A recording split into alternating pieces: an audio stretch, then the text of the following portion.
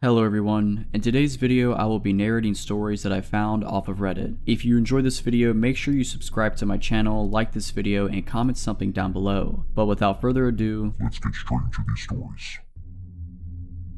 This happened 2 summers ago while I was house sitting out in California for an older couple I had met at a conference for work. It has seemed like a dream scenario. The couple wanted to vacation in Hawaii for 2 weeks, but didn't want to board their cats, and I had been chatting with them about wanting to visit California again, where they happened to live, because I had loved it for the first time I went, and we figured that we could mutually benefit if I came out and house sat for them. So I flew out there and they showed me around for a few days, taught me how to take care of the cats, 2 of them, one that was extremely shy and I barely saw, which is important later, and their plants, gave me access to their house and cars. These people were so generous, and before I knew it I had dropped them off at the airport and I was on my own. At first, it was really the dream vacation. I was staying in Oakland and making forays into San Francisco, Sonoma, Monterey. In the mornings I could walk out the front door and shortly be hiking the paths surrounding nearby Mount Diablo, and I was just ultra content with the world. I was so enamored by the area that I had actually started looking into taking some steps to relocate out there even. But then one day, about halfway through my final week there, when I got back to the house I felt really odd, almost like I shouldn't go inside. I shook it off and went inside anyway because it was getting late and I needed to put out dinner for the cats. Once I was inside, I forced myself to ignore how off I felt, and I made some food for myself, went to bed, and was shocked to find the shy cat hiding under my bed and crying. This was the first time I had ever seen her close up.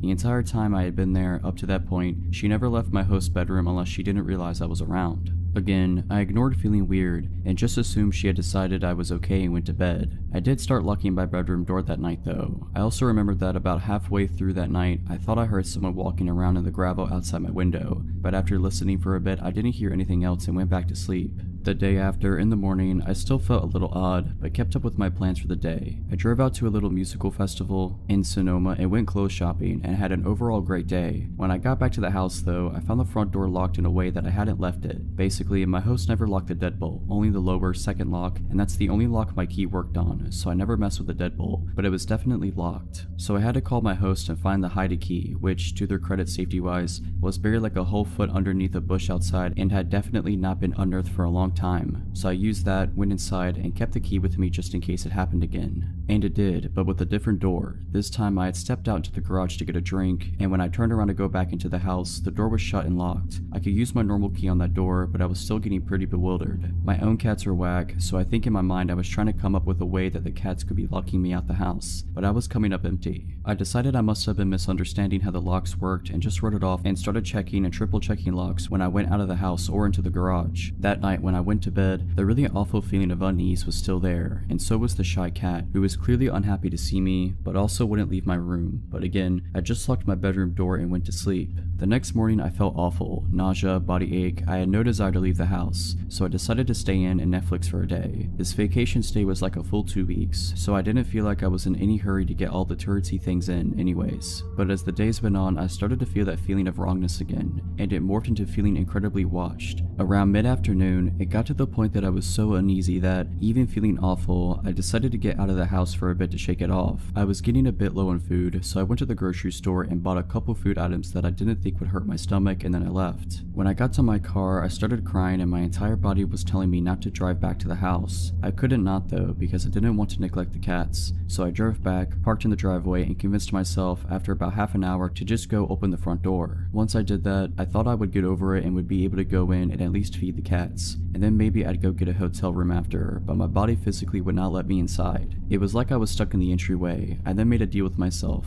I would yell into the house saying I had already called the police and that they were on their way. In panic logic, I figured that would make anyone in the house leave, so I faced the inside of the house, looking down the hallway towards the bedrooms, and I did just that. The second I had finished saying, "They're almost here, so if you want to avoid being arrested, you need to leave now," the light in my host room turned on and I heard some banging. I immediately hightailed it back to the car, called the police for real, and proceeded to have a mental breakdown while talking to the dispatcher. Once they got there, they checked the house and didn't find anyone. The double doors in my host's bedroom were left wide open. I'm so glad the cats didn't get out, and there was a pile of food wrappers in the corner behind the blinds, so they said it looked like someone had been there. What makes it so scary to me is that nothing was taken, and that based on the shape of the house, that would have been the perfect vantage point to see me in the living room as I stayed home sick. To explain this, the house was in an L shape, and from the windows into the garden that were in my host's bedroom, you could see into the living room windows. Also, the minute the police were gone, they said they couldn't prove anyone was there, there were no signs of forced entry, and we couldn't get get a hold of my host immediately to verify if anything had been taken, etc., which once they were back, they verified that nothing had been taken, so they said they'd patrol a bit but nothing else. The shy cat was right back into my host's bedroom and I didn't see her again until I left to go back home. So basically, I think the intruder had been there at least 2 days, forcing her to choose between two strangers and leading her to choose the one that was at least a little less strange, me. It messed me up pretty bad, especially because they didn't catch the person and didn't seem to have any desire to look, and I still had to stay in that house for the next 3 days. Nothing else odd happened and I didn't feel off the rest of the time I was there, but the damage was done. I've never felt completely safe in a home without doing a complete search before bed since, but I am extremely glad my gut spoke up. I guess I'd rather have some residual anxiety than be dead. So about 5 years ago, I, male 26 years old, set out to travel the world. Being straight out of college had left me dead, ever more desperate for any job I was overqualified for and generally depressed. I felt isolated and alone in my small town in Washington and found the only way to get out, travel. My high school buddy suggested I look into COMPILATIon and volunteering as a way to travel cheap, and so I did. The way it works is quite simple. You work for around 25 hours a week on some farm for food and housing. The draw is that since the community of cheap travelers is quite big, it is a great way to meet new people, get outside of your comfort zone and just let yourself live and figure life out. Fast forward 8 months and I'm a seasoned cow patty shoveler. I started out in Washington, Oregon and went south to California. There, I was able to save some money I was paid under the table for some extra work and was now faced with a decision, where to go in the world. The excitement of being able to purchase a ticket to almost anywhere in the world got the best of me, and on the advice of my volunteering partner, I chose it at random. I went to a randomizer website and clicked the country button, Georgia. The country of Georgia. To say I didn't know anything about it was an understatement, but the fear of the unknown made it exciting and exotic somehow, and so I did it. I purchased a ticket and started browsing for a farm that could host me. There were a few options, and most were remote and hadn't even had an internet connection. I messaged every single one because few ever respond and got a response from one farm on top of a mountain. The pictures showed a traditional Georgian stone house with a large garden out in the back, a family with several cheerful children, grandparents having dinner, animals. It seemed warm and inviting. The description was written in good English and the requirements for work seemed reasonable. I was excited. After I flew into Tbilisi, the capital, I followed the instructions that they have sent to locate the farm, which wasn't an easy task. Few in Georgia speak English, the roads are screwed since few have been maintained since the fall of the Soviet Union and the country is generally poor. It took me around 20 hours of Soviet buses and taxis, weird serpentine roads and paths to get to the desired blue pin on my map.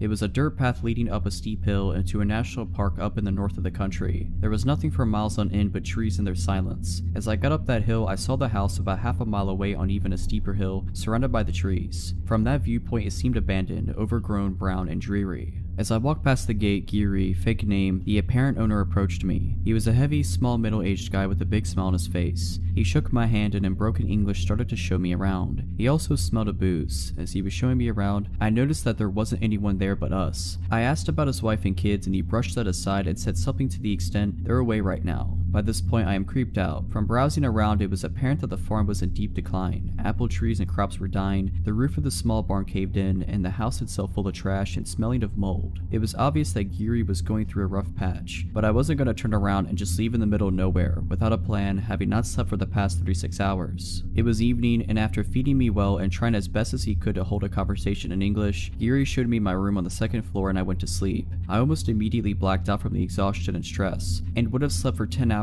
if I wasn't awoken by a strange noise in the middle of the night. It sounded like something metallic and heavy was being dragged across the wooden floor. In that sleepy in-between state, I listened to it for a few minutes, thought nothing of it, and went back to sleep once it stopped. In the morning, Giri, now sober and grumpy, asked me to repair some of the windows and doors in the house as he himself planned to go and fetch some components in a nearby village. Again, I got this weird feeling creeping down my spine. Something wasn't right. He didn't maintain eye contact and was evasive. There was no cell reception, no internet. Once he left, I checked around the house to get a general idea of the place, and it became apparent that the place was hardly ever lived in, like one of those abandoned houses. There was broken furniture, newspapers, and old photos on the floor, a shattered mirror. I took my phone and looked through the saved listing again. The photos didn't match neither the backyard, the garden, or the walls. Giri wasn't in any of them. It was a completely different house. Now by this point, I am full-blown panicking. I pack my stuff and start to leave when I see a group of 3 men going up that first hill. There aren't any other paths I can take, so I go behind the house and rush down this hill into the forest. forest. After some time I stop and listen. I hear them in the house. They're clearly looking for me. Afraid of making any noise, I remain still, hidden behind a bush. I don't know how long I wait, but they were persistent. At some point I hear them leave, so I count until some large number and proceed back into the house and path, and once I find it's all clear, I book the heck out of there. Never ran this fast. But I am still in the middle of nowhere. No traffic, no public transport. I reached a paved road and start walking in the general direction from where I remember coming. Hours go by and finally a car drives by and stops. It was a really nice Russian family that gave me a ride to town. The listing disappeared from the website a few days later I left, and I haven't heard from Geary since. I've yet to make sense of that experience. I have traveled since and volunteered too, and have yet to have an experience like that again, but I trust my gut feeling something was really not right. More than a few years ago, I was working as a burlesque entertainer in a gentleman's club. It was idly sitting at the end of the bar one night when a couple came in. Not unusual. I had no contact with them and thought nothing of their being there until later. A few days after that night, the doorman handed me a piece of paper that had 2 names and phone numbers written on it, Laura and Richard. I was supposed to call one of them, so I called Laura, who told me they had been the couple who'd been at the bar the other night, and they noticed me and thought I'd be perfect for a part in a movie Richard was producing. Would I be up for a meeting? Of course I would, who wouldn't? I was told Richard would pick me up the next night at 7 and to wear something wild. 7 o'clock came the next evening and I was ready in a white lace dress with ostrich feather trim when Richard showed up outside my building, so I went down, introduced myself, and got in the car. We agreed to go to a local bar I knew well from the meeting, but first we had to go back to his place so he could pick up some contracts he'd forgotten, so off we went. He went in the house and came back out with a few manila envelopes and an open bottle of beer, a brand that I didn't drink. Plus, it's against the law to drink alcohol in a vehicle here, so I stuck the beer into the window well of his Jeep and we went to the bar. At the bar, he showed me what were supposedly scripts from this movie he was producing. In some contracts, it looked pretty legit. Richard was very nice and I was interested. I'd made some plans to go out later with my soon-to-be boyfriend, so I excused myself to go call him on the bar's payphone, and took my Corona that I'd ordered at the bar with me to the bank of phones. As a dancer, I'd been taught by the other older girls to never let your drink out of sight. My boyfriend wanted to get going to another club, so I went back to the table where Richard was and told him I had to go. He didn't like that and tried a few different things to get me to go to the movie set with him, saying I could meet Mickey Rourke and check out the set, but all I really wanted to do was meet my boyfriend, so I declined, took Richard's card, and left. I never heard from Richard again, but a couple of months later, the police came around to the bar I was working at. They had 2 big books of mugshots and a stack of Polaroids with them, and they wanted to talk to all of us about a predator couple who had been setting up meetings with dancers by saying they were in the film industry, then drugging them. They showed me the 2 mugshot books and asked if I saw anyone I recognized in the pictures, and I immediately identified Richard and Laura. They then showed me the Polaroids, which were trophy pictures of the couple in the act of attacking the poor drug girls, and asked if I knew any of the victims and where they might find them, in order to talk to the girls. I only knew a couple of women in the photographs, but there were a lot that this had happened to. Richard and Laura were prosecuted. He went to jail, but she didn't because she was from a wealthy family and she also turned witness on him. About 12 years after Richard was convicted, I saw in the newspaper that he was up for a possibility of parole, so I wrote a letter to the parole board telling this story and urging them not to let him back out, because he's a dangerous offender who should have to stay in prison for the entirety of his sentence. If I had drank that open beer he had handed me in his Jeep on the way to that meeting, I wouldn't have made it to the meeting and would probably have ended up in that stack of Polaroids. Girls and guys, always keep your eye on your drinks. Have fun, but be careful out there. So this happened about a year and a half ago. I moved to Los Angeles 3 years ago. First time living on my own and I love it. Even with everything that happened, I still love living here. So I'm a smoker, on average about 3 to 4 cigarettes a day. So thankfully I'm only at a pack, like every 5 or 6 days, whatever. Math isn't my strong suit. Anyway, I live in a non-smoking building, so I have to step outside when I want to smoke. The first time I saw this guy, he was outside my building, sitting next to a dumpster. No big deal, probably just another neighbor I hadn't met. His name is Oz. The first time I saw Oz, I was having a cigarette outside, and he just glanced over at me every once in a while, but that's it. 2 days later, it's like 11:30 p.m. and I'm heading downstairs to smoke. I look at the lobby of the building and see someone underneath a blanket behind some chairs. I see a cord going behind the blanket bulge, so I immediately assume someone's in the doghouse for the night and charging their phone. I have my smoke, head back upstairs, and go to sleep. A week later, it's the middle of the day. I've gotten some work done and decided to take a smoke break. I go and sit outside like I always do. Oz is sitting outside as well. This time he's got some paperwork with him. A lot of paperwork. At this point, I feel like I should provide a description of Oz. He's about 6 feet tall, early to mid 30s. He has medium length hair that has been styled into dreadlocks. A full but short beard, if that makes sense. He was wearing worn down pants and jackets. Based on his face, he seemed like he cleaned himself up regularly, but his clothes made him look homeless, and sadly he was. So Oz is going over the paperwork in his hands when he looks over at me and says hi. So I responded kind. He then asked me how I'm doing today. I'm doing pretty okay, I respond. How are you? I'm good, man, I'm good. Good. It's a nice day, right? Yeah, it is. So when are you moving? Now that question came out of nowhere. Was he hoping to find a new place to live? Was he trying to move into this building? Was that what his paperwork was all about? I mean, if he's moving into a new apartment, great. I hope life works out well for him. But why was he asking me when I'm moving out? I know the building at the time had a vacancy or two, so if he was going to move in, why ask a question like that? Why make it sound like he's waiting for someone to move out so he can have a spot? My brain asked all those questions in less than a second of Oz asking me that. After a couple seconds of being stunned by Oz's question, I just said, I'm not moving anytime soon, man. My cigarette was over by then, so it was time for me to go to my apartment. Another week later, I go see a friend stand up set, and when I get back to my apartment at like 10 p.m., I see 2 police SUVs outside my building with lights on. I go inside because if there are 2 police vehicles already there, I can't do anything, so might as well stay out of the way. The cops are talking to one of my downstairs neighbors, and I can't catch anything they're talking about. 2 days later, notices have been put up next to the mailboxes that say, this man is not allowed in this building, and it has a photo of Oz. Turns out the blanket bulge I saw was actually Oz, when he somehow managed to get inside the building and sleep in the lobby with an electric blanket. A couple of months go by and I don't see Oz. I honestly forgot about him by that point. When finally one day, Oz is there again, sitting outside the building with somehow even more paperwork. This time when he sees me, he's almost immediately hostile. So when are you getting out of here? What? I want my apartment back, man. I don't know what you're talking about. You stole my apartment and I want it back.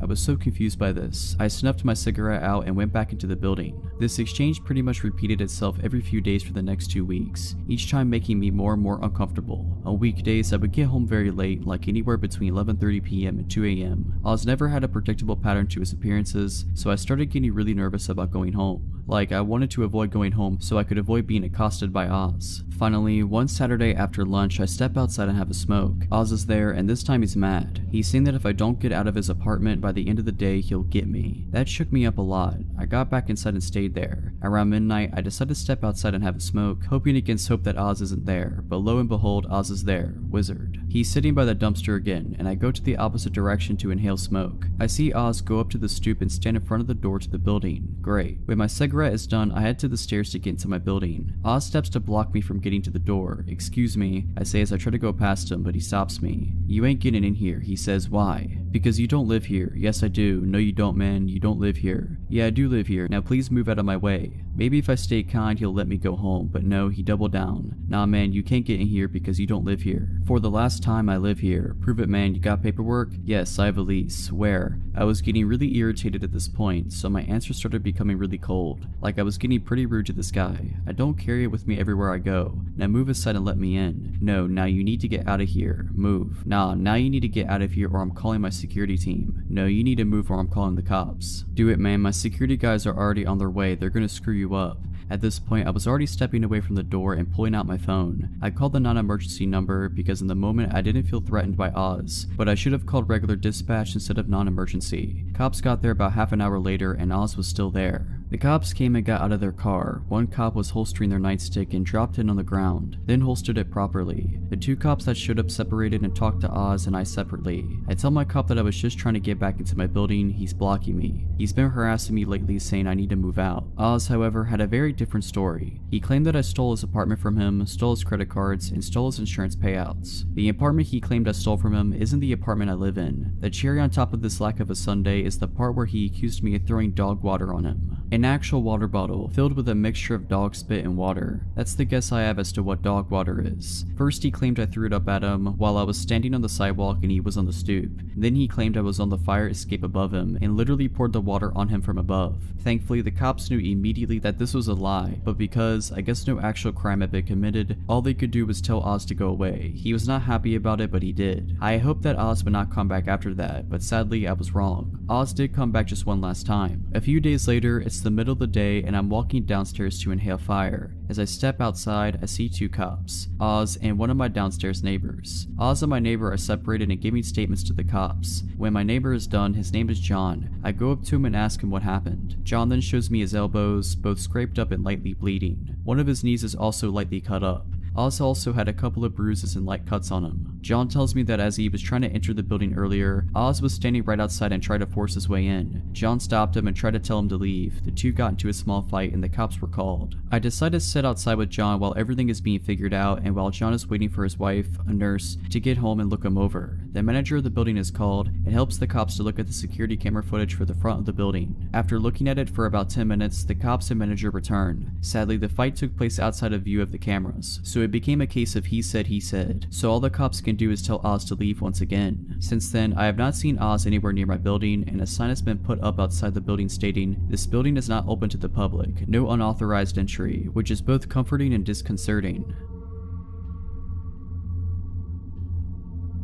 This event took place quite a few years ago, so unfortunately I don't remember everything that happened, but I remember nearly all of it. Anyways, this happened when I was around 4 to 5 years old and on Easter Sunday. My family always gathers at my grandmother's house to celebrate holidays, birthdays, etc. So as we do every holiday, my mother and I started our hour-long trip to her house. My mother prefers to live away from all the city commotion, which explains the long drive. We were probably around 20 minutes away from our destination when my mom noticed that we were a little low on gas, so we pulled into this old, almost rustic looking gas station with just a handful of customers inside. It was red and white with a few festive decorations outside and lots of Easter stickers on the two large glass windows that were on either side of the door. My mom, having taught me not to talk to strangers nor open the doors for anyone but her, trusted me enough to leave me in the car alone as she went inside briefly to pay for gas. She told me she would be right back before going into the gas station. It felt nice that day, so the windows in the car were down so we could feel the breeze while driving instead of the AC. While I was waiting on my mom, I remember adjusting the colorful paper clippings in my Easter basket next to me, then looking out of the backseat window. When I looked over, I saw a tall, older man, maybe around 30 or 40 years old, approaching my window. He crouched down slightly and looked at me. "Hi there, what's your name?" I remember him saying. At this moment, I remembered that I wasn't supposed to talk to strangers, so I told the man that my mom says I shouldn't speak to strangers. He then replied with, "Well, we could be friends then. My name's Charlie, and now that you know, I guess I'm not a stranger now, huh?" At the time, I thought he was right. In my mind, I thought, since a stranger is someone you don't know, this man wasn't a stranger anymore because I knew his name. The man and I had a short conversation that I don't quite remember. All I remember is him telling me that I had a nice Easter basket. At this point, I started to get a sick feeling in my stomach, but being a child, of course, I didn't know why. My mom then walked out of the gas station and noticed the man immediately and began approaching the car quickly, asking the man what he thinks he's doing. The man seems to panic and he pulls my door handle violently. He quickly realized that it was locked, thankfully, and proceeded to reach into my window and grab me by one of my wrists and attempt to pull me out. This obviously scared me a lot, causing me to panic and pull him against on instinct. This caused him to let go and take off running. My mom quickly ran to the car and I unlocked the doors. She grabbed me and pulled me into an almost painful bear hug, then inspected me closely, repeatedly asking if I was okay. I ended up with a slight bruise/redness on my arm where he grabbed me, but other than that I was just shaken up. The reality of what had just happened set in at this moment, and I remember just crying and holding onto my mom right after I said I was okay. I don't remember anything after this point, but I recently asked my mom about it and she said that she called the police immediately after. To this day, my mom still says that this was the most frightening moment of her life and claims that if she had gotten there any later and came back to an empty car, she wouldn't have been able to live with herself. I am a female and now 23. This happened around the time that I was 15 years old. Around this time it was my sophomore year in high school, so little backstory to help understand the story I'm about to tell. I was involved in my high school color guard. We are a part of band except we don't play instruments. We would spin colorful flags. We also use rifles and sabers in our performances. Around this time it was the fall and we were practicing our show, doing a lot of reruns to try and perfect it before our usual competitions. Normally practice would start at 4 and end almost at 9. Side note, I didn't live close to my high school like most people that went there. The drive would take at least 15 minutes max. Walking from my house to school would take an hour and taking the bus would take 45 minutes. My brother at this time worked late hours and my parents didn't get off of work until midnight, so my next best choice was the bus. The neighborhood wasn't the worst, but it also wasn't safe to be walking home at night. So on this night, I was saying goodbye to my friends and not wanting to bug them for a ride, I walked to my bus stop. I had my cell phone and started scrolling through Facebook. I would occasionally glance up and look at my surroundings. I noticed a car slowing down in front of my bus stop, but it immediately signaled to make a turn to my left. I didn't think much about it since there are houses behind that bus stop. It wasn't weird until I noticed this car doing that again and then again and again. I found this odd. It wasn't until he had basically passed by me for the 7th time that he finally parked on the curb by my bus stop. That's when I got a good look at him and that I took in his appearance. This happened a couple of years ago, so my memory isn't great, but I do remember he was Hispanic and reminded me a bit of an uncle of a friend of mine. He spoke his first words to me that sent me panicking. To translate what he said to me in Spanish, it was basically him saying, "Hey, come over here. Do you need a ride? Hop in, I'll take you." He kept saying that for a good 5 minutes and then suddenly drove off. I then let out a breath I didn't know I was holding in. I was trying to calm myself down and tell myself it was over, but I knew it wasn't and I was right. His car showed back up, and the thing about my bus stop is that there is a house behind it, except before the house there is a good amount of space with just dirt. Cars can actually go in this space and I've seen it before. He parked behind my bus stop. At this moment I was already thinking about how to get out of the situation. I was frozen in place, not fight or flight but freezing, the worst thing to ever do. At this time this big guy was close by and was walking his pit bull on a leash. In my frozen state I knew this was my only chance and fought to get the words out. It was my only chance to save myself and I'm so glad I spoke out. "Excuse me, could you please stay with me? That man in the car right there won't leave me alone. I'm very scared. Please stand by my side." My words choked up and I was shaking at this point. The guy was kind-hearted and agreed. He stared down the man who at this point had his window up and began reversing. He drove off and the guy stayed with me till my bus came. At this time it was 9:59. I know that some of you might ask, why didn't you go back to your high school? Well, at this point no one was really there. Mostly everyone had been picked up. I had a cell phone but no one was going to be able to pick me up. This was my only transportation and that time I didn't know about Lyft or Uber. I'm not even sure if it was a thing back then. Overall, I'm just happy to have been saved by that kind-hearted guy. Because of him, I am here and able to share this story of mine. I'm still shaken up at the memory of it because of the scare it gave me. After that incident, I asked for a ride for the remaining of that season. Sometimes, even when you don't want to bug people with rides, it doesn't hurt to ask. It's better to be that annoying person than finding yourself in my situation. Stay safe when taking the bus at night. I work evenings as a dispatcher in a medium-sized Midwestern city. I was driving home at 2 a.m. when I stopped for gas. In retrospect, it was stupid to have stopped at all. The gas station was poorly lit and completely empty of any other customers, but I knew the shady areas of town and this was not usually one of them. As I was pumping gas, I noticed a middle-aged woman sitting on the curb across the parking lot. It was a cold night and had just started raining. The woman was not wearing weather-appropriate clothing, so she was drenched. When the woman saw that I was watching her, she called out to me from across the parking lot. My second of many stupid decisions that night was choosing to engage with her. I was worried for her, so I approached her to see what sort of help I could offer. "Hi beautiful, I'm just trying to get home, but no one will help me," she said. "I'm trying to get to City A, but the cab ride is $60 and I only have $40. Can you help me?" I don't usually give money to panhandlers, but this woman seemed genuine. The weather was terrible and my job centers around helping people, so I agreed. I told her I didn't have any cash, but if she would come with me inside, I'd take some money out of the ATM and give her a few dollars. But the ATM wasn't working. I apologized and told her there was nothing else I could do for her. She followed me back outside, idly chatting with me as I opened my driver's door to get in, and then she got in my car. I was too shocked to really say anything. I sat staring at her as she buckled herself into the passenger seat. As soon as she got into my car, her demeanor changed entirely. She no longer seemed forlorn, as much as she did extremely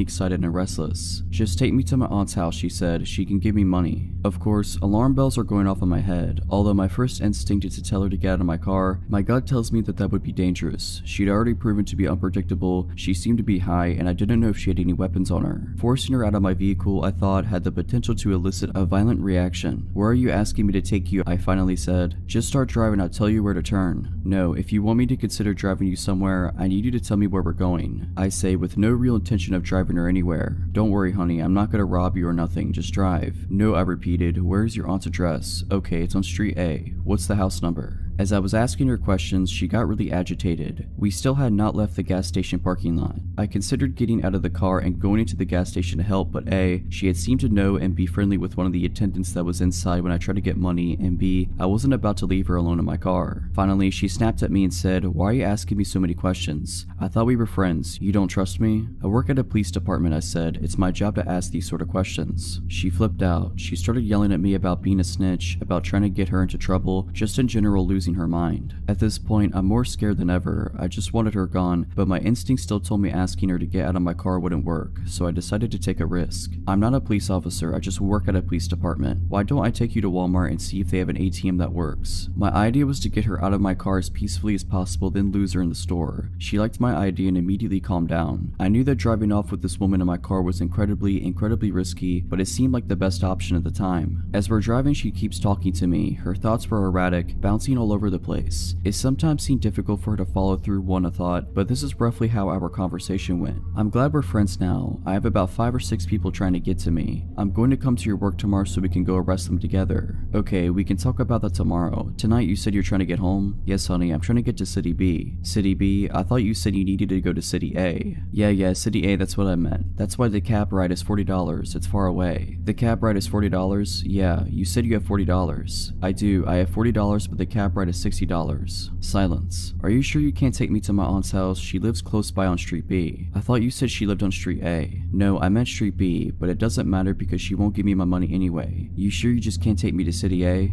It was obvious that this woman was utterly full of it, because the details of her story were constantly changing. When we pulled into the Walmart parking lot, she finally got out of my car, only after I got out first, and followed me into the store. I told her before we went to find an ATM I needed to use the restroom. My plan was to call the police from inside a stall, but she followed me into the bathroom, and that's when things got really weird. She grabbed the crook of my arm and whispered into my ear, "If you don't got any money to give me, that's okay, but let me ask you something. Do you want to do it in the stall?" I told her no as forcefully as I could manage, bolted into a stall, and locked the door as fast as I could possibly manage. As soon as I had a barrier between us, I said, "You know, I have some friends at the police department that can probably help you better than I can. I'm just gonna call them and we can figure this out together." Again, at the mention of the cops, she started screaming at me. I just kept reiterating that the police would help her. She snapped at me that she was just going to leave and stormed out of the bathroom. But it wasn't over. I waited to make sure she was really gone. Sure enough, not 60 seconds after she left, she came back into the bathroom and started banging on the stall door. And she said something that scared me more than anything else. "Hey, come back to your car with me. I left my beer in your car." I blatantly tell her that no, I saw her get into my car and she had absolutely nothing with her other than the clothes on her back. After that, she left the bathroom again and didn't come back. I waited a good 5 minutes before exiting the bathroom. I immediately found a manager who called the police for me. Thankfully, I was in a different police jurisdiction from the one I work in because I was mortified at how entirely stupid I had been the whole night and would have died of embarrassment if any of my coworkers had responded. The officer that responded took my statement and advised me to be more careful in the future. He said that sometimes panhandlers turn violent, and that just recently there had been a report of a woman who matched my description assaulting a good Samaritan that had stopped to try to help her. I definitely learned a lesson on stranger danger, and I'm lucky to have come out not harmed. I'm glad my stupidity didn't kill me.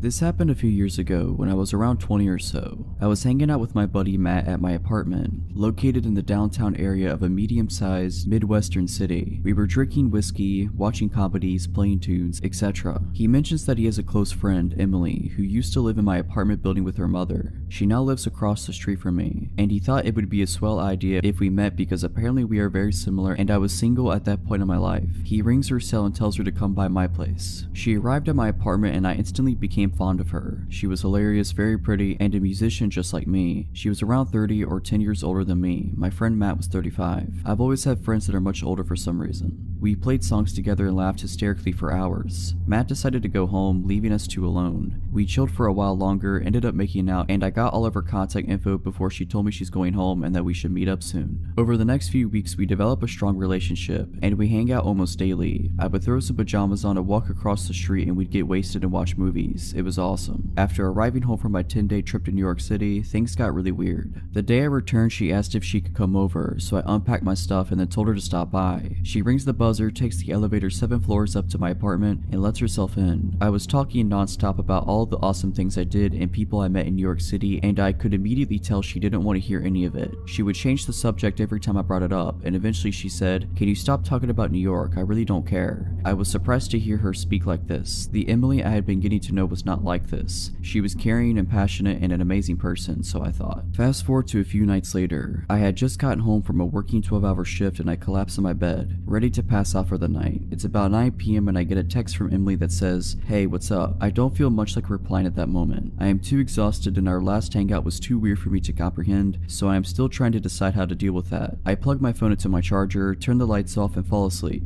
Bang bang bang. I wake up to somebody pounding on my door and screaming at the top of their lungs. Open the door, let me in now. My entire apartment reeks like cigarette smoke. I grab my phone from beside my bed, my heart beating a million miles per hour. 27 missed phone calls, a bunch of text messages, all from Emily. I scan through the text while she's still at the door screaming, trying to break my door down. The most recent text from her is a long one claiming I'm a bad person for not responding to her text earlier, and that she's coming over to beat me up. For not doing so, she still had a key to the building still from when she used to live there. I get out of bed and nearly having a panic attack and try to decide what my next move should be. Should I open the door and calm her? Should I call the police? Should I just ignore her? I decide to open the door. She begins wailing on me, swinging her arms trying to hit me. She was smoking a cigarette and there were 3 cigarette butts on the ground next to her. Smoking indoors was prohibited in my apartment building. She was very obviously on some sort of drug. She kept screaming at me, telling me how awful I am for not responding to her text message, slurring her speech and losing her balance. I was somehow able to calm her down and I took her to the roof of the apartment building, which had a pretty nice little enclosed picnic table area. We sat beside one another. She was quiet now finally. She kept asking me how I could be such a jerk and that I need to explain myself. The look in her eyes was pure evil as she spoke to me in a calm demeanor now. I said to her, Emily, I don't ever want to speak to you again after tonight. This whole scenario is absolutely insane. You need help. Let me walk you home. I take her home and return to my apartment to attempt sleeping, at which I do not succeed. A couple of days later, I return home from work and there is an envelope taped to my door. I open it and it's a handwritten letter from Emily apologizing and saying that I'm a beautiful human who doesn't deserve an evil person like her in their life. There was a literal candy bar attached to the envelope, one that I had never heard of that she always told me I needed to try. I never spoke to her again. From what Matt tells me, which, by the way, he always knew she was a problematic person, she's a heavy user of crack now and is working as a food runner in a restaurant nearby. This happened on Saturday. My girlfriend, Tess, my puppy, Jack, and I are all getting ready for a road trip.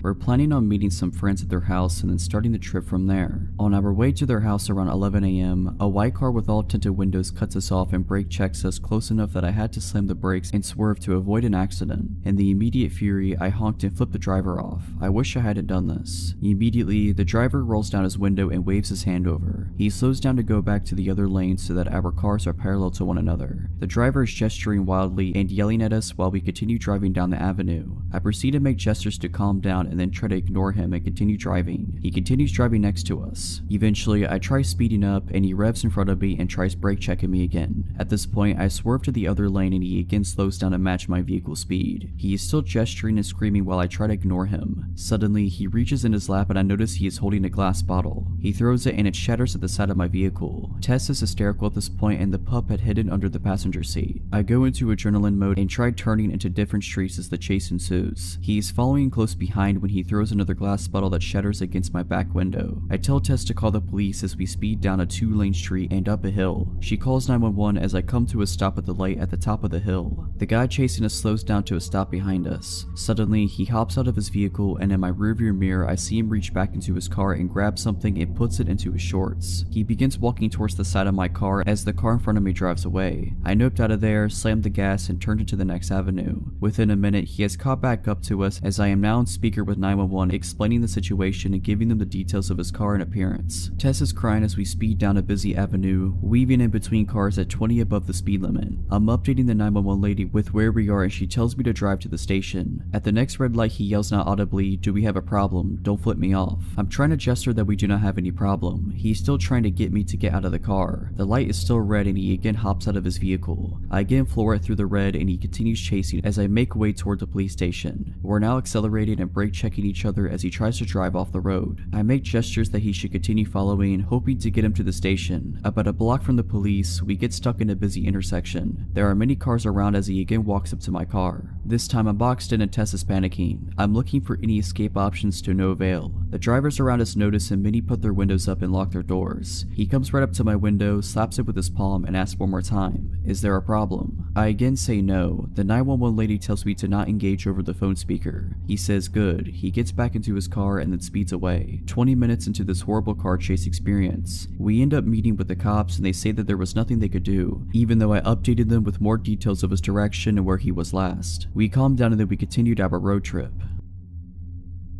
So a 20-year-old female, lived in a shady apartment complex in an otherwise rich, suburban area for 3 years. This story is about a neighbor that I'll call Bob. A little backstory: me, 18 years old at the time, and my then 16-year-old sister used to babysit all the neighborhood kids. These kids considered us their friends, and it got to where they seemed to have a radar of when me and my sister went outside. They'd come out and talk to us, and we let them ride our skateboards and such in the parking lot. The kids were ages 8 to 13. So one day we were outside with them and we were joined by a stranger. He stood between us and our car, towering over us. He introduced himself and asked us to sign a petition he made up. We did, just being friendly. Then he asked us how old we were. I thought maybe he was a fellow teenager that looked older or that he was just awkward. So I told him I was 18, and the very next question was if I wanted to go out with him. In front of my mom and the other kid's mom, I awkwardly declined, but he continued talking about how he thought me and my sister were in middle school. Also, he was 28. Eventually, he wandered away to ask someone else to sign his petition. A few days later, he knocked at our door after asking neighbor for the address. He had a bag of what he said was chicken and wanted us to go eat it with him at the park.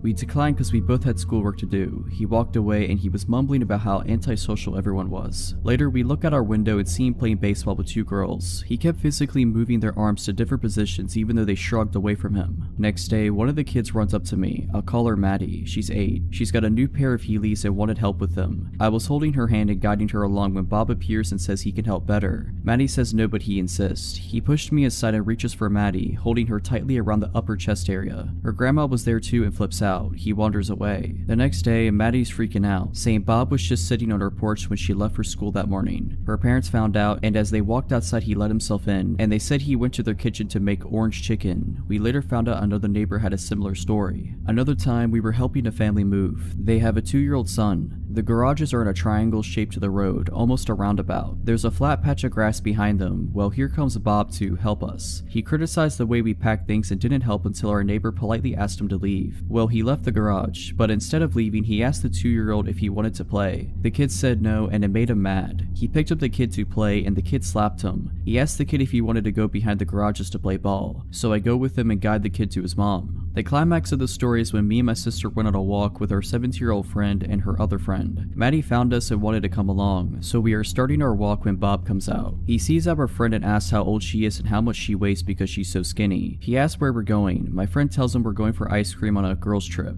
We didn't ask her to say that. He's like, "Aw man," and stomps away. We continue our walk, but halfway through we have a weird feeling. I look behind us and Bob is running towards us. He yells at us for hiding from him while also telling Maddie how pretty she is. An older neighbor sees this and asks him what's going on. He tells them that we're being mean and he needs to go write a song about us. He leaves, but we see him sitting at the park. Well, he saw us and again comes running. We stop and he asks which one of us is over 18. Maddie's dad is here at this point and tells him we aren't interested in him. He explodes, telling the dad to screw himself and that he's so rude. Maddie is crying and the neighbor who saw us before came to check on us since he saw Bob running. Bob goes inside, muttering to himself. For weeks we don't see him. A single dad and his 5-year-old daughter move in and we are introducing ourselves to them. My mom kind of tips him off that there's someone in their building who is a little off, especially around Maddie. The dad says he's seen someone like that giving kids candy at the pool when the kids looked uncomfortable. Well, here comes Bob, as if on cue. He immediately tells the girl in front of her dad that she looks like a movie star and that she's so pretty. He asks to play with her, but the dad says no and they go inside. Turns out they're next door neighbors. We still didn't see him much, but other neighbors were telling us stories about him. There's a woman who's alone most of the day with her 2 kids under 5 who told us he watches her when she goes to and from her car. Also, Maddie's parent continued to see him watching her. Then one day we're again babysitting and here he comes. Only this time he's swinging nunchucks. Maddie screams and hides in our car. Bob strolls over with his nunchucks and starts talking to us all casual. Then his head cranes to look into the car and he says, "Where's Maddie?" We told him she wasn't here and he walked away. By then, most of the kids were afraid to go outside when they saw him. He had a habit of wandering around the complex. We could tell by his height and lanky gait. A few times we'd see Bob with his dad. Those times, neither of them glanced at us. Then one day he just stopped showing up. We'd see his dad and brother come in and out all the time, but never him. We only saw him again a year later, and it was only for one day near Christmas, and then he disappeared again. So I don't know what happened to him, but it was just one of our weird experiences with neighbors in the 3 years living there. On Friday afternoon, I got a call from my friend named Sarah asking if I wanted to meet her and another friend named Lisa at Dunkin' Donuts as we hadn't seen one another in a while. Dunkin' Donuts is a 15-minute walk from my house, so I decided I would walk. Besides, the weather was fine. I got to Dunkin' Donuts and found where Sarah and Lisa were sat, so I went to join them. As we were chatting, I noticed that my sister, Alina, was sat at a table in the corner of the room with her friend, Jess. For some context, my sister and her friend are both 18 years old. My sister still lives with my parents, whereas I live alone. I excused myself from the table and went over to Alina and Jess's table. They were sat at a table with 3 seats, so I went to sit down and said hey. They both jumped a little bit, but then looked more relieved than anything to see me. Immediately, Alina whispered to me, "Don't look now, but the guy in the blue shirt, I think he's following Jess and I." I glanced over and saw the middle-aged man sat at a table facing away from us. He's passed our table a good 5 times in the past 20 minutes to go to the bathroom, but he walks slower as he passes us, she continued. I told them that they were most likely being paranoid and that there was nothing to worry about, but for their peace of mind, I offered to leave with them so they wouldn't feel as worried. I walked back over to my table and explained the situation to Sarah and Lisa. Both of them laughed it off and assumed my sister to be paranoid. Literally about a minute later, I saw the man get up from his seat and walk towards the bathroom. My eyes followed him, and sure enough, he walked extremely slow past Alina and Jess. In fact, it was almost comical how obviously slow he became. Both Alina and Jess looked in my direction, and I nodded to show that I had seen him walk slower. About 5 minutes later, I went into the toilets. On my way, I passed Alina and Jess and told them I was ready to leave whenever they were. They both agreed that they were ready to leave now. I told them that I was just going to go to the bathroom and that we could leave after I had done my business. Alina had come in her car, so she was gonna give me a lift back. I went into the toilet stall, did said business, washed my hands. I was walking down the corridor back into the main eating area when Alina and Jess rushed into the corridor. I asked them what's up and they explained that another man had joined the strange creeper men and that the men were both pointing and staring at them, so they rightfully felt unsafe. We walked back into the eating area. I put my money on our table and explained to Lisa and Sarah that I was taking off and I would explain what was going on when I got home. We all got into Alina's car and left the creeps in the car's rearview mirror. After a 2-minute drive, we reached my house. Just then I remembered that I had been meaning to return something I had borrowed from my mother, so I asked if Alina could drive me to my parents' house as she was going there anyway. I jumped at the car to get what I needed when my phone rang. It was Alina. She explained that a car had driven past and had pulled into a driveway. She said the driver of the vehicle was the creep from Dunkin' Donuts. I looked out of my window and sure enough, there was a car which didn't belong to the owner of the house parked on their driveway. I got the girls into my house and locked the door. I instructed Alina to take a photo of the car and its license plate, and I told Jess to call 911 as she gave the operator more information than what I could. Alina took the photos and we sort of gathered around Jess as she was speaking to the operator. She had finished telling the story and I heard the operator assure us that the police would be at my house soon. A few minutes passed and there was a loud knock at the front door followed by a loud voice shouting, "It's the police." We all did a sigh of relief as I went to open the door. Jess told the operator that the police were here and she hung up. I was in the process of unlocking the door when I thought to look through the spy hole at the top of the door. I peered through and it wasn't a police officer, it was the same guy. I froze in fear and I didn't know what to say. We didn't call the police. I managed to shout back to the man through the door. Alina and Jess were both confused as to why I said this. "We had a call, sir." The man shouted back, "You have the wrong address." I yelled back and informed the girls that it was the creep at the door and not a police officer. Both were rightfully shocked and extremely scared, as was I. I was about to tell Jess to call the police again until I heard the sirens. "Sir, you have to let me in." The man shouted again. This time I didn't answer. He was pounding on the door. His commands for me to let him in turned into begging and pleading. I heard the police car pull up and some commotion outside. An actual police officer knocked on the door and I let him in. Yes, I checked the spy hole first. The police officers took the man into custody while another police officer took Alina and Jess into the dining room for some brief questioning. I called my parents and Jess called hers. Both were here extremely quickly once we told them what had happened. The man was found with a kitchen knife on his person and some other weapons in his car. Who knows what could have happened if I hadn't looked through the spy hole first. Both my sister and her friend are fine, just shaken up after the whole incident.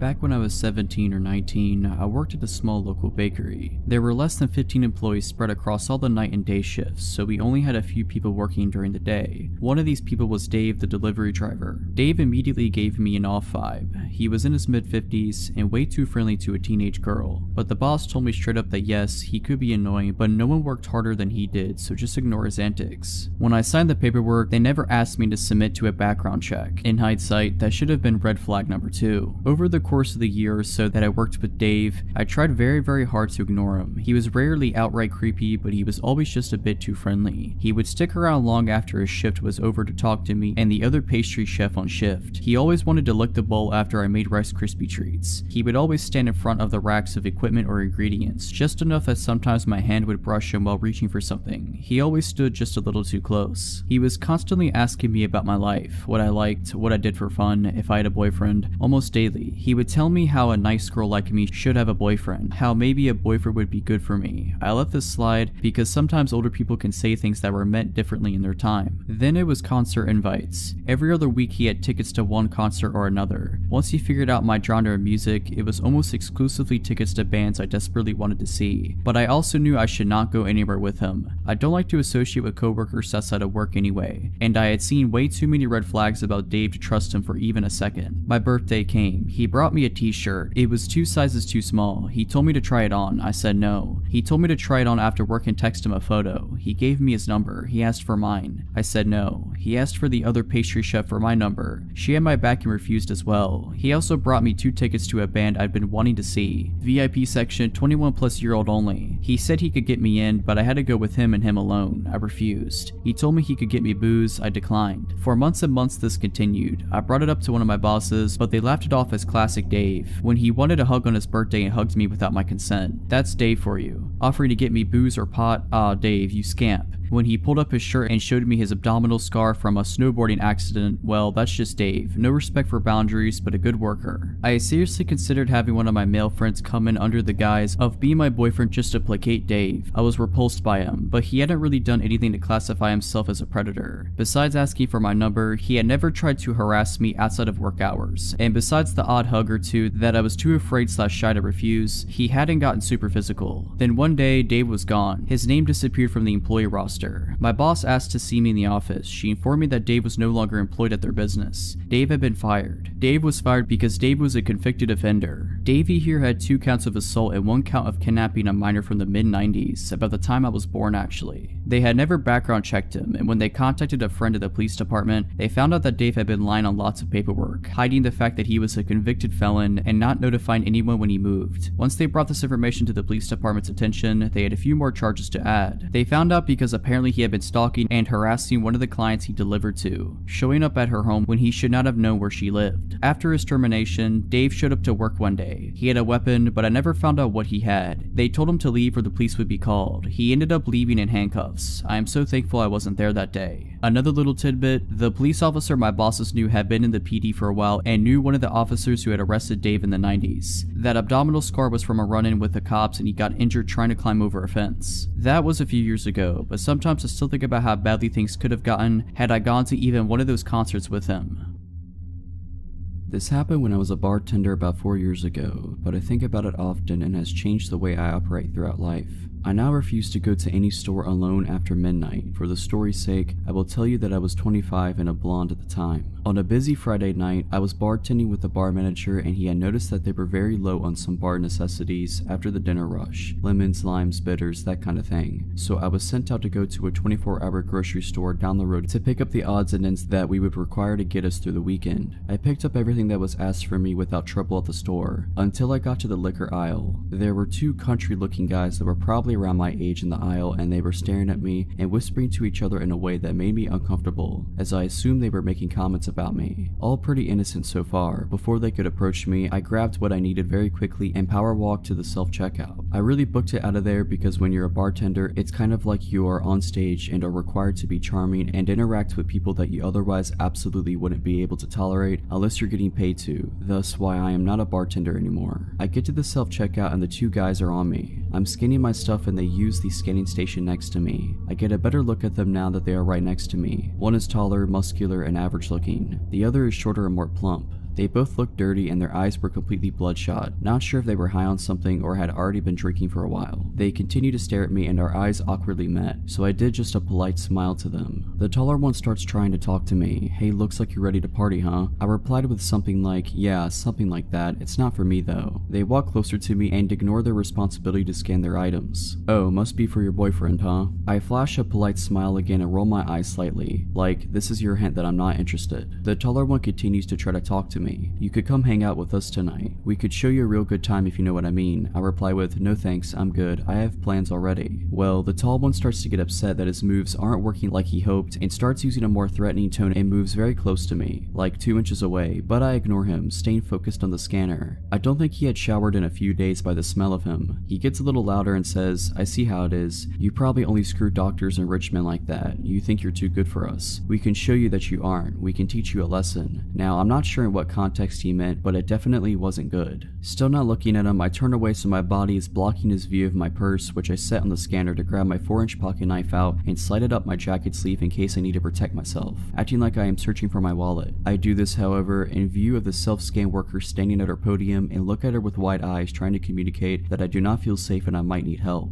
I turn back to the machine and slide my credit card to pay, while the creepy and hostile guys are practically standing on top of me. The machine malfunctions and starts beeping. The lady worker comes over immediately, and the guys standing next to me change their expressions from, "I am planning to torture you for a couple of days and toss your body in a creek," to, "Just your friendly good old country boys making polite conversation over here." They actually try to act like I knew them and we were friends so the worker wouldn't be alerted to their ill intentions. They tried joking with the worker saying I was stealing something, and that's why the machine went off. The worker was definitely not buying it. She was a 6+ foot tall woman with some muscle on her, by the way. I wouldn't mess with her on my best day. Anyways, she presses a few buttons on the screen, shooting the guys a very unimpressed look when they were trying to act charming, and cancels the order completely. She turns to me and says, "I am sorry for the inconvenience, ma'am. This machine seems to not be working correctly. Why don't you gather your things and I will bring you up at an actual register." She puts her hand on my back and gives me a wide-eyed look like I gave her a minute earlier, letting me know that she sees I am in danger. I pick up my things to follow her to a register that is near the security office. The guys linger around the self-scan, still glaring at me, and eventually complete their purchase, but stand at the exit assuming they are waiting for me. I felt like I would be walking to my death if I made my exit in that moment. The worker keeps a close eye on the guys and scans my items. As she's scanning, she tells me that there wasn't really anything wrong with the machine I was using. It just misread my credit card. She said, "I had a bad feeling about those guys from the moment they walked in, and I then saw them getting aggressive towards you. I already rang security to be ready to walk out to the parking lot and make sure you left safely when you were ready to leave. Then I saw you take that knife out and put it up your sleeve, getting ready to protect yourself. As much as I'd like to see you show them they picked the wrong chick to mess with, I'm glad I was able to pull you aside and make sure you are safe. I see them waiting by the door for you. I'll just keep pressing buttons on the screen and act like I'm having trouble with your order until they give up and go outside. Our security officer and I are both still going to escort you to your vehicle when you leave." I thought to myself, this woman seriously deserves a raise. I thanked her over and over again and told her what they said to me, and I was getting afraid because I don't know what these guys are capable of. As I'm talking to her, my bar manager calls me to see what's taking so long. I explained what was happening and he was obviously very concerned and ready to come up there himself. By the time I hang up, the guys had given up and walked out to the parking lot. The worker said to give it another few minutes because she had a feeling they may still be in the parking lot waiting for me to walk out and see which vehicle was mine so they could follow me. My instant thought was, no way, they have to be gone by now. I was wrong. The worker and security guard escort me out, and as it was after midnight, you can imagine how empty the parking lot was. Towards the back of the lot, there sat an old big pickup truck running with the lights on pointed towards the store. It was a huge parking lot, and it wouldn't have made sense for them to initially park like that, so I'm assuming they moved the truck to sit that way so they had a full view of when I exited the store to go to my vehicle. It was like being stalked by very hungry lions. When I unlocked my car and they saw that me, the worker, and the guard were looking directly at them and that I wasn't getting in my car until we watched them leave, they then peeled out of the parking lot. I mean, they seriously did a burnout to establish that they were pissed and trying to intimidate us or something. I thanked the worker and the guard over and over again, as I am certain they had just saved my life, or at least saved me from having to live with whatever those guys were planning on doing to me. I did write a long letter to the store manager and to their corporate location describing how their employees protected me and how grateful I was. I really hope that earned her a promotion, bonus, or raise. She didn't know me at all and was ready to protect me, which really isn't her job, but she did it anyways. Needless to say, I do not go late night shopping by myself anymore. Never will again.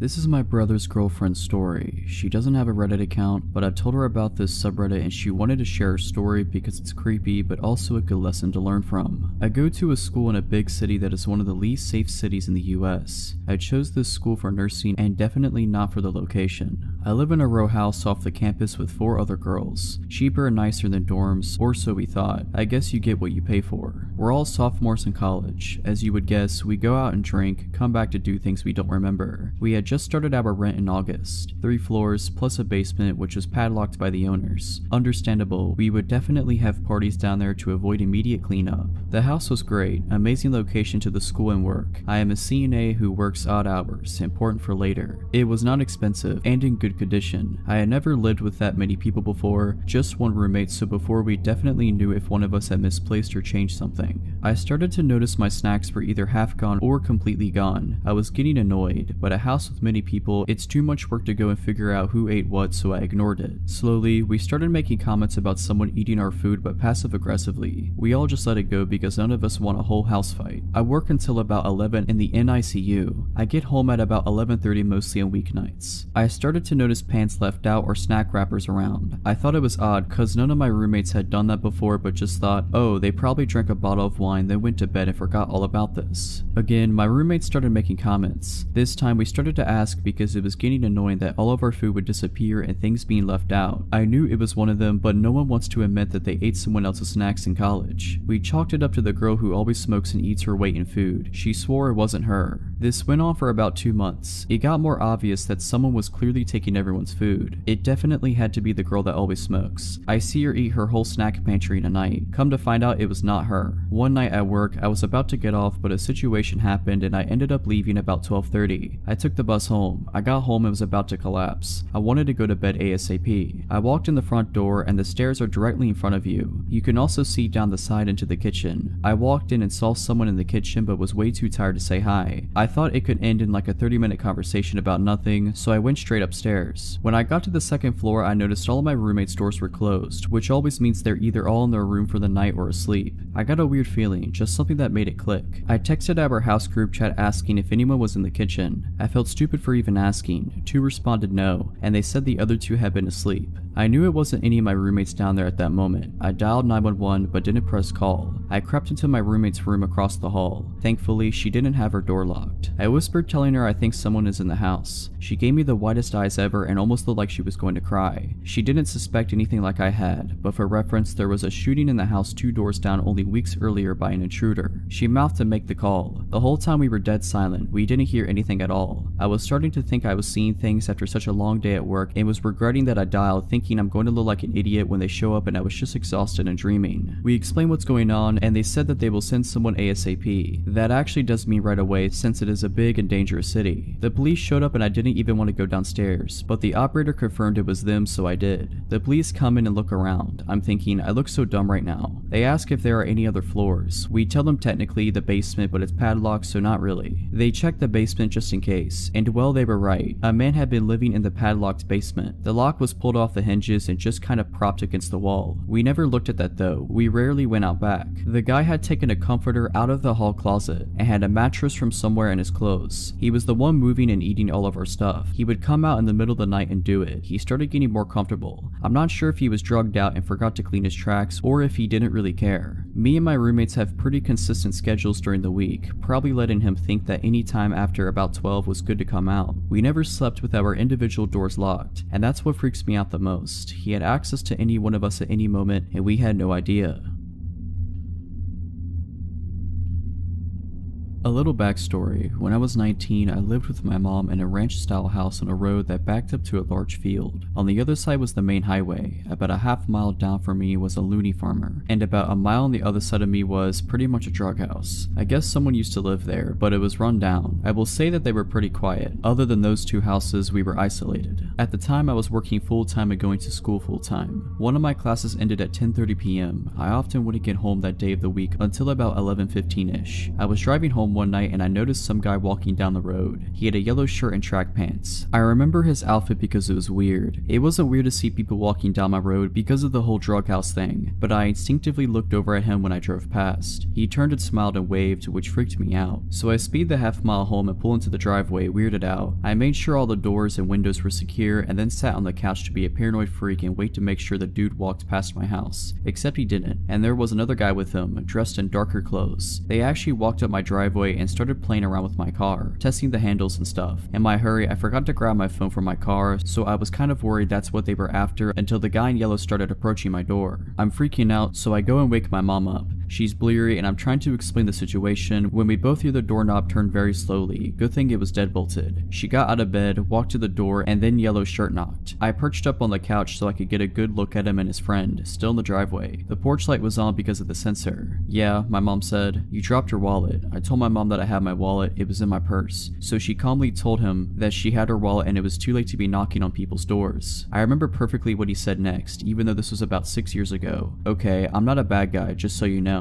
We were all pretty still, no one moved, not even the guy at the door, not even when the porch light went off. Then he tried the handle again. My mom told me to call the cops so she could get the gun, and I told her I didn't have my phone. So she walked to the kitchen to grab hers from the charger. She handed me the phone and walked to the bathroom. I stared out of the window into the backyard, then she went to her room to grab her Ruger. I was talking to the cops and explaining the situation all while watching the two guys, explaining that they were two suspicious guys at our door when my mom came back out and said, "One in our backyard too," which explained why she had looked out the bathroom window. She glimpsed him from the kitchen and went to get a more discreet look. My mom walked back over to the door with her gun and loudly said, "If he tries the handle again, I'm just going to open the door and shoot him." I don't know why she said that instead of waiting for the cops to arrive, but the guys took off down the road. I told her and she rushed to the bathroom, where the guy apparently in the backyard saw his friends running down the road and sprinted off too. They were going in the direction of the drug house. The cops searched our house and our yard and went to the drug house, where they found 5 dudes hanging around. One was the yellow shirt guy and I'm assuming his friends were with him. They did get arrested and nothing weird like that ever happened again, but I was on edge for a while. I still make sure the doors are locked at all times every day, even though I live in a much nicer area now. If you're liking this video, all I ask is that you make sure to subscribe to my channel and like this video. Thank you.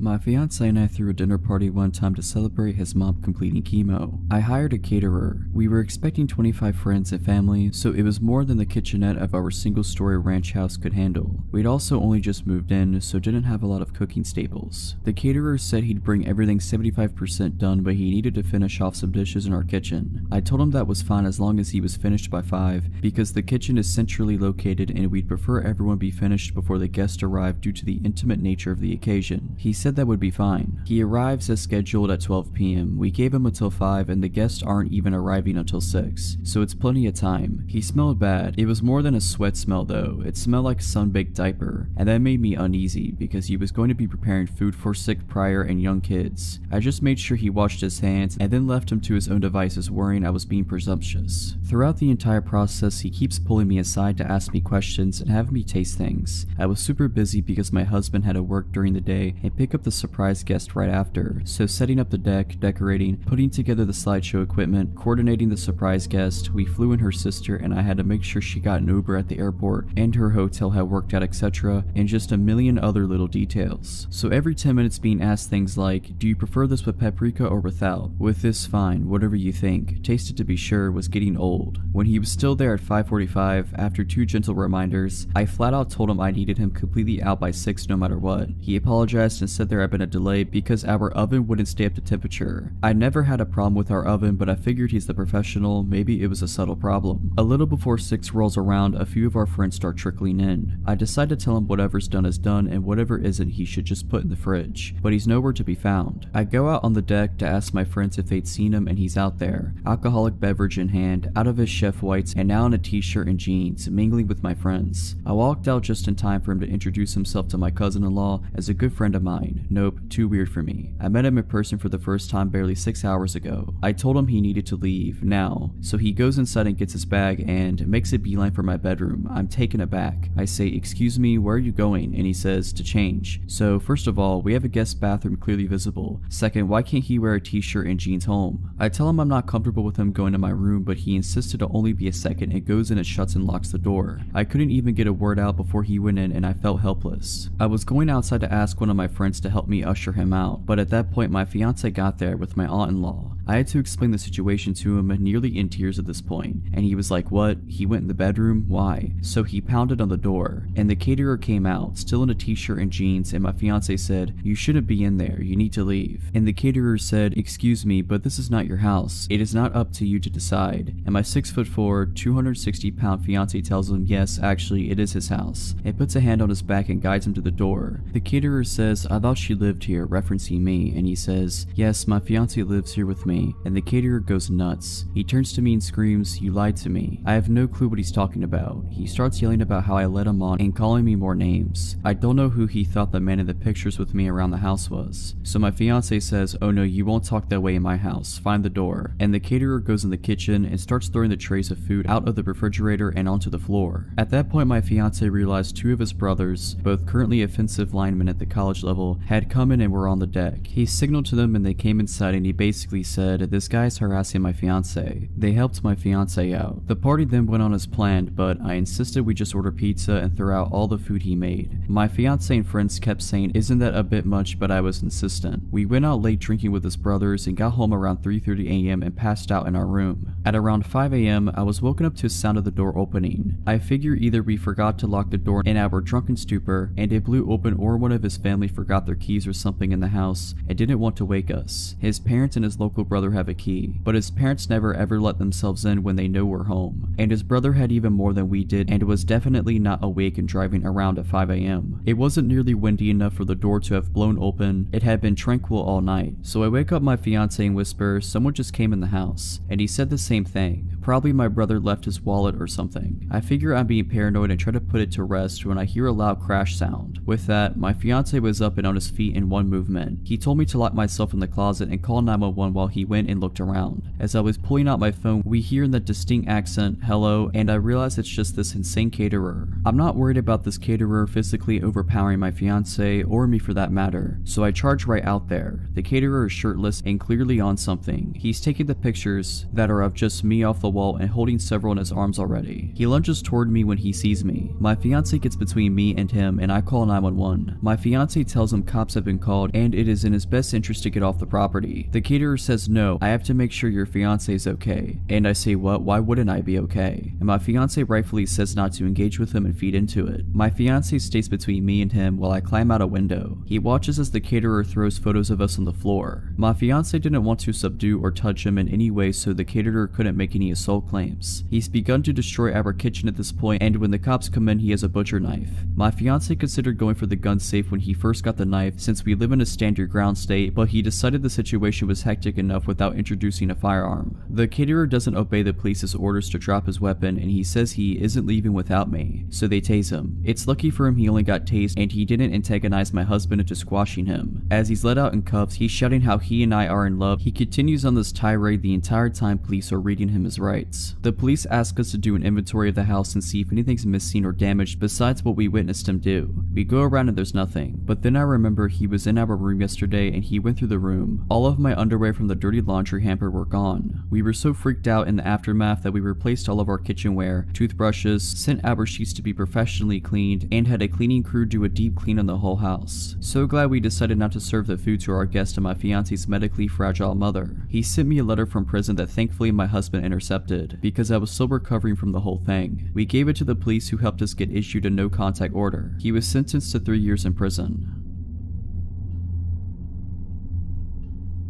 This happened in May of 2015 in California, which will help those of you who are familiar. I had graduated college in June of 2014, moved back into my old hometown, and started a consulting company with my boyfriend, which is going very well. We had just finished a contract in the Bay Area and were beginning a new one about 8 hours south in Torrance. He moved down there first to start setting up, while I took care of loose ends at our closing contract before moving down to meet him. The day comes and I pack my car and head down south to I-5. For the uninitiated, it's a straight highway with little in the way of scenery aside from the occasional strip mall, and its monotony has a reputation for putting drivers to sleep at the wheel. I pass a strip mall with gas and a fast food joint and decide to fill my car and my stomach. I go to park in the food venue's parking lot, but it's completely full, so I park across the street at a hotel, which at the time I didn't think anything of. I go inside to eat my meal, then cross the street to get back to my car. I'm well into the hotel parking lot when a pickup truck pulls down the aisle and cuts off my path and stops, with the passenger side facing me. The driver is alone and a clean-cut white male in his mid-30s. I don't remember anything about him except that he looked very generic and buttoned up. The way he pulled in front of me to block my path didn't initially set off alarm bells, as he has done it pretty organically. He rolls down the window and the dialogue follows. "Excuse me, miss, but could you please tell me where the grocery store in town is? I'm sorry, I'm not from here, so I couldn't say." "Oh, where are you from?" Good question, I don't know, not here though." I didn't say that to be rude. I had just moved through so many cities at that point and was on my way to a new one. I wasn't sure how to answer. He laughs and makes a joke, then asks me where I'm headed. I mentioned that I'm moving. I will say he was very charismatic, and at this point I just think he's trying to flirt with me. And if I hadn't been so exhausted or in a relationship, on another date it might have worked. He makes another comment about how unpleasant moving can be, and then gives a warm chuckle and extends his hand to shake mine and goes, "Well, I'm glad I got to meet you. I'm Scott." If you recall, the truck is in front of me with the passenger side facing me. I actually take a step forward to grab his hand, and then got the delayed response of every alarm bell that should have gone off earlier. I'm in a hotel parking lot. He asks me a question that establishes I don't know where I am, another question that establishes I'm alone, and another question that establishes I'm not expected at my destination for many more hours. The thing that connected all these synapses, when he extended his hand, he didn't make even the faintest effort to make it accessible to me. He didn't lean over the seat or move toward me in any way. His hand was hovering comfortably over the center console, waiting for me to grasp it, which in order to do I would have to lean well into the car. Again, I had already taken a step toward him and begun to raise my hand to take his when the sirens went off. I rocked backwards back to where I was standing, and I just remember looking in his eyes what felt like forever, feeling everything click into place while also half convinced my imagination was just running wild. His hand still waiting, I lowered mine and felt my eyes slightly narrow with suspicion, and slowly said, "I'm going to walk away from your car now, Scott." Boom. Truck burns rubber with thick gray smoke as the guy guns it out of the hotel lot at 100 miles per hour. He must have floored it. Regrettably smart on his end, because I didn't have the license number or anything to offer the police. In the immediate minutes following the event, I felt relieved but hadn't really processed the full weight of what happened. Unfortunately for me, I had many more hours to think back and analyze the whole interaction to shreds. The car was somewhat lifted. There could have easily been another person or even 2 to 3 other people hiding inside. I still get creeped out about thinking how close I came to taking his hand, and how fortunate I was that I didn't allow my reaction to be driven by manners, as criminals often take advantage of.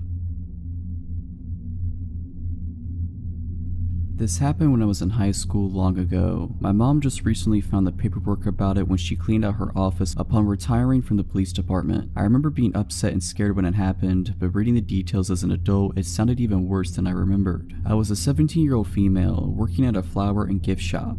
It's nighttime. A man comes in, short, overweight, balding, and 40 years old. He tells me about how he needs an apology gift for his girlfriend, so I offer a bouquet. Obviously, it's a flower shop. He says she doesn't like flowers because they die. This is the first weird thing, as he came into a flower shop. Then he goes into detail about how he hit her, and asks me if I think it was the right thing to do so. This was long ago, so I don't remember exactly what I said, but it was something along the lines of, "Not if you want her to continue being your girlfriend." He then tells me what a great job I'm doing and asks me when I get off work. I dodge answering and he leaves. Nothing for 6 months. Then right before Valentine's Day, he walks in the door 1 minute before close. It was dark, and from the outside it looked like I was working alone, as my coworker, about a 40-year-old female, was in the bathroom. Instinctively, it felt like a predator had just entered the room. You know when something isn't right, and everything felt not right. I then noticed he has a tarnished revolver tucked into the front of his windbreaker, which is halfway unzipped. It was obvious he wanted it seen. I quickly scribbled a note to my coworker that said he has a gun, and handed it to her when she came out of the bathroom. She calmly walked to the phone and looked at me, wordlessly asking if she could call the cops. I shook my head no, as I felt like it would escalate the situation. God forbid he heard the police coming and took us hostage or something. I was just going to try and act as calm and normal as I could, and hopefully not tip the situation into something more dangerous. He spends 15 minutes wandering around what was a fairly small shop. In retrospect, he was probably waiting to see if my coworker would leave, as it was now well past closing. Finally, he places an order for pickup on Valentine's Day, which gives me his name and info, which I'm going to for sure file with the police report. He buys a card and pulls out a wad of $100 bills, which he slowly thumbs through as though looking for the right one with which to pay for his $40 order. I ask him if he wants a bag, as it wouldn't be very inconspicuous if he just showed up at home with the Valentine's card. He replies, "No, I didn't feel like being inconspicuous tonight," which seemed like an obvious reference to the gun hanging out of his coat. He leaves. We quickly lock the door and watch him sit in his truck outside. We were not about to exit the shop until he was gone. Finally, he pulls out of his parking spot and moves to another spot further away and continues to just sit there. I don't know how long we waited, but he finally left. I called my mom crying. She called the police, who came to the shop the next day to take a report. I told my best friend at the time what happened. She she told her mother. Her mother happened to work with the man and informed security at her job. She said he was very weird, creepy, and liked to talk about weapons a lot. Security at his job, it's a large company with government contracts and things having to do with tech and security, pulled him into the office and questioned him about it. He claimed it was a glove in his pocket, not a revolver. The police were pissed that this company made contact with him about it before they did, and he successfully dodged the cops' multiple calls and visits to his apartment. My mom, much to my teen fury at the time, made me quit my job, which was devastating as I loved it there. In retrospect, totally the right call. I never saw him again.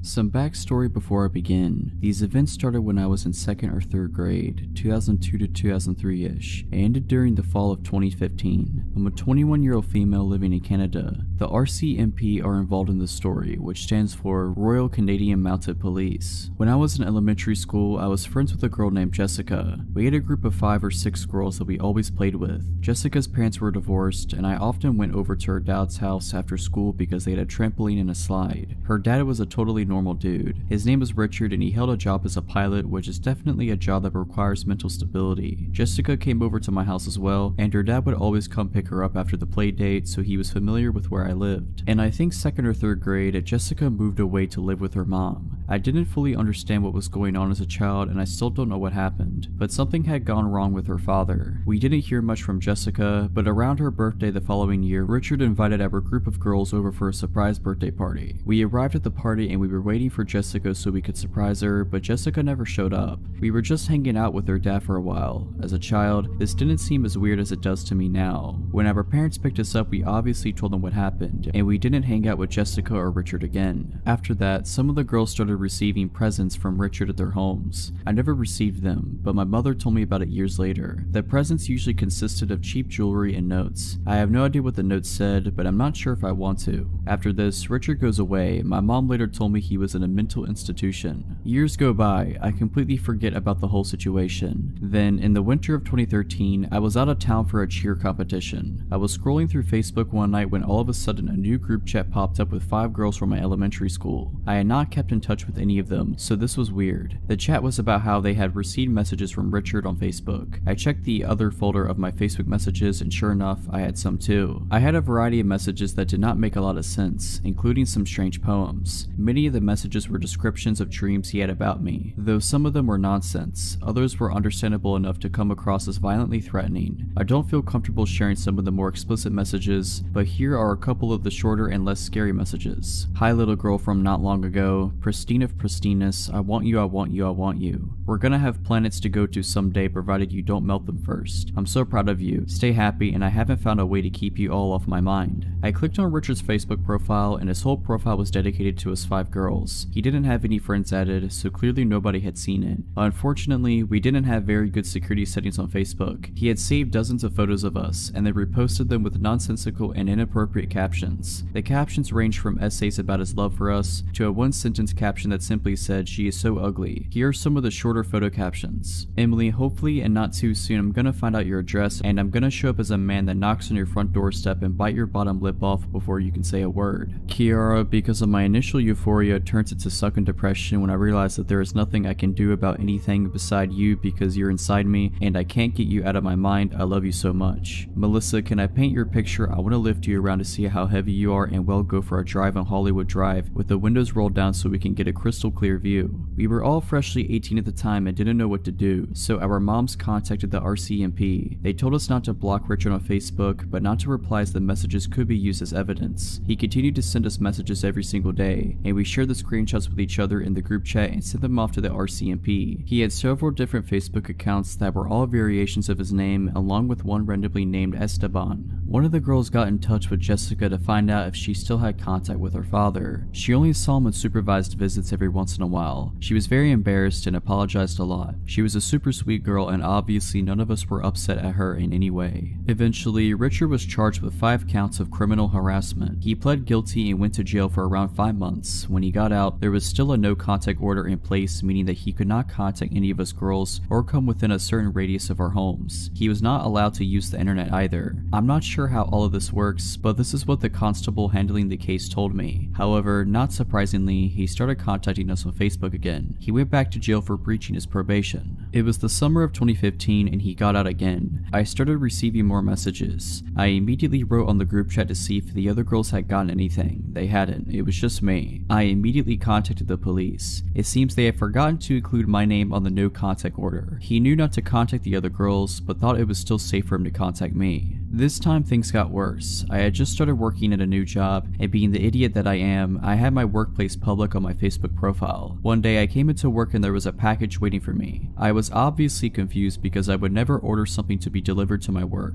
I opened it up with my managers and there was weed inside along with a disc with encryption software on it. He had mailed me weed to my work. I knew immediately that this was him, and awkwardly explained the situation to my managers who thought it was hilarious. The security in my office tower was alerted and given a photo of him. They began walking me to my bus stop after my shifts. It was scary knowing that he knew where I worked. At this point, I hadn't seen Richard in years, but it was clear that he was mentally unwell. I had absolutely no idea what he was capable of or what his motives were. The RCMP did not seem to take this case very seriously, and they moved very slowly, passing the case around to various officers. Meanwhile, I was terrified. I could hardly walk down my street at night without freaking out. Every time somebody knocked on my door while I was home alone, I would drop whatever I was doing and hide under the kitchen counters. I had not moved since I was a child, so it was very possible that he remembered where I lived. The packages kept coming. I received more weed in several different forms, including cookies, what appeared to be cocaine, and a key to his apartment along with some miscellaneous items. I opened all the packages at the police station. One of the packages included a USB stick with a bunch of audio recordings on them, but I decided it was better for me not to listen to them. The return of the packages was to a random PO box in another city that did not belong to Richard, and no fingerprints were found on the packages. During all of this, the Facebook messages remained constant. Luckily, in one of the messages he informed me that he had sent me drugs and the key along with his home address. This confirmed that the packages were from him. He was charged again. I received a subpoena in the mail to appear as a witness in court. However, he once again pled guilty and I never got to go to court. I was actually a bit disappointed as I thought seeing him in person would provide me with some sort of closure. He is still locked up somewhere as I am writing this, but I still get scared walking at night or when somebody knocks on the door. The police provided me zero information on where he was being held or when he would be released. I feel like I am just waiting for the day that he will contact me again. I just hope that he never does.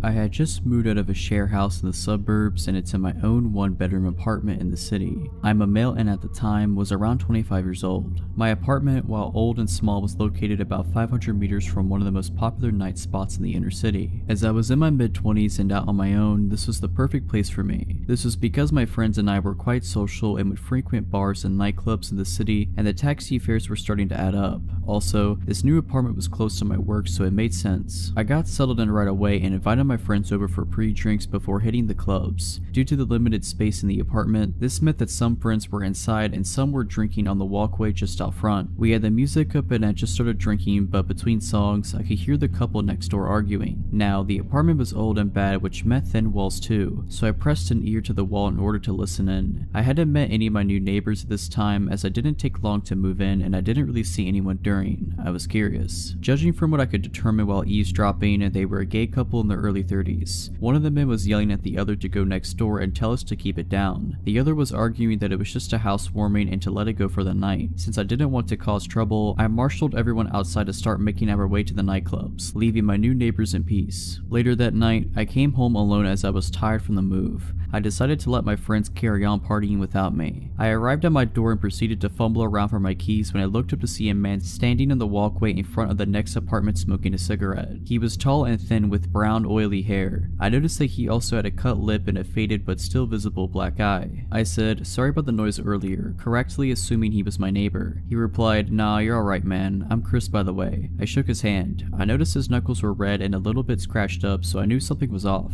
I apologized for the noise and said, "I hope I didn't cause any trouble for you." He withdrew his hand and with a soft but cracking voice said, "Nah, that's okay. Rick just gets a bit cranky sometimes. I'm used to it." With that, I finished off the conversation and told Chris that I'd see him later. It was about 2 a.m. at this point and I just wanted to sleep but couldn't help worrying about the potential domestic abuse going on next door. I decided to just keep an eye on it for now as I didn't have all the info. For all I knew, he could have gotten into a fight with someone else. As the weeks passed, I noticed that my new neighbors got drunk regularly angrily and would argue almost every time. I could tell that Rick was the dominant one as his voice was a lot deeper and Chris seemed to be afraid of him during their shouting matches. This is why I kept my distance and never really socialized with them. I would even overhear them arguing about me and that Rick thought that Chris liked me, etc. I would just tune all of this out with headphones and video games, not to mention an active social life and full-time work to keep me occupied. I did find myself avoiding having guests over because of the neighbors. I would opt to meet people out as their arguments could be quite upsetting. This was working out fine enough for a while until Christmas Eve that same year. I was arriving home after coming from last-minute Christmas shopping. I was getting ready for a night of present wrapping as I was to visit my family the following day for Christmas. As I arrived home, I noticed 2 police cars outside and Anna, an Asian woman who lived a few apartments up from Chris, was screaming. I asked her what was happening and all she said was, "It's just so sad," while sobbing. I could see 3 officers trying to restrain somebody and there was blood on their uniforms. I came just a little bit closer to see Chris's oily brown hair in the center of the affray. His face was bleeding from his jaw where he had apparently been slashed by something sharp. They got him to his feet and I could see that his cheek had been cut so deep that the skin was flapping open as he struggled and resisted with the police. I recoiled in shock and went to comfort Anna, who was crying uncontrollably at this point. Suddenly, Rick's voice boomed out from nowhere. "You see what you've done, you loser." This frightened me and my instinct was to get myself and Anna to safety. Even though the cops were here, they had their hands full with Chris and I certainly didn't want to get involved in such an ugly fight where knives were involved. Anna refused to come with me and said that she would be fine. I looked around to see where Rick was as he kept yelling at Chris the whole time. The 3 cops struggled to restrain him. I could hear Chris whimpering apologetically in between. I couldn't see where Rick was, so I decided just to go to my apartment and lock the door. As I turned to go, I froze in horror as Rick's voice boomed, "Where are you going?" A deep chill went down my spine as my brain struggled to reconcile the fact that these words were coming out of Chris's mouth. I felt panic grip me as I realized that all this time Rick and Chris were the same person. All the fighting, laughing, drinking, and carry on that I couldn't help overhearing over the last couple of months had come from one solitary person, a lonely guy in his small 1-bedroom apartment. For some reason that made me feel sick. I learned later from Anna that this wasn't the first time the police had to come take Chris away. Anna explained that he spends a couple of months at the local psychiatric hospital each time. His father owns the apartment, so it's here waiting for him when he gets out. I moved out a few months later, and while it is a sad situation for Chris, I really do feel him.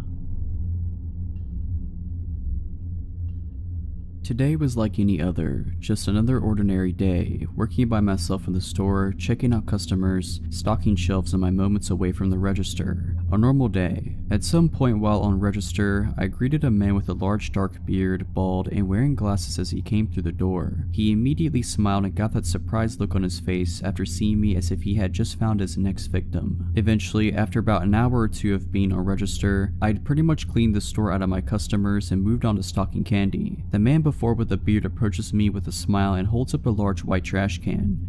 Excuse me. Yes, I reply, glancing up from the box I'm stocking. Are there any more of these in the bag? This one doesn't have a lid, he says, gesturing to the large trash can in hand. Oh yeah, I can check for you. I smile and turn away and head toward the stockroom. I notice he's following me and think nothing of it, but glance down the aisles for any other customers as I walk, immediately taking note of the store's emptiness. Well, I guess it's just us in the store, I think to myself. Moving through the stockroom door, I'm quickly relieved this guy stops at the entrance. I'll be right back, I say as I make a turn around some full rolltainers, which due to just receiving a truck, our stockroom is full of them. They stand very tall and are like giant movable walls, but very heavy mind you. Being short myself, I don't have to move them much to make a path through and see what's on them. So after only a minute, I've made myself a little path, having 3 heavy ones on my right and left and in front of me. I decide to give up my search for trash cans. Sign, I go to turn around and inform him of my defeat, only to find he's in my tiny path of walls. A very tight squeeze for a man of his stature, standing directly behind me. Find them? No, I don't think I have any. I try to laugh and avoid acknowledging the creepy situation. I'm in a very small area with walls at my back and sides towering over myself, and this very robust man standing in the way of my only exit. In a room very far from any customers with no cameras and no other employees in the store. I'm helpless and increasingly growing scared at how this man isn't moving to let me out. I go to voice that I need to return to work after a solid minute goes by, but I am not able to get out a single word before he says in this creepy, almost shy voice, "You're just the cutest little thing, did you know that?" Within an instant, I'm scared and feel ill attention from this guy. Surprising myself though, I choke out without thinking. I just heard my bell. What? He looks confused but doesn't budge. I just heard my bell. There are people up front who need to be checked out and are looking for me. I stand nervously knowing full well neither of us heard the familiar ching from the service bell I keep on register. answer. But what about my trash can, he asked, stepping forward but taking a glance back toward the trash can. And again, with lightning thinking, I blurt out, I'll mark it down half price, no big deal, laughing and trying to act like nothing is out of the ordinary. I slip by him, seeing my opening at his turning around. I try my hardest to walk away, pretending to be calm as I exit the stockroom, then sprint to the front of the store the moment I was out of sight. He wound up leaving without purchasing the trash can. So, creepy guy who I expect to pull something like that again, I hope you and I don't meet again.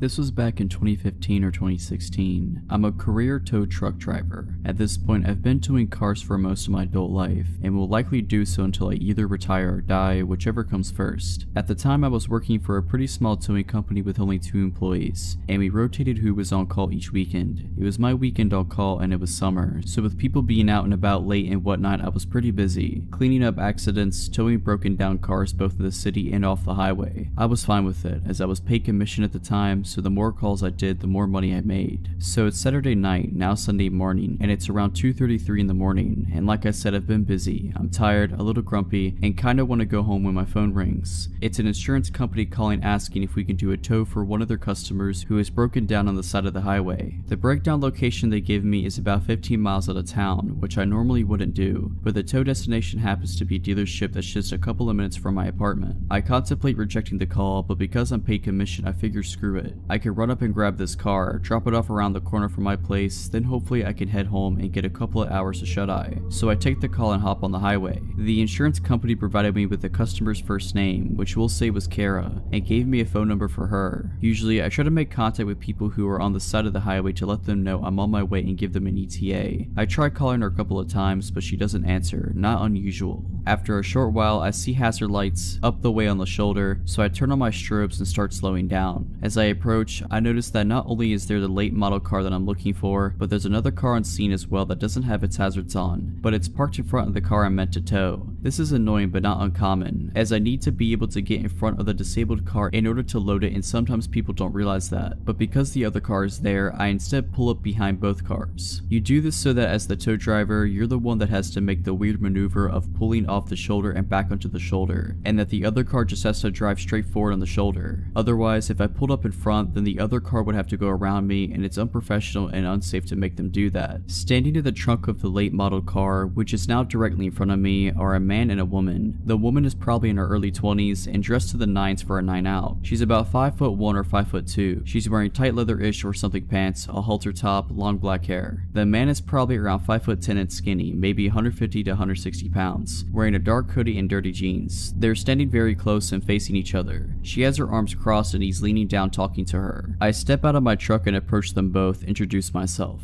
They separate a few feet and I look to the woman and say, "Are you Kara?" She nods. I say I'm here for her insurance company and I ask what's going on with the car. Immediately, the man pipes up and says, "Yeah, it's just having some fuel issues. It's an easy fix. Can you just drop it off at this commuter parking lot? I'm gonna fix it for her there." I'm rather annoyed at this because the commuter lot in question is further up the highway and I'm already 15 miles out of town. Like I said before, I only took this call because it was supposed to be coming back toward my apartment and I really wanted to go home. Not only that, but in order to change the original tow destination, I would have to call the insurance company back, wait on hold for who knows how long for a representative, and then let them know the change and try to get them to pay me extra for the deadhead miles back home after unloading, and I really didn't want to do any of this. And thirdly, this is a late model car. I'm no mechanic, but it's new enough that whatever's wrong with it is likely covered under warranty, so the dealership is really the best place for it to go anyways. I explain all of this to the guy, but he's really not having it. He gets stern with me, saying something like, "Look man, you just need to take the car where I tell you to take it." We go back and forth on this for maybe 60 seconds and he's just getting madder. "Well, you know what man, you're not the name insured, Kara is." The easy way to settle this is to ask what she wants me to do with the car, and whatever she says is what I'll do. Fingers crossed she'll want to take it to the dealership so I can get home sooner. I turn to look at Kara to ask her that question and I don't see her right away. She's no longer standing where she just was a minute ago, which was slightly off to my right. I continue to not see her until I've turned almost all the way around, because she's standing directly behind me, and by directly I mean within an inch of my back, arms still crossed. I look down at her and she locks eyes with me. Her eyes are as white as plates, almost owl-like, and immediately it feels like she's staring into my soul. She didn't say a word and she didn't have to. I took a step back and did what felt like a double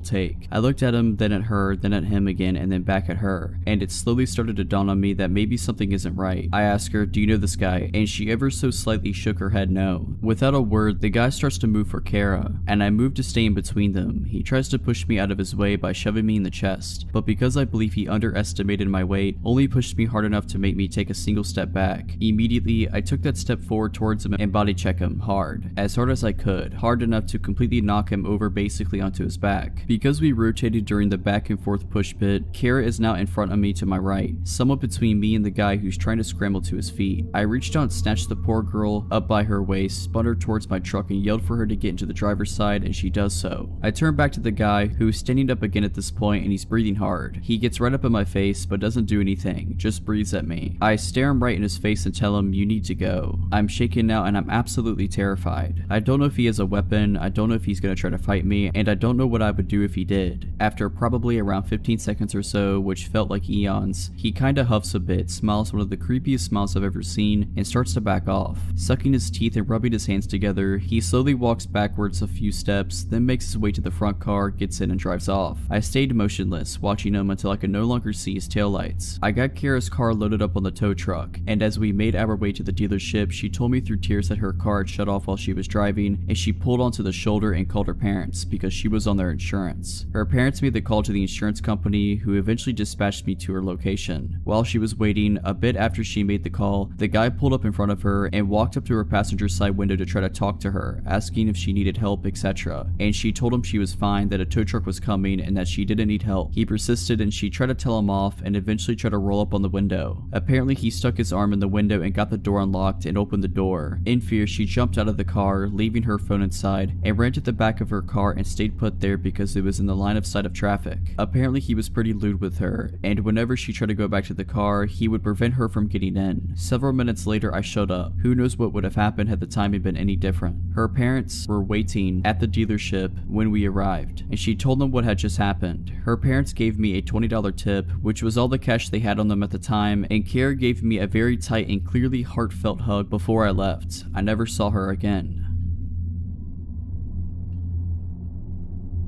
To set the tone, I always hated the town I lived in. I moved there alone when I was 18 for college and quickly regretted it. It was a decent sized town but full of not decent people. Nearly every gas station was robbed frequently, there were shootings in broad daylight, robberies, you name it. Well, for the first 3 years I lived with roommates on a side of town that wasn't awful, but it was sketchy. So when I was making decent enough money, I moved out on my own. The house was tiny, maybe 500 square feet if that, super old and poorly built. It was just me living there, so I didn't mind how small it was, but what originally sold me was that it was in the middle of nowhere. It was surrounded by a bunch of fields and some wooded areas with only a few houses nearby. Considering I hated being in the town due to the continuous paranoia of getting mugged or shot, I loved the idea of living out there, so at the beginning of July I moved in. Everything seemed super swell minus not being able to get good internet. A month goes by and everything is still swell to me, and I decided to get a dog to keep me company. He also loved the place and spent long amounts of time lounging about the yard and trying to convince the nearest neighbor to walk over and pet him. Important later. Roughly 2 months into living there, I started to notice things at a place. Something to note is that an old roommate of mine was using my spare room as a storage place until he got moved himself, so he had a key but was never there. He kind of just popped in every other week to grab something and usually let me know beforehand. But I'd come home to my kitchen chair being pulled away from my table or a bowl in the sink, things like that. There were such small things I wrote off as my roommate swinging by or just stuff I was forgetting. But then my dog developed this crazy bad separation anxiety. Up until now, he didn't even care when I left. He just lay on the couch and chew his toys. He never barked, never did anything weird. However, all of a sudden he began acting really awful every time I tried to leave. He'd literally cram his body through the door as I was closing it, screaming and barking, and wouldn't stop until I came back in the house. He didn't want me to leave him there alone, at all. I couldn't afford a kennel for him yet, so I decided one day that I'd put a movie in while I was out, thinking maybe the sound of people talking might keep him calmed down. I only had to finish one task up at work and knew I'd be home early, so I put in a copy of Hamlet. I know, boring, but I chose it because the copy I have is 5 hours long. I knew it would be playing when I came back. Flash forward 3 hours, long before Hamlet should have been over, but when I walked in the door, not only was the movie not playing, but the TV and the Xbox were completely off. I immediately called my roommate and asked if he had been over, and he wasn't even in town. I explained the TV situation to him and he shrugged it off as the TV powering off when it idles for a while. Even though this is true, there are several reasons I know this isn't the case. 1. It wasn't idling. A 5-hour movie was supposed to be playing. 2. Even if it had shut off, my Xbox wouldn't have. I have left it on by accident for weeks. I was gone out of town or whatever, and it was still on when I came home. Always. But it was completely powered down this time. The weird thing is none of my stuff was missing and the door was locked when I entered. I eventually convinced myself that it was something weird with the Xbox or whatever and shrugged it off. That is until my dog started acting even weirder. Remember earlier I mentioned he used to play with a neighbor? Well, all of a sudden, if she even walked by the house while he was out, he'd start yelping and running at me away from her. This was incredibly weird to me and made me incredibly cautious of her. I put some cheap alarms on my doors, the kind that go off when the door is opened, and slept with my pistol handy. The second night the alarms were on my doors, I was woken up by the one on the back door going off. I flew out of my bed with my pistol, trying to convince myself that I was about to shoot some intruder, but once I got to the door it was shut and there was nobody there. The alarm had been knocked all the way across the room. The door would have had to open for it to be chucked like that. It couldn't have fallen off and landed there. Something else weird, the door was locked, but not the way I had locked it. I always locked the knob and the deadbolt, but upon checking my lock after this, only the doorknob was locked. The police wouldn't do much as I had no witnesses, no lead, and they didn't have much to go on. Needless to say, I changed the locks. I didn't have any noticeable problems inside after that, but later found out that the close neighbor that my dog hated had previously lived in the house I was renting, and the locks had never been changed. I have no way to prove my theory, but it's pretty obvious she had a key and was coming and going as she pleased. Why though, I can't figure out. Nothing of mine ever went missing. The most unsettling part for me though, is that she had tried to come in at night until the alarm scared her off. How many times has she been in my house at night while I was asleep, and why? Not sure. Luckily though, I don't live there anymore and never plan to move back there. A while ago, I was staying in an upscale hotel in the safe area of a large Midwestern city. I am a 16-year-old female and I was in a room all by myself with my parents a few doors down. In theory, this isn't unsafe by any means, but I had bad luck on this particular trip. Our first night there passed without incident. Me in my room, my parents in theirs. I watched a pay-per-view movie and ate way too much from the snack bar. I didn't have any reason to feel unsafe. The next morning, we did the usual tourist stuff that one does when visiting a new city. As we ate at breakfast in the hotel restaurant, I noticed a man who looked to be in his 60s staring at me for an abnormally long amount of time. I ignored it and chalked it up to him thinking I looked like his granddaughter or something. The next night, my parents allowed me to meet up with a friend for dinner who lived in the area. He met me in the hotel lobby and we had a nice dinner and then went back to the hotel for drinks. Yes, I am underage, I had a drink, my bad. Coincidentally, the same man who had been eyeing me earlier was at the bar. This time, I knew I didn't remind him of his granddaughter. Even with my buff guy friend next to me, his eyes traced my body. I felt unsettled and mentioned it to my friend, Ethan, who glanced over and also seemed really weirded out by how obvious this guy was leering. We left the bar quickly and by now it was around 12:30 a.m. Ethan walked me to the elevators of the hotel and once I pushed the button, I left. I wish I would have asked him to stay, because no sooner had he walked away that my creeper came, rounding the corner, and stood there waiting with me for the elevator. I felt so uncomfortable knowing that he would be seeing what floor I was going to, but it hadn't occurred to me to get off on a different floor at the time, and even if it did, he planned on following me, so it would have been just as bad a move. When we were in the elevator together, I tried to keep my eyes averted from his, but they literally bore into my body. He kept trying to step closer and I kept backing up, too scared to even speak. What freaked me out more was that he hadn't pressed a separate elevator button, so he planned on getting off when I did. When I got to my floor, I almost ran to my room, and the guy just stood at the end of the hallway, waiting to see where I was going. I stayed in my room for 15 minutes until I was sure he was gone before I told my parents what had happened. They were freaked out and told the hotel staff, but there was no sign of the guy and it was really late, so I just locked my door and tried to get to sleep.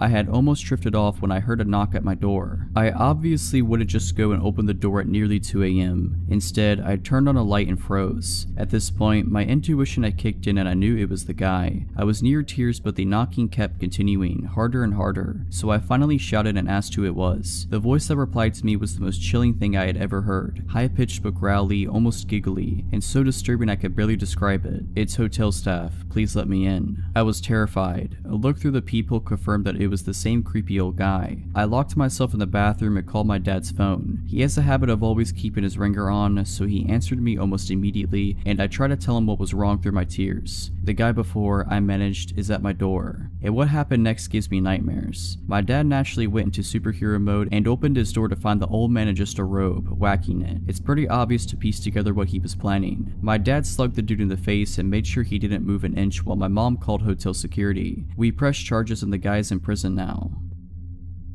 In my late teens and early 20s, I was friends with a girl named Lucy. She was a very lonely kind of girl whose parents were, well, honestly, not really great parents. Her mother was verbally abusive and her father really couldn't care less about anything. Because of the lack of love in her life, Lucy searched through dating sites for love and comfort from strange men, and she was not afraid of meeting them face to face even if they'd been chatting for only a few days. My friendship with Lucy was a strange one. I found her quite annoying sometimes, but I also felt awful for her because of her loneliness and lack of friends and love in her life. Sometimes I really didn't want to hang out with her, and some days I would accept her offer to hang out. When it was just her and I together, she was normal and okay to be around, but also very appreciative of having someone giving her attention. We had a small group of friends and she would try to get all of us together as often as possible, and honestly, the whole group together was really quite fun. When we were all together, Lucy was very hyper and you could just tell that she was happy to be around people who didn't insult her as her mother does. Suddenly, Lucy tells us she has a boyfriend. We were all surprised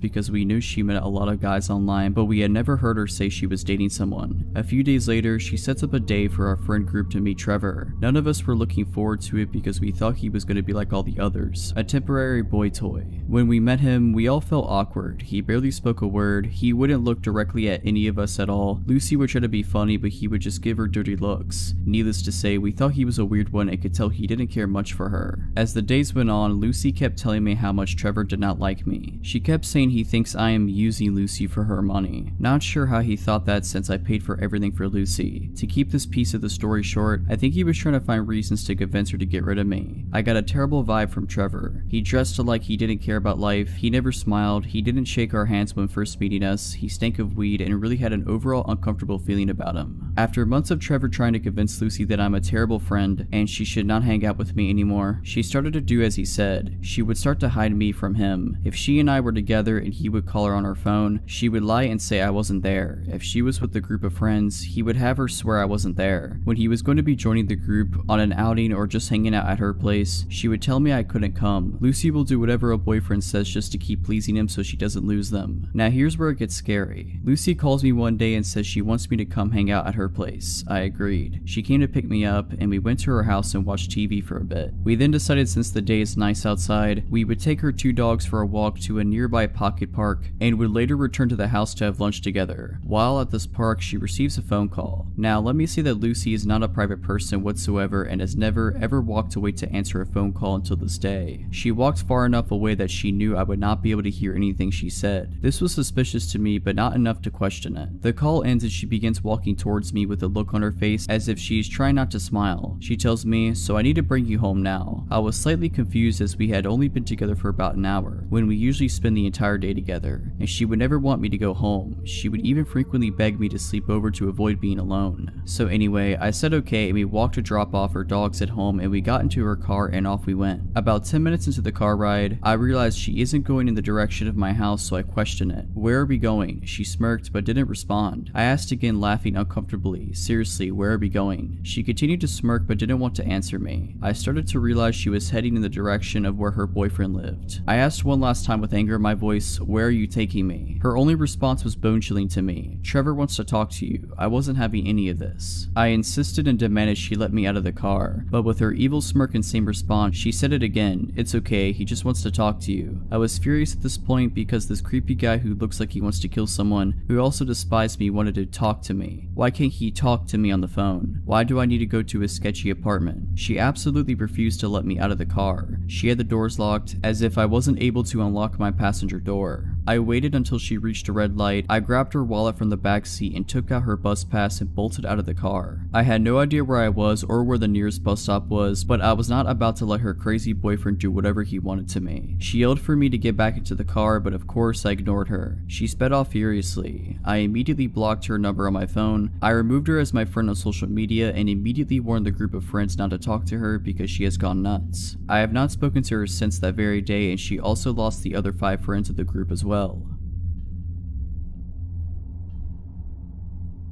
I've recently moved into a new apartment 3 weeks and I'm starting to share it with my sister. The only reason we know properly is a single mom who lives in the apartment next to us. Ever since we moved in, she's been giving us advice and helping us out with things, etc. We don't know any of the other neighbors properly yet. Today I was out with my friends, and after that I went to get my sister so we could go out for some food. We got home around 10 p.m. My sister and I got into our PJs and were sitting around watching TV when our buzzer rang. I jumped up to answer it and it turned out to be our neighbor, a single mom. I asked her what was up and she said that our dad is asking for us downstairs. Straight away my stomach dropped. I immediately asked her if she's sure he said that he was our dad. The reason I asked this was just to make sure that is what she actually said, but she replied that yeah, he said he was our dad and he was asking for us. The neighbor then asked me if she could let him up to our flat, but I told her no. I wanted to shout out to my sister, but I didn't want to worry her right away, so I asked the neighbor to not let him come up yet, and I heard her repeat this to him. I couldn't hear anything for a few minutes and I started to get really worried. At this point, my sister comes up to me and asks who it is. I called out to my neighbor a few times, but she didn't answer. It must have only been about a minute, but it honestly felt like ages when she didn't reply. I was about to tell my sister to call 911 because I was starting to panic and I didn't know what was happening out there. But then she came back on and told me that he was gone. She then came up to our flat and explained what went down. She said that she was walking back to her flat after finishing work and she saw a man by the buzzers. At first, she assumed that he was just someone who lived there, but when he noticed her walking up, he asked us by name and asked us if she could let him up to our flat. She asked him who he was and he told her that he was our dad. Obviously, she buzzed us and told us first, since our neighbor doesn't know us that well, so she doesn't know what our dad looks like. She said that because we were young and on our own, and she didn't want to buzz an estranged man up to our flat. She said that her mom instincts kicked in when she heard me being hesitant to let him up to the flat. She said that apparently after he heard me say that he got really pushy with her and started trying to move her out the way. He kept on saying to her, "It's okay, I'm their dad, let me in, I'm not gonna do anything." She started arguing with him and told him that if I don't feel comfortable letting him in, there's no way he's getting in. He then got into the car and rode away. Now this is the reason why I hesitated. We haven't spoke to our dad since I was 16. We even considered getting a restraining order from him at one point. He's not even our biological father, but we were legally adopted by him when I was 9. He was very abusive. It got to the point where me, sister, and my mom had to leave him in the middle of the night. He was always really controlling, and after we left, he would secretly follow us around and leave threatening voicemails on the phone. I found out that he has a criminal record, as well as I believe he was convicted of manslaughter in the 80s. I have no idea of the backstory behind that, and I honestly don't really want to know. Like I said, we haven't from him since I was 16, which was 3 years ago, and as soon as she said the word dad, I almost had a panic attack.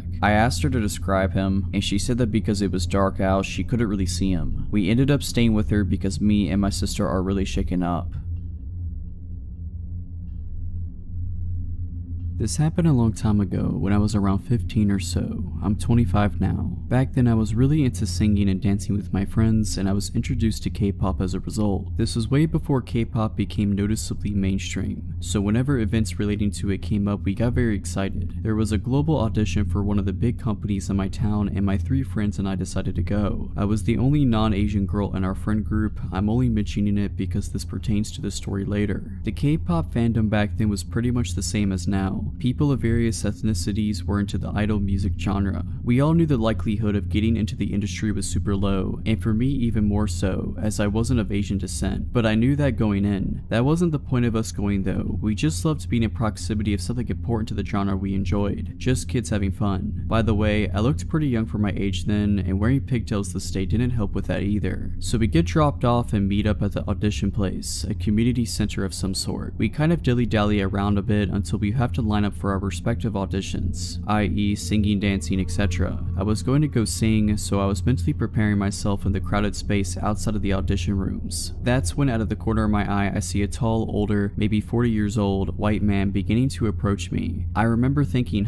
is he going to audition too? It was strange because everyone else in there was younger, maybe he was a parent. He walks up pretty close and goes, "Can you help me please?" I'm confused and I ask him what he needs help with. "Oh, the staff here, my son's trying to audition, but but they won't let him audition. Okay, this was weird. I then asked him why. He said because he's not Korean. That was when I started to get creeped out. I looked around to see a pretty diverse crowd and then back at him. I don't know, that's terrible. You should talk to, and then I point towards the staff. They should be able to help. I knew he was lying, but I was too scared to say anything else. I went on, anyone can audition here. He didn't listen and insisted on me helping him. Then he said something that sent a chill down my spine. When I was trying for the 5th time to convince him to approach the staff instead of me, he beckoned me to come outside with him. My son's just outside in my car. Can you come talk to him, please? That was when I repeated what I said earlier and began to firmly walk in the opposite direction. He kept trying to coax me out to see his son. I managed to lose him in the crowd of people. Only seconds later, I see him talking to my friend about me and helping his son and all that. I was shocked. The man had clearly been watching me for a while to know who I came with. We were split up at that point. I went up and told her we should get going without looking at the man. He ignored me and kept on talking to her. Without speaking, I went up to her, grabbed her hand, and pulled her at once to get her away from him. She was super gullible and didn't understand why I was so worried. The man clearly was unnerved by what I did and left my friend and then disappeared into the crowd. So about 20 minutes later, I'm in the lineup for the audition when I get a cold feeling in my body, and I turn to look towards the entrance. My audition room was close to it, and there he was, standing. But he wasn't just standing, he had his arms crossed and he was glaring at me. I've never seen someone look at me with such vitriol. He looked like he wanted to kill me. It was terrifying. The crowd of people was sparse because we all had lined up outside our assigned rooms. This man waited there, staring at me nonstop for an hour. He glared at me all the way until I got into the audition room. I was so scared that he'd be there once I got out, but I guess the auditions went on longer than he expected and he went home. With his son in tow, I'm guessing. I was so scared that he'd be there once I got out, but I guess the auditions went on longer than he expected and he went home. With his son in tow, I'm guessing. If you're liking this video, all I ask is that you make sure to subscribe to my channel and like this video. Thank you. I've worked a few odd jobs in my life. My first job was a summer job at 16 during summer break at a dairy farm. I absolutely hated it there and made it harder for me to find the motivation to even try finding work again when the time came. I don't really remember how I was first referred to the job, but the following summer, I ended up working as an office assistant for a self-employed photographer. My parents knew her because she used to be a member of their church, and my sister attended her 4-H program when she had it. By that time, her health had begun to take a hit as she claimed it was a mixture of things from chronic Lyme to fibromyalgia. I had also been warned by my parents that she was a little off. She was very religious and claimed to have had real encounters with demons, even participated in a few exorcisms. I'm an atheist and a skeptic, so I never took her story seriously. Aside from the weird things she would tell me, she was mostly harmless and working for her was not hard. The job basically required me to do a lot of data entry, as well as help prep her photos with some minor touching up and the addition of her company watermark before uploading them to a site where her customers could browse them and then pick which ones they wanted to order.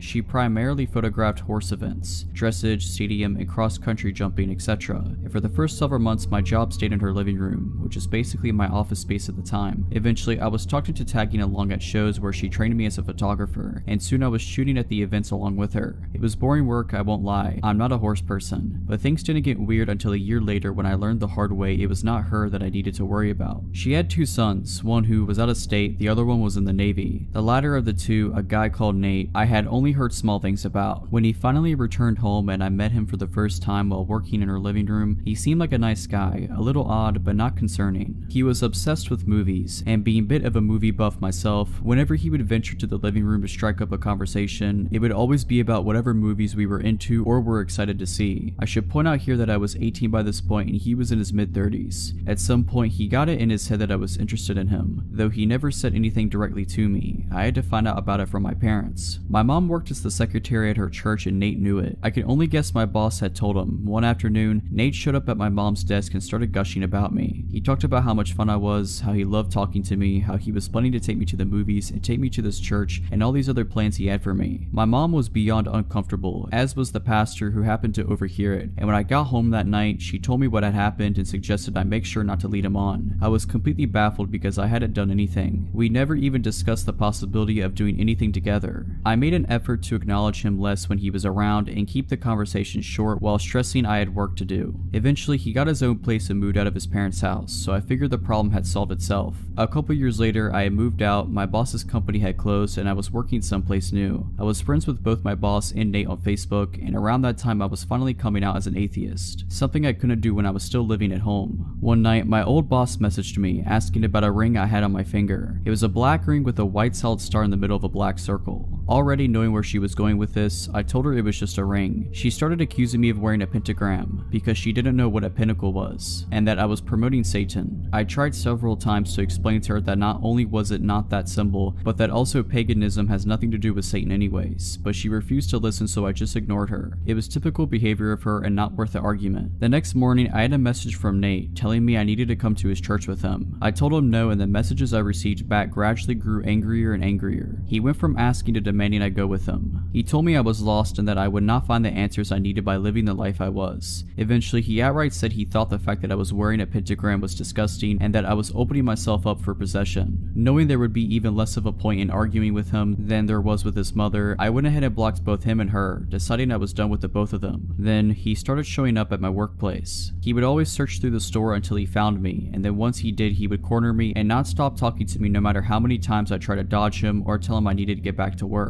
Eventually, the managers caught on and started intercepting him whenever he showed up. I wasn't making enough to pay the rent with that job, so I had to take up a second one. Within a week of working my second job, which was in a different town, he showed up there too. This time I told the managers outright who he was, and after that, every time he showed up, I was allowed to hide in the back room behind a locked door while they sped his order along and got him out. One of those many encounters, while I was hiding in the back, one of the managers was back there with me, inputting employee time punches into the computer when the both of us heard Nate shout in our directing, "I know you remember me." That was the last straw for them, and they told him his business was no longer welcome there. He started showing up at my other job as well for a while, which was a relief. Fast forward to a few years later, I was getting used to not having to look over my shoulder every shift or checking the parking lot for his truck. Then one day he reappeared. He was browsing a section I was walking past when he spotted me and got this deer in the headlights look. I made a beeline to the break room because just seeing him made me scared. After that, he started showing up regularly. I would always find ways to dodge and avoid him, but he would still eventually spot me and know I was still there. I was debating whether or not to tell the managers because at this point it had been a while since he had done anything, and saying something just because I was nervous didn't feel right. Call me a coward or an idiot, but that was my thought process. What happened next made me regret not speaking up.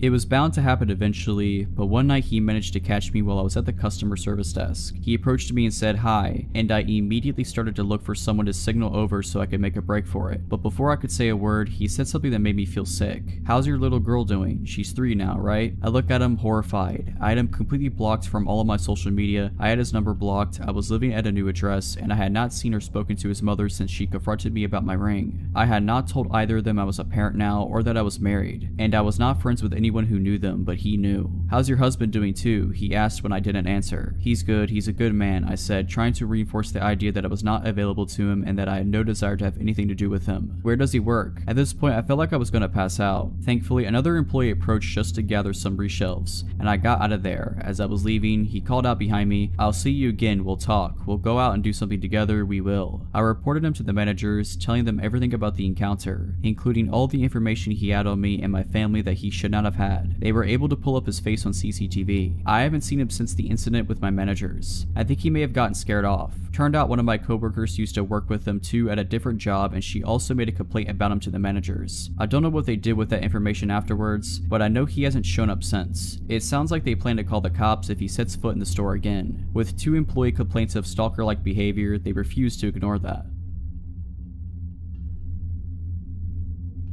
When I was about 7 years old, my father bought a few hundred acres in southern Mississippi about 1.5 hours west of Mobile, Alabama. He built a small cabin on top of a hill that was in the middle of a large field surrounded by woods. This house was about 5 miles from a paved road. To get to our land, it took nearly 10 minutes of driving down dirt roads from the main highway, which was south of the house. About a quarter mile north from the house, he built a small lake, more like a pond. It was about as long as a football field but wider. To get to the lake from the house, you could take Route A, A, which was a hard-packed dirt road that was lined with dogwood trees. It was beautiful in the spring. Route B was about 100 yards east of Dogwood Lane, and we named it Vampire Trail because it was always so gloomy. The trees blocked out the sun on the brightest days, and it had a slight decline as you walked toward the lake. I say walked because this trail was not for vehicles. Thick woods filled the area outside and in between both trails. One morning during the fall, my parents and my little sister had gone to get ice cream and do some shopping. This trip would take them at least an hour or two. I was 10 years old, so I decided to go fishing while listening to Bama play Ole Miss. The game was the usual Bama win, so I thought I could ease the boredom of a blowout by fishing in the well-stocked lake, so I carried my pole, small radio, and my small ice chest. I had an Airedale Terrier named Bull that never left my side, and it was on this day I realized how awesome he really was. Onto the lake we went. Picture a large oval, roughly the size of a football field, but larger with an L-shaped pier in the southeast corner. Vampire Lane opened up to a more severe decline to the shore and then the small pier. Across the lake on the west side there was a narrow tree line that separated the shore from Dogwood Lane. The north side of the lake was the dam and the south end in thick and swampy woods. Fortunately for me, I realized later. About 5 minutes after I threw out my line and 2 Bama touchdowns later, I got that feeling. It's a feeling I have come to recognize well, and it may have saved my life this day. The feeling of being watched by something dangerous. Bull must have felt it too, because a few seconds later I could hear him growling low and staring across the lake to the west, to the tree line that separated Dogwood Lane from the lake. I turned my head in that direction and almost immediately my eyes lit on what I thought to be half of a silhouette of a large man behind a tree. It was too far to make out details, but close enough to be sure of what I was seeing. Almost 5 minutes went by, and right before I scolded myself for an overactive imagination, the half silhouette moved behind a tree slowly. Bull stood and growled louder, and I told him quietly to stop, and I turned my head north towards the dam while keeping my eyes and attention rooted to that tree. Over the next 10 minutes, which felt like hours, I watched while this figure moved slowly from tree to tree, always north and always facing me. The saying, "scared stiff," was something I found to be true. For some reason I thought it was important that whoever or whatever it was did not know I was aware. I finally realized that the figure's path was bringing it closer to the dam, which would make its path to be shorter and easier. My paralysis broke and I casually put down the fishing pole and started walking towards Vampire Lane. As an adult, I was in the army for 11 years as an MP, but not turning to look over my shoulder during that walk was the hardest thing I have ever done. In my mind's eye, whatever it was screaming across the dam towards me. When I hit the tree line, I broke into a run. As I was running, Bull dashed ahead of me and my anger turned into admiration as he stopped some 20 yards ahead and faced north until I passed him. He continued this action the entire run home. My dog was watching my back, just epic. Although I can grasp the awesomeness of this now, at the time I was so scared that I was literally sick. Even at such a young age, I knew that a large man watching and trying to creep up on a 10-year-old boy was up to no good. When I reached the cabin, I immediately locked the door and got one of my dad's shotguns as well as his .38 revolver. I sat at the large front window, my eyes glued to both trail openings and the woods between them. My family returned shortly after, and for some reason I did not mention what happened. I never felt safe there again. When me and my friends or my little sister wanted to go anywhere other than the area around the cabin, I made sure my parents were with us. What scares me the most though is the fact that our closest neighbors were about 2 miles northwest of us, with thick woods in between as the crow flies. Who or what was watching me from the woods that day, guess I may never know. I sometimes wish I could go back then, as a grown man with military training as I am now. Bull lived a full life and was put to sleep peacefully as a very old but great dog. The best dog I have ever known.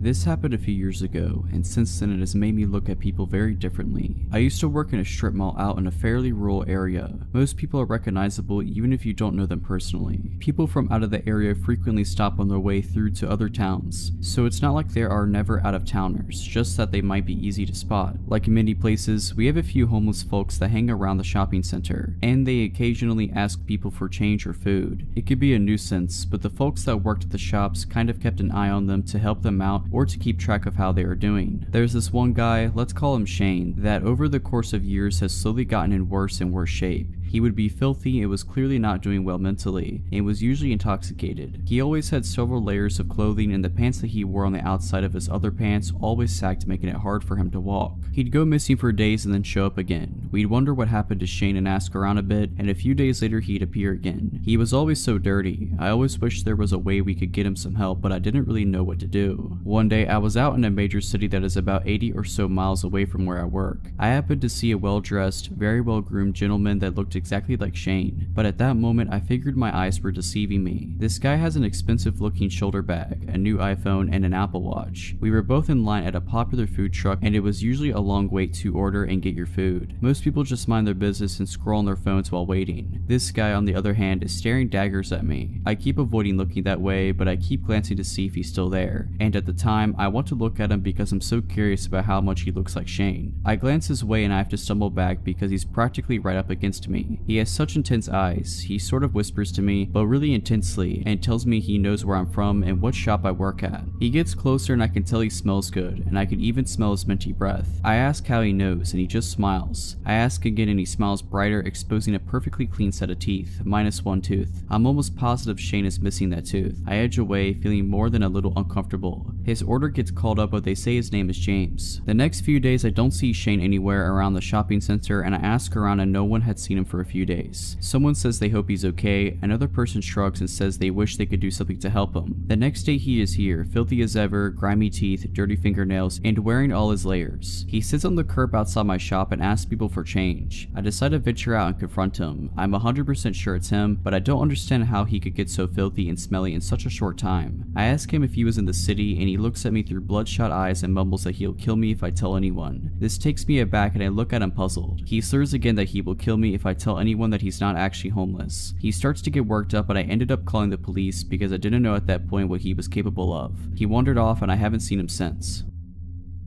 This story takes place late around 1:30 a.m. when I get the call. A very drunk friend of mine, Claire, is begging me to come pick her up and give her a ride home soon. The bar is closing soon and she's too drunk to drive home. The bar she is at isn't too far from my house, about a 10 to 15 minute drive, but the issue is that she lives like 35 to 45 minutes on the other side of town. Claire has been extremely nice to me in the past, and I did owe her a solid, so at about 10 to 2, I grab my keys and my concealed carry and leave the house. I get to the bar at around 2:05, and she's sitting outside on a bench by the doorman. I pull into the parking lot, which is pretty empty since the bar is closed, and I assume the cars remaining were the workers who had yet to leave. I get out of the car and start walking to Claire, who is kinda slumped over. I was hoping she wasn't passed out drunk, and when I got to her, the doorman asked me if I was her ride. I told her yes, showed my ID for proof, and what he said next was of some concern. He kinda pulls me in and says, "Hey, I was supposed to leave when we closed, but I have a strong feeling your friend was roofied. She's been on the porch drinking all night and some guy kept hovering around her. I assumed it was a boyfriend or whatever, but she never turned to talk to the guy. She was either drinking or chatting with other girls around her. Well, anyways, she chugged her last drink, came up to me and told me you would be coming to pick her up, and she asked me if she could sit by me, and she told me she felt very dizzy and sick. I told her sure, hoping she just drank too much, and she passed out right after she sat down. After that, I couldn't see the guy anymore, but I didn't want to take any chances. So visibly concerned, I thank the guy profusely, and he even helps me carry Claire to my car. Midway to carrying her, she's kind of coming to, like someone just waking up after a surgery. That really groggy, not knowing where they are, talking of nonsense kind of talking. I don't remember exactly what she was talking about, but I'm sure if I wasn't on high alert about her possibly being drugged, it was some funny stuff. So we get her buckled in, I thank the guy again, and he just says he hopes she gets home safe. So now, hoping my friend is only stupid drunk and not drugged, I start driving to her house. The whole time I'm trying to keep an eye on her and an eye on the road. She's now snoring asleep, which puts me at ease a bit, but about halfway to her house, my fuel light comes on. Cursing the fuel economy of a sports car, I pull into the next gas station. It's one of those small gas stations that doesn't have 24-hour store, so I'm on extra high alert while I start to pump gas. The gas station is about a block from the freeway, and right at the corner of the intersection. The street itself is pretty dark, with lonely lampposts shining very pitiful lights at large intervals. I get that really dead feeling like this place is just abandoned. To give an idea of positioning, because this is important, the gas station is at the corner of the intersection. The storefront would be facing south, and we were right in front of it where the pumps were. The east would be where there are air pumps for tires and parking spaces, and the north would be a diesel fuel pump right behind the store, accessible from the street behind the gas station. I drive a Corvette, so the filler is on the rear end of the car, and I'm leaning against the rear looking around. To my left, I hear this weird metallic scraping sound, so I turn and see this guy about 15 to 20 feet from me come around the corner dragging a long metal pipe on the ground. I immediately sense sense that I'm in a possibly dangerous situation now. The guy looks almost possessed, but he's not looking at me, rather like he's trying to look into my car. I'm on the defensive, but hope I can get him to leave, so I call out, "Hey, everything alright?" Without looking at me, he answers back, "You took my girlfriend from me. I'm here to take her back." Now he turns to look at me and he's got blood in his eyes. Before he begins to take a step though, I start yelling, hoping it'll get him to back off. "Back off, please turn around." He takes a step towards me, clearly unimpressed, so almost automatically, I pull my handgun from my inside the waistband holster and draw a bead on him. "Back off, you don't have to die," I start yelling louder. Anyway, in a panic, the guy throws the pipe at me. It whizzes by and I dive behind my car for cover. I have no idea if he has a gun himself or what, but I was going to put some kind of cover between me and him, and by the time I kneel up and aim over the rear of my car, he's booked it. I hear a car door slam and tires screech, and he launches off the curb on the east side of the lot and is tearing down the road, swaying all over the place. In my own panicked hurry, I pull the pump out of the car, screw the cap on, and tear out of there myself. Claire, however, is still passed out in the car, and now I'm afraid because I'm convinced she'd been drugged and we were followed by that guy. Me being more concerned about her earlier and keeping on the road, I must have not noticed being followed. The whole way back to her house, I'm wary of any car that's behind me. I'm also driving very aggressively, and when I get to Claire's neighborhood, I circle a separate block that's not hers 4 times to make sure no one followed me. When I was satisfied thinking I wasn't being followed anymore, I pull up to her house and try to shake her awake. She's doing that groggy waking up stuff from before, but now she's able to get up.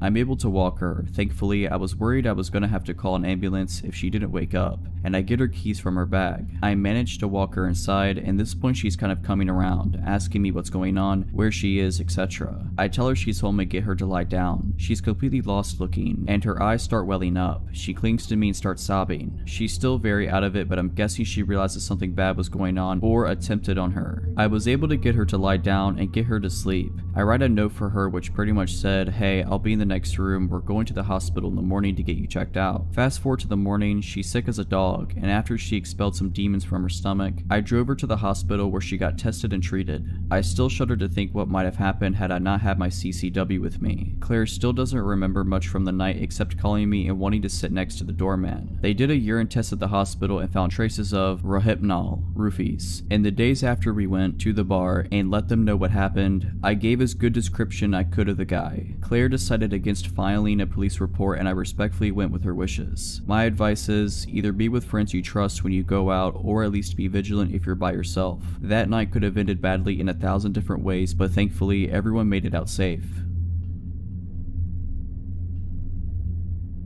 I don't really know where to begin, but I suppose it started before I was born. My birth set in motion a series of actions that led to the threat on my life beyond my control. So pre my existence, my mother, Jane, dated an older guy named James when she was in her mid-teens. He adored her but wasn't of the same religion as her, so she ended up marrying a gentleman from her congregation instead, leaving James' brother put out. A year after being married, Jane gave birth to me and decided that she was unhappy with my father, Dave, and contacted James with the intent to go back to him. So Jane packed a bag one night, took me and left. As soon as she arrived at James, she was bombarded with messages from Dave telling her that he would take full custody of me if she didn't return. So with a heavy heart, she chose me over James, and therein lies my problem. She went back to my father, and after another year of failed attempts, they divorced and my mother moved south to be with family, completely forgetting about James. My childhood was fairly normal for the next 13 years. A few house moves, a new stepdad, and a few siblings. Mother's second marriage falls through and she's single again. The year is 2010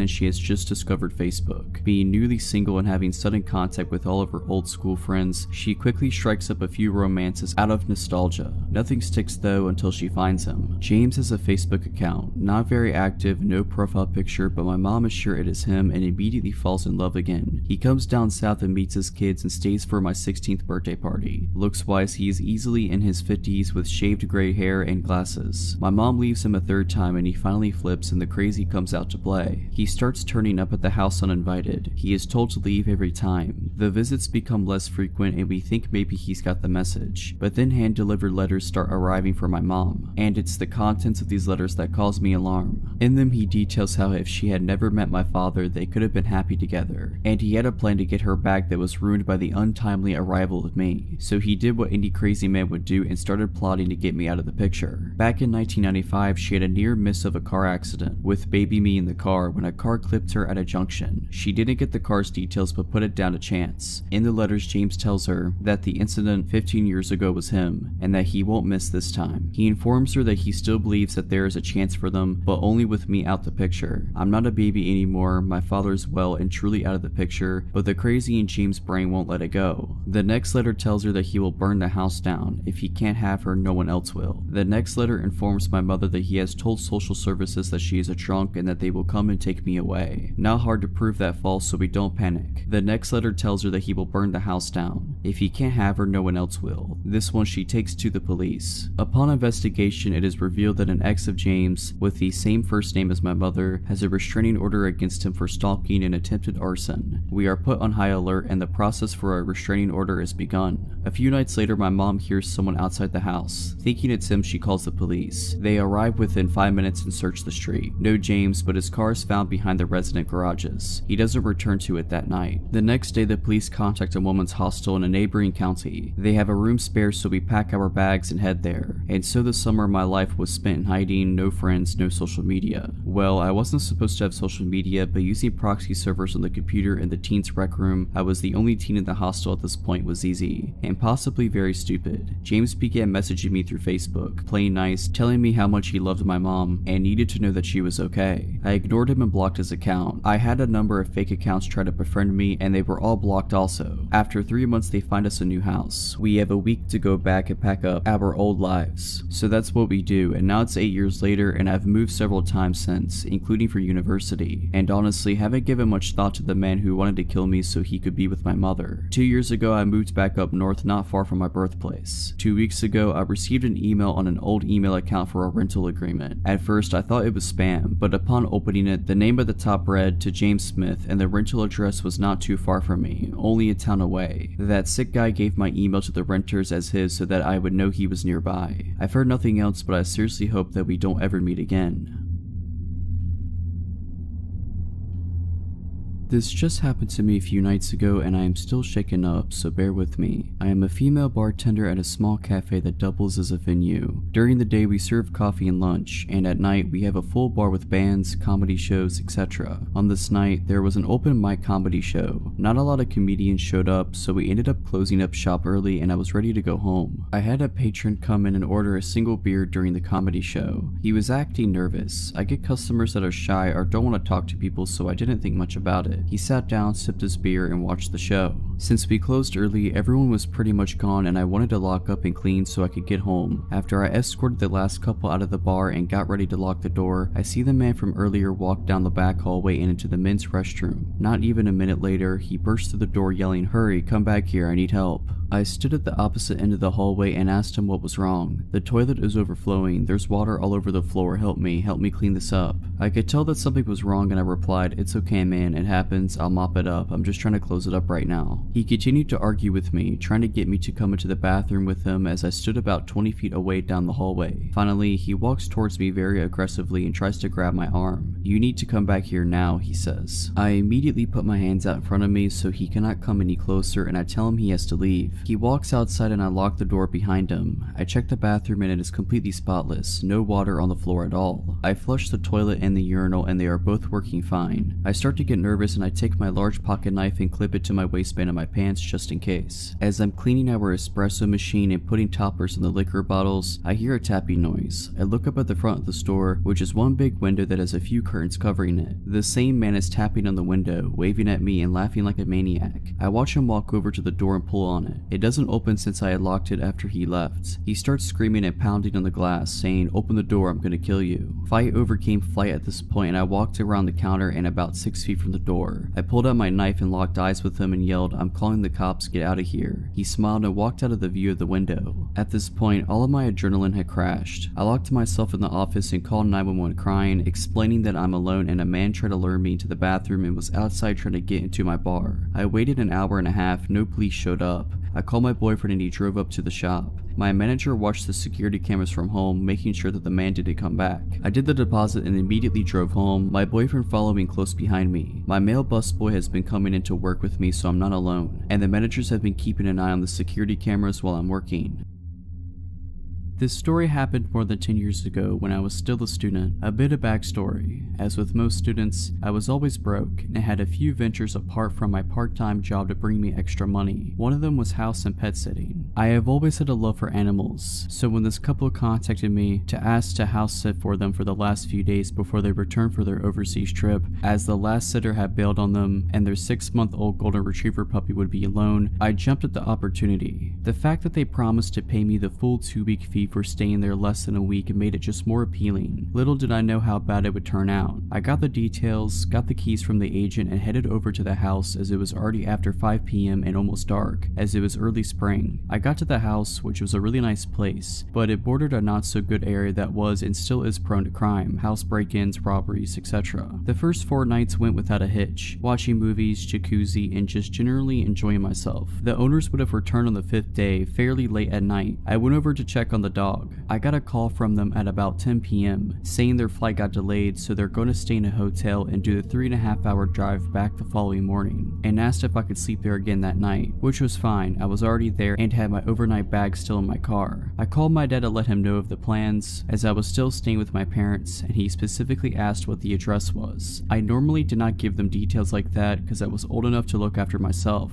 I still believe to this day that probably saved my life. I eventually got to bed about 1 a.m. and it felt like I had only slept 5 minutes when I was awoken to a window breaking, and I could hear movement and what sounded like footsteps running down the hallway. The first thing I did was grab my phone and just hit redial. Thanks to my old Motorola phone, redialing was as simple as pressing one button, as my dad was the last number that I had called, hoping that he wakes up from the call. I then dropped the phone in between the headboard and mattress in case my dad picks up that he can hear what is going on. I had barely done that when the first guy stormed through the bedroom door. I could see a silhouette and he had a knife in his hand. When he saw it, he raised it and came at me. Now, one thing to those that are unfamiliar with South Africa and the crime: robberies and house invasions usually are very brutal and violent. People get murdered or tortured if they are in the slightest retaliate or don't cooperate with the robbers. Out of instinct, I raised my legs back when he came at me, and when he came within reach, I kicked both legs out as hard as I can. When I kicked and made contact with the guy, he completely lifted off the ground and shot into the wall. Luckily, the knife shot out of his hand as well. Before he got the chance to get up, I was on top of him, driving my right knee into his face and in return, his head into the wall. I knew that my life depended on it, so I put in some extra force. The guy dropped like a sack of potatoes, but before I could get up, I heard the sound of a pistol cock and I froze. It felt like all the blood drained from my body and I just became numb. He stood like that with the pistol against my head for probably less than 10 seconds. I did not move, and he eventually said in very broken English to get on the bed face down. I panicked, but thought if he wanted to shoot me that he'd already would have done so I did as he said. He threw a blanket over me, and I turned into a fetal position with my back against the wall, just so if they wanted to stab me that I had my legs and arms in front to protect my body. Now, by that time, I had forgotten that I had called my dad, and the guy that I had need is still down. I heard a third guy come into the room, and I could hear what sounded like Portuguese to me. I could not understand what they said, but I recognized it, as we used to go to Mozambique on holiday a lot, and that is the main language spoken there. The one guy tried to get the guy that I put down off the ground, while the others started to ransack the house, shoving valuables into a big bag. It was about at this time that I heard tires screeching and a car approaching at what sounded like Mach 2. The car skittled to a halt right in front of the gate, and I heard someone scream. It was my dad. The 3 inside the house panicked and ran out the back door and tried to jump the fence. My dad opened fire, shooting in their general direction. I grabbed the house keys and pressed the gate remote, and my dad called the police while he came in. I met him at the front door, and we walked out to the car to wait there for the police. It took them over an hour to get there, some excuse of no vehicle available. By that time, I had calmed down and started to look for the dog. I could not find her anywhere. I grabbed a flashlight from my dad and started scanning the surrounding yard, and as I got to the corner, I could see her laying on the ground. I got to her and saw she was dead. Later, autopsies revealed she was poisoned, and the police found pieces of meat laced with poison near the fence. Poisoning is pretty standard practice in my country for dealing with dogs at a house or area that is targeted for a break-in or robbery. I was fuming and so sad. The police was also pretty useless and had a I don't give a crap attitude, and barely took our statements. By that time, it was starting to get light, and I retrieved my bag, phone, and locked the house as good as I can without touching anything, and drove home behind my dad. Only when I got home I got the story from my dad's side. He said he answered my call only to hear the shouting and what sounded like fighting going on, and when I did not respond he flew out of the house and raced over. Luckily he asked me for the address the previous night, and he knows the area well to know exactly which house it is. Now my dad got there pretty quickly, and he said he stayed on the line the whole time, only hanging up when he stopped at the gate. My parents' house is about 6 miles from there, through a residential area. It's normally about a 20-minute drive. The call duration was 7 minutes and 13 seconds. I met the detective there later that day, gave my statement, they took fingerprints etc, and the owners got back about the same thing. The rest of the day was a blur, as I came down from the shock and adrenaline. Now that is not where the story ends. About 7 or 8 months later I got a call from the detective telling me they caught the guys. The one that I had need apparently was the leader of the group.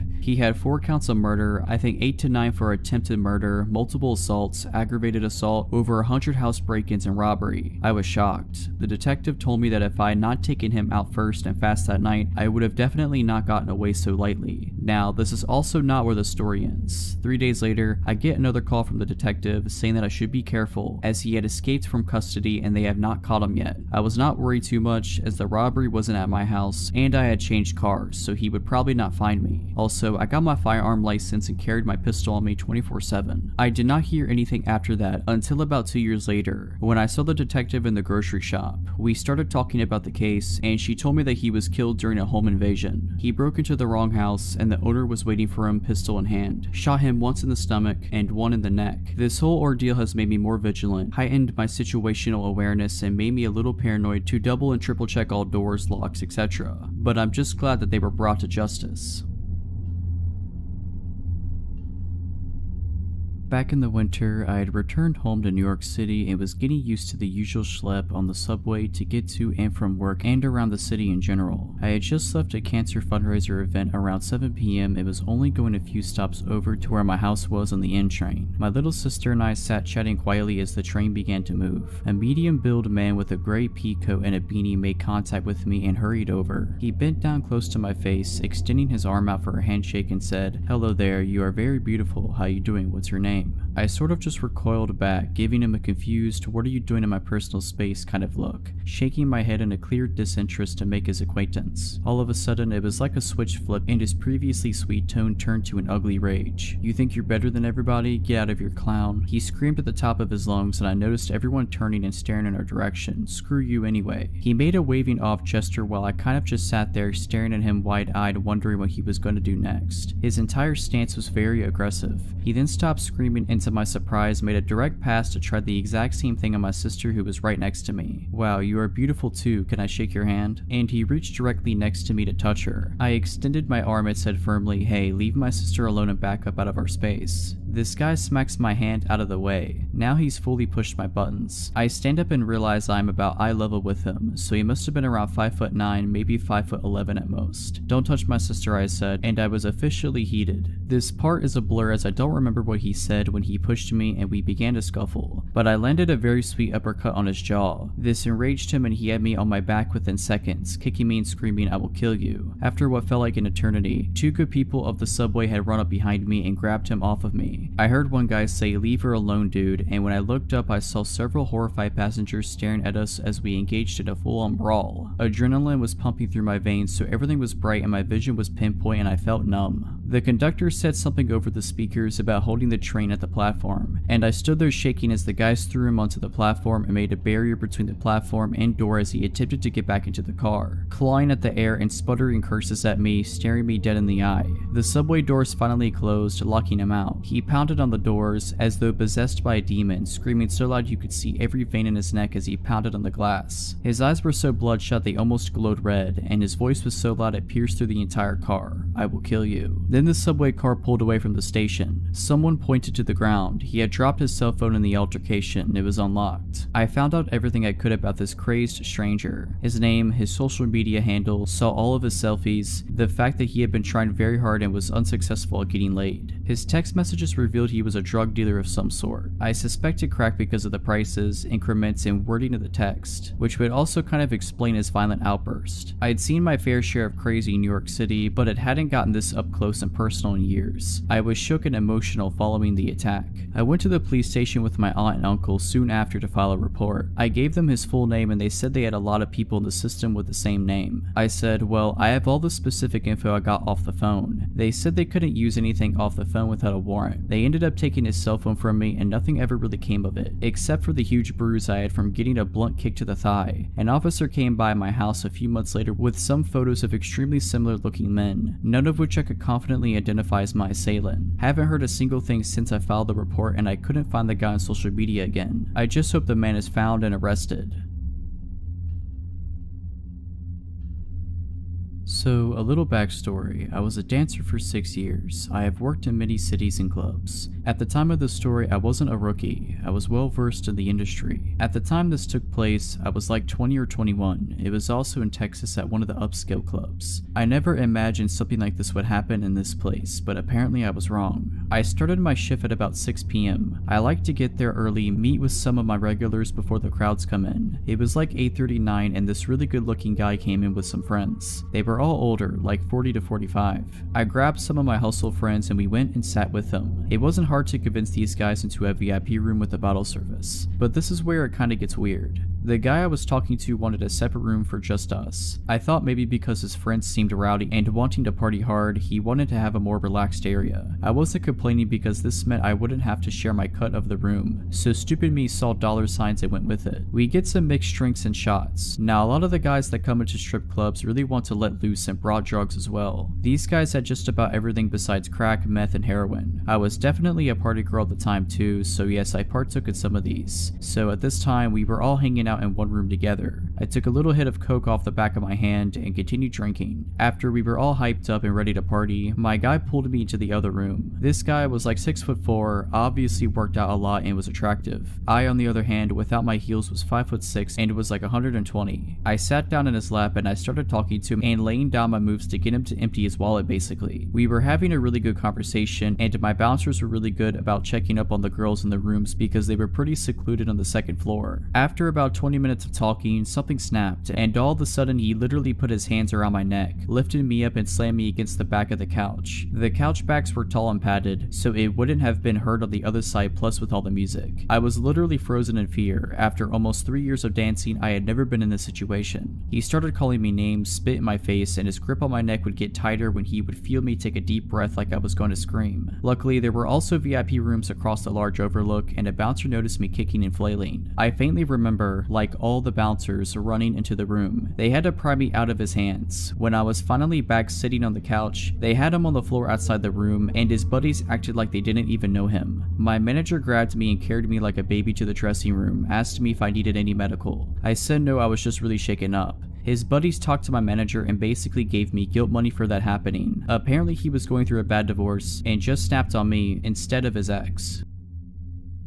When I was 18, I was living in a small town. I was friends with rowdy skaters around and they helped connect me with this dude who sold weed. He was 29 years old I think at the time. He gave me pretty good deals and lived nearby. I wasn't driving at the time so this was convenient for me. His name was Max. Max had always struck me as a weird dude. We had normal weed buying interactions that never lasted more than 10 minutes. Buy some weed, maybe smoke a bowl, that's it. He'd often tell me he could drop it off at my house but I never let him because as I said before, he was weird. I wasn't afraid of him, but was definitely aware that his offers to deliver to me were weird. One day in May of 2018, I was invited to a bonfire by the same rowdy skaters that introduced me to this guy. I had no idea he'd be there, nor was it important to me at all. I brought the guy I was dating at the time. I said hey to everyone including Max. We stayed for a couple hours and some of them played some music on their guitars. Nearing the time I was leaving the bonfire around 11 p.m, Max was getting upset about something and threw his guitar into the bonfire. I didn't know what he was angry or upset about and paid no mind to it. This happened as I was leaving with the guy I was dating. I went to bed and woke up to paragraphs on paragraphs of crazy texts from Max ranging from 1 a.m. to 5 a.m. Like a constant stream of texts stating things such as, "You know how much I loved you, you are cruel." He would go back and forth between saying, "I would give you the world if you'd let me," and "You really do deserve him though." He said really scary things like, "You are a predator and should be snubbed out, just wait," and "You are stuck, I will either love you or hate you to the fullest extent my powers behold. Right now I pray the worst death on you and that guy you're with." To top it all off, he said, "Losing you is like losing a mother to me." He told me to tell him I never loved him and that I wouldn't hear from him again if I did. So that's what I did. I said, "I never loved you, do not message me again." I left it at that. I didn't get a response, nor did I care to get one. Max had never expressed any romantic interest to me, asking me out or anything. This was all out of nowhere, and he was 11 years older than me. I was barely 18. That night he cut his long hair off and posted photos naked on Facebook, curled up in fetal position, talking about being a statue of shame. It's as if he had a breakdown, but I had no intention of causing that and didn't think I would even offend anyone by bringing this guy I was seeing. Everyone else seemed to like the guy that I brought. About a week later, Max texted me pretty late at night and asked if I had seen the flowers he spread along my sidewalk, saying that he stole every flower in the vicinity of my neighborhood that night. I asked how he knew where I lived and said I hadn't seen the flowers, so he must have had the wrong house. I also told him he shouldn't do that as I never felt anything for him and so on. He told me that he had heard I lived on the same block as another one of the skater guys I had, and he wasn't wrong. The skater guy I lived by was on the other side of the block and I never walked that way, so I never saw the flowers. I blocked his number and didn't hear from him again for weeks. Weeks later, I woke up after a rough night and there were loads of flowers on the sidewalk right outside my house, along with a little bouquet at the top of my walkway. I was pissed. I wasn't scared yet, and stupidly, I unblocked his number and texted him asking why there were flowers outside of my house. This confirmed that this indeed was where I lived. I still to this day feel so stupid for texting him and making it known that after weeks he had found my house. He responded saying, sounds nice, that was me. I blocked his number again. About a week later, I was out of town and my roommate texted me a photo of a heart with a peace sign inside of it and my name written under it, drawn in chalk outside our house. When I got back into town, I went to the courthouse and began the process of getting a stalking order against him. When I left the courthouse, I went to Max's work and told him he needed to stop this behavior and that he was stalking me. He looked me in the eyes with no facial expression and said, "If you don't leave, I am calling the cops." I got angry and said loudly, "Call the cops, I was just talking to them about you," and left his work in a rage. Soon after this, I began driving again. I once drove by him and he noticed it was me. The next day, I woke up with my car covered in flowers. I presented my case to the judge and she put the stalking order in place. He was served with it by police officers and I thought that was that and he wouldn't be bothering me again. I was wrong. After the stalking order was served, he made several other chalk messages on my sidewalk, left random gifts for me like chalk, and beheaded my little pony heads on beer bottles. I always brought these things to the police station, but they said I needed to catch him doing it, take a photo or get a security camera. So I got a security camera and really hoped I would catch him. It turned out my security camera was stupid and I couldn't just watch the videos it took, but had to skip through second by hand. It was an impossible task. I was terrified of leaving my house at night at this point. I never had my curtains open anymore and I was so frustrated that my livelihood was being taken away from me. Ultimately, I unblocked his number in hopes that he would text me directly violating the stalking order, and after a few days, it worked. He sent me a weird text saying, "Forgive me, we are charming, this is harming, let us try again."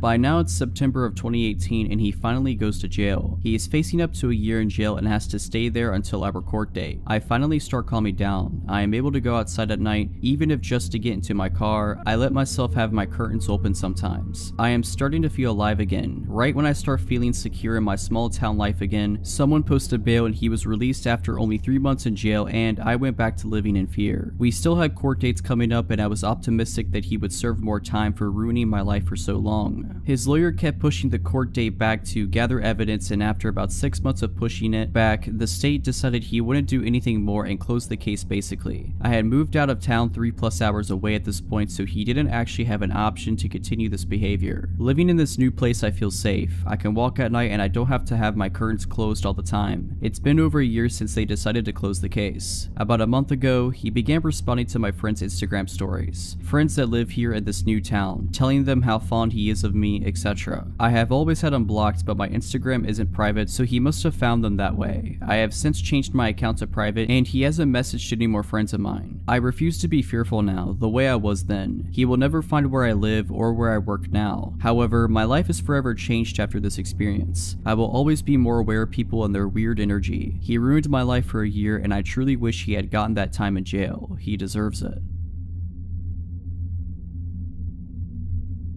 So I, a 19-year-old female, was at a house party a couple days ago. I only really knew a couple of people there, and it was packed. I hung around with my two friends there for a while, having some drinks. After a while, my friends went into this room that everyone was hotboxing. I didn't go because I really didn't feel like drinking and being stoned at a party where I barely knew anyone, so I just mingled for a bit, then went on my phone talking to my other friends. I noticed this guy that keeps staring at me up and down, and instantly felt my stomach sink. I instantly had a bad feeling about the guy. I looked back down at my phone and sent my location to my friends, just letting them know where I was because things were changing from feeling chill to sketchy. There were a bunch of cans of soda in the kitchen, so I got up to grab a Sprite instead of having any more drinks. As I'm there, the same guy that kept looking at me comes in and started trying to get me to take this drink in a red Solo cup. I was like, nah, I have a Sprite, thanks though. He kept trying though, and I was getting annoyed because he kept being super pushy about it, and I'm pretty blunt, so I just said, look, I don't want your drink or your company, and walked away. I thought that'd be the end of it, and pushed it to the back of my mind as one of my friends came out from the hot box room stoned and happy. We hung out some more, and my friend wanted a cigarette, so I went out on the balcony with her. As we're there, she put her cigarettes on the ledge, and as she's talking gibberishly, her arm pushed her cigarettes off and they fell down into the yard. I was gonna go downstairs and outside with her to get them, but she told me she had to grab something from her car anyways and that she'd be right back. I decided just to wait there for her. I'm on my phone and hear the door open, and I expected it to be her. As I'm about to say that was quick, I spin around and now I'm face to face with that guy from earlier. He just grabbed my face and kissed me, and I pushed at his chest and said, dude, did you not hear what I said? He proceeded to say something in Spanish. I can't speak Spanish, but I could tell it was Spanish. I told him to screw off and went to push past him to go back inside, and he proceeded to push me up against the wall outside and try to kiss on my neck. That's when I pushed him away as hard as I could, but he then let go of my wrist and grabbed my throat hard while maintaining eye contact and smirking at me the whole time. Just when he used his other hand and grabbed my butt, my friend came back from getting her cigarettes, poked her head out, saw what was happening, and she tried to intervene, but he pushed her with his other hand. I heard her say, oh nah. She grabbed the closest guy to the door from inside and brought him out. Random heroic guy from inside then grabbed the crazy throat grabber, putting him in some type of hold, and started screaming at him. He got kicked out, pretty sure someone punched him in the face too. Everyone was super apologetic and said they didn't even know that guy and weren't sure who he even was. I wasn't about to call the cops or anything because I didn't want to get the party busted, but I went to the bathroom and immediately broke down crying. Called my friends. My friends here weren't sober enough to drive, and they came to get me. I have a couple finger mark bruises on my neck still, and I'd hate to think of what would have happened had my friend been distracted by something and not came outside when she did. All I know is I'm not going to a party where I barely know anyone anymore. That was scary. This happened when I was 4 or 5 years old. I was at a rather large toy store with my dad and sister, who is 2 years older than me, so that I could pick out a birthday present for a friend of mine. My dad and I were looking at the Lego aisle they had available, while my sister was shuffling around, bored out of her mind. At some point she wandered away. I was looking at the box of a castle set, wishing that it was my birthday coming up, when my sister returned and tugged on my dad's arm. What is it, sweetheart? He asked without looking away from the box he was holding. I think he also wished it was his birthday coming up. There's a man. Oh, never mind, he's gone now. My dad looked at her, putting the box back on the shelf. What man? He asked. There was a man who asked if I wanted to come see his puppy, and I said that I'd have to ask you first, but I don't know where he went. My dad took the box out of his hands and put it back on the shelf, then took my hand in his and put his other hand around my sister's shoulders. Well, let's go find him, my dad exclaimed, and began leading us toward the checkouts. Now, like I said, this toy store was rather large, and we were walking pretty fast. When we got near the checkouts, my sister pointed at a man who was just about to leave the store and said, "That's him." I could see how she recognized him from behind, as he had very long hair. It went halfway down his back. I remember him having a black winter coat on, which was strange because it was a pretty warm day. We walked even faster until we were at the nearest checkout, and my dad said to us, "Stay here with this nice lady for a second," referring to the cashier. He then ran up behind the man, who was now almost out the door, and threw his hand on his shoulder so hard I could hear it. My dad spun him around to face him, then began yelling, "Where's this puppy you wanted to show my daughter?" People around started looking over at the commotion, and my dad continued, "You wanted to take my daughter to see your puppy. Where is it? I want to see the puppy too." The man was stammering and stuttering and trying to get away, but my dad had a firm grasp on the guy guy's shoulder. Turning his head to where we were standing, my dad yelled to my sister, "Is this the guy who asked you to come see his puppy?" My sister silently nodded her head and then looked at her shoes. I think she thought that she was in trouble. I didn't blame her. Our dad was yelling really loudly. "Is the puppy in your car? Where's your car? Is that it over there?" He pointed out the glass door into the parking lot. "Or is that your car? Is that where the puppy you wanted to show my 6-year-old daughter is?" I remember thinking that if he just let go of the guy, he could lead us to the puppy. Before I knew it, 3 men in yellow jackets had come. There was a word on their jackets which read security. My dad let go of the man and the security guards held him instead. My sister was crying by this point. My dad walked back to us, once again taking my hand in one of his own and putting the other around my sister's shoulders. He asked the cashier if she had a phone he could use, and she took us to the office. He called our mom to come pick us up, then assured my sister that she was not in trouble. In fact, she was in the least amount of trouble anyone has ever been in the history of the world, simply by coming and asking for his permission to see the puppy. I asked him if we were still going to see it, and he just looked at me and said, "Sorry son, the puppy ran away." Our mom came in just a few minutes, and as we were leaving, there were police cars pulling up. "Are they gonna help find the puppy?" my sister asked my mom, but she said no, they're here for something else. After a while, I remembered this incident and recently asked my dad about it. Apparently when the cops searched his car, they found rope, duct tape, a knife, pliers, and a hacksaw. My dad and sister testified at his trial and the guy got 20 years. This story dates back to about a year and a half ago when my daughter was around 4 months old. I'm 26 years old. I had just moved with my then SO to a dangerous part of town, but the street we moved to wasn't too bad. Everyone knows their neighbors and everyone seems to get along. Well, since everyone in the neighborhood chats with each other, one of my neighbors warned my SO and I about a homeless woman that parks her van on the street and harasses everyone who walks by her car, and to try and avoid her as best as possible. Side note, parking in this town is street parking only, no reserved parking spots. This'll have significance later. I thought, that's one small downside of living here, along with the street parking. Not that big of a deal as long as I avoid her, right? Wrong. So the next day after our neighbor's warning, after returning home from a long day at work and picking up my infant daughter, homeless lady, really slender, wearing what appeared to be newish clothes, breath reeking of something foul, is walking up to the left side of the sidewalk, screaming up a storm at these teenage kids who look terrified. The teenagers aren't engaging her, just keep walking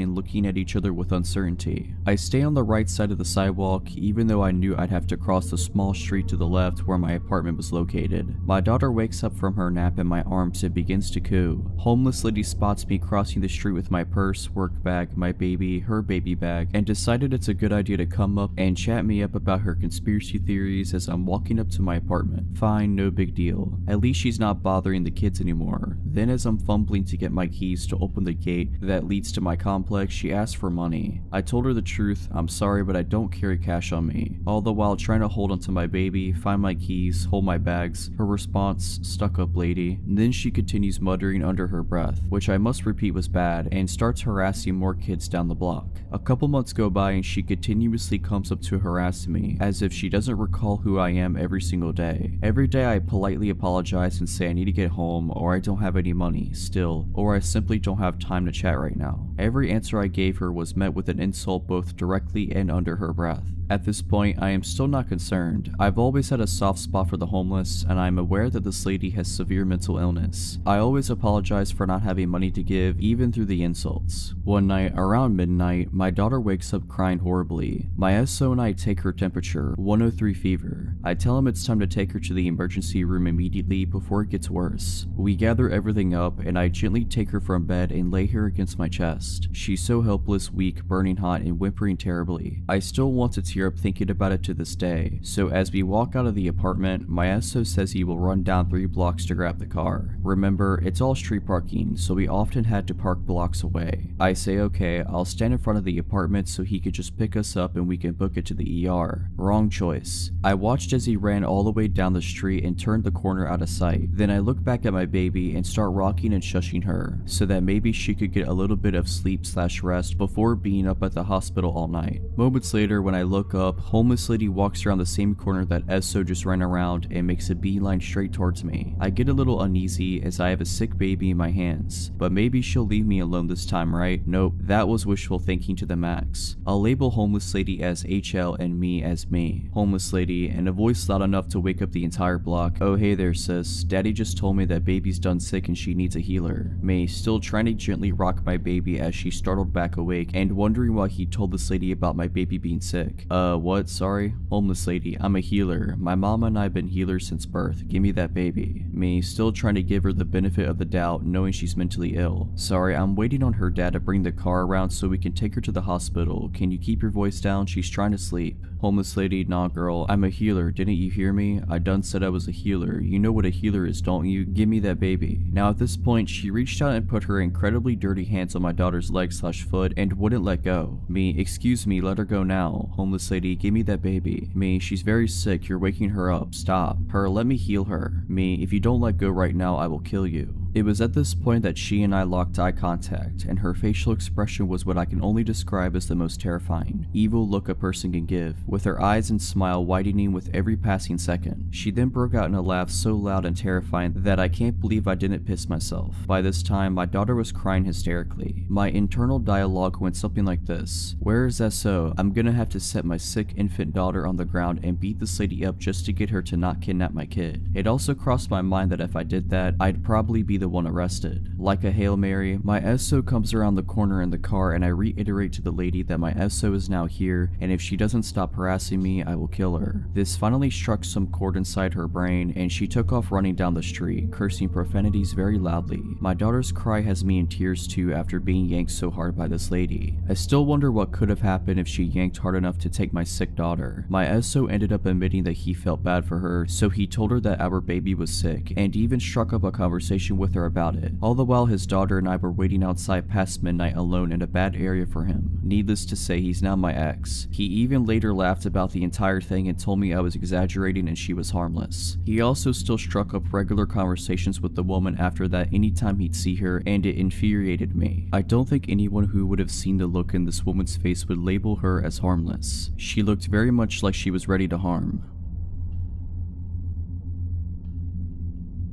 From 2006 to 2011, I worked in the electronics department at the local Walmart in the small city I lived in. Through those 5 years I had worked there, I had plenty of creepy encounters with strange customers, especially considering the state hospital was directly across the road. This story isn't just a regular old creepy encounter, but something that would lead me to being stalked for nearly a year. It all started in 2010 on a night I was working second shift. I was doing my end of shift ritual when a woman in her late 40s interrupted me. She was with a little girl no more than 3 or 4 years old. Excuse me, I need help with my cell phone. She spoke softly and proceeded to tell me her problem. I need to turn my phone into a straight talk phone. The girl earlier said you could do it. I said sure, let me see what I can do. She handed me a 6-year-old phone from Verizon and I knew as soon as I saw it I wouldn't be able to do what she wanted. I explained that she would have to buy a new phone from Straight Talk and transfer her old number. Basic stuff really. Now, I always took my job seriously and held myself to the highest standard of customer service.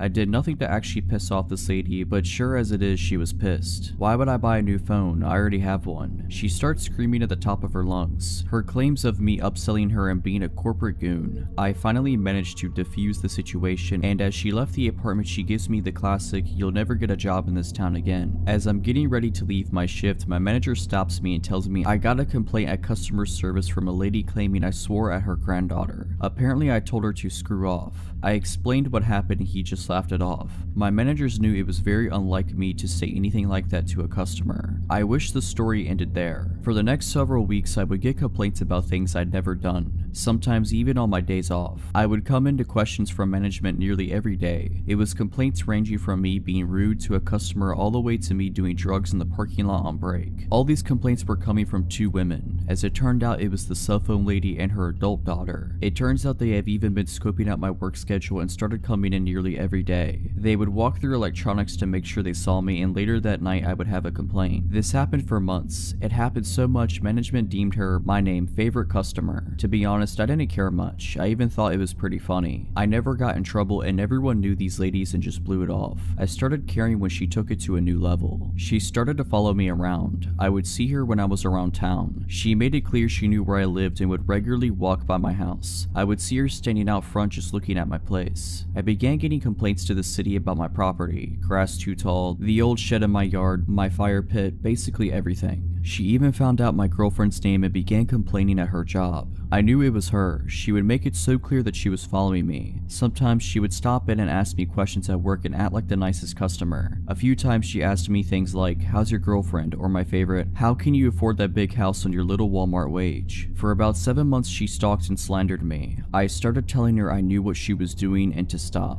But she played it off. I couldn't report her. She never once threatened me. She was just making my life hard. By this time, everyone in my life knew about this woman. One night, I'm grabbing dinner with my friends from work and we're joking about it when someone says, what if you just counter stalk her? At first, I thought it was a terrible idea, but this convinced me it would work and they would all help me. So we hatched a plan. It went as follows: find her job, find her name and address, make complaints in the same manner as her, find out all the rumors she told about me, make it clear that we know, show her that we have numbers.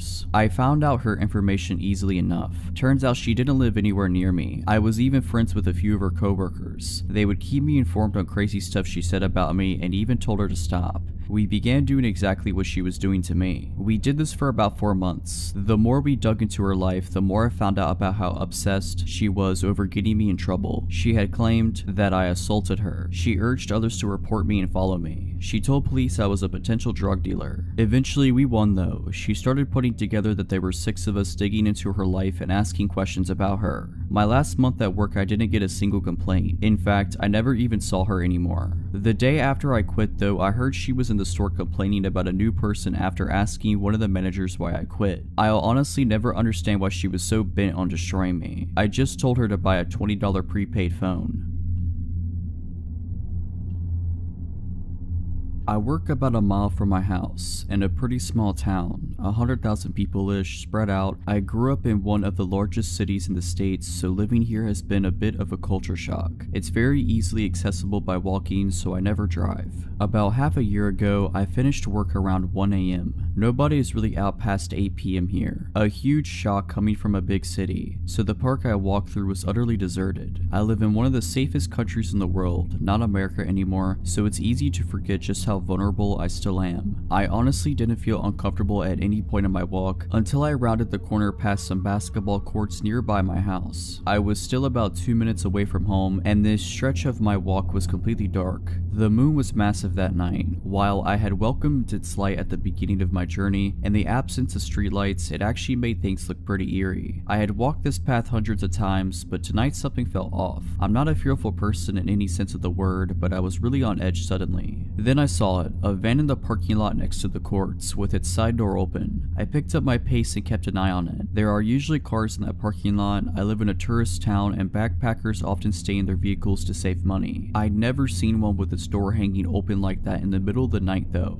I was so focused on the van that I missed the man walking out from the trees near the courts, until he was a mere 30 feet behind me. He was walking fast, and there was little doubt that he was heading straight towards me. I was at a loss for what my next action should be. Screaming wouldn't do much. I was still too far away from any residences. I usually carry a glass water bottle with me for protection. We have very strict laws on weapons, but had left it at work that night. My phone was dead. Everything I knew better than to do, I'd done. I hesitated running on the off chance that he didn't mean to act sketchy.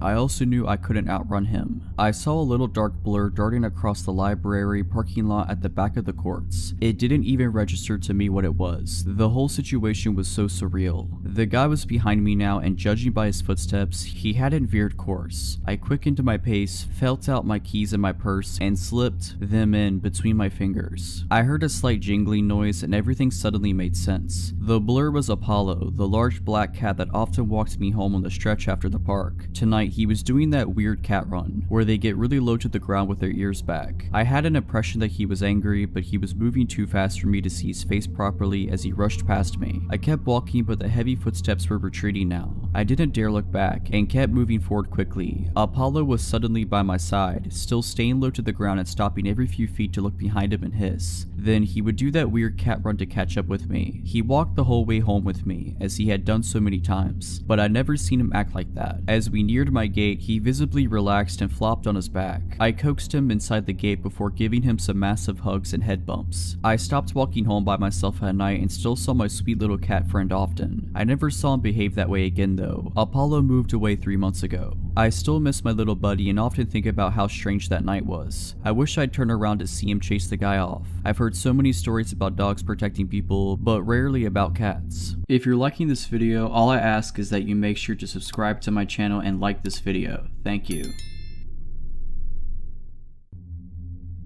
I am 20 years old. I live in the suburbs in a small residence of 6 houses. My gate is very often broken, including today. That means 80% of the time it is wide open, so everyone can fit into the small courtyard. My house has 1 floor. There are 4 bedrooms, including mine, and downstairs there is a guest bedroom, which is used as a treatment room because I have big health concerns. This is where all the equipment, medicines are stored, like morphine and doses that could kill an average person, and this is where the care takes place. Also, I have a dog. I am very close to him. He is a little bit all of my life. He feels everything to the point of feeling my epileptic seizures before they happen. To recognize the nurses who are arriving, he recognizes by the sound of their tires when they arrive in the yard. He never barks except when there is a problem. And finally, a nurse spends 4 to 5 times a day to give me care at home, including infusions. This is important for the story. That morning, like every morning, my liberal nurse arrived at 8 a.m. For the rest of the story, I'll call her Sandra. She takes care of me as usual. That is to say, an infusion of a painkiller. She replaces the antibiotic diffusers, she makes me do blood tests, and remakes the cassette of my morphine pump. We usually chat about everything and nothing. She tells me stories with patients during the treatment. My nurses are an integral part of my life.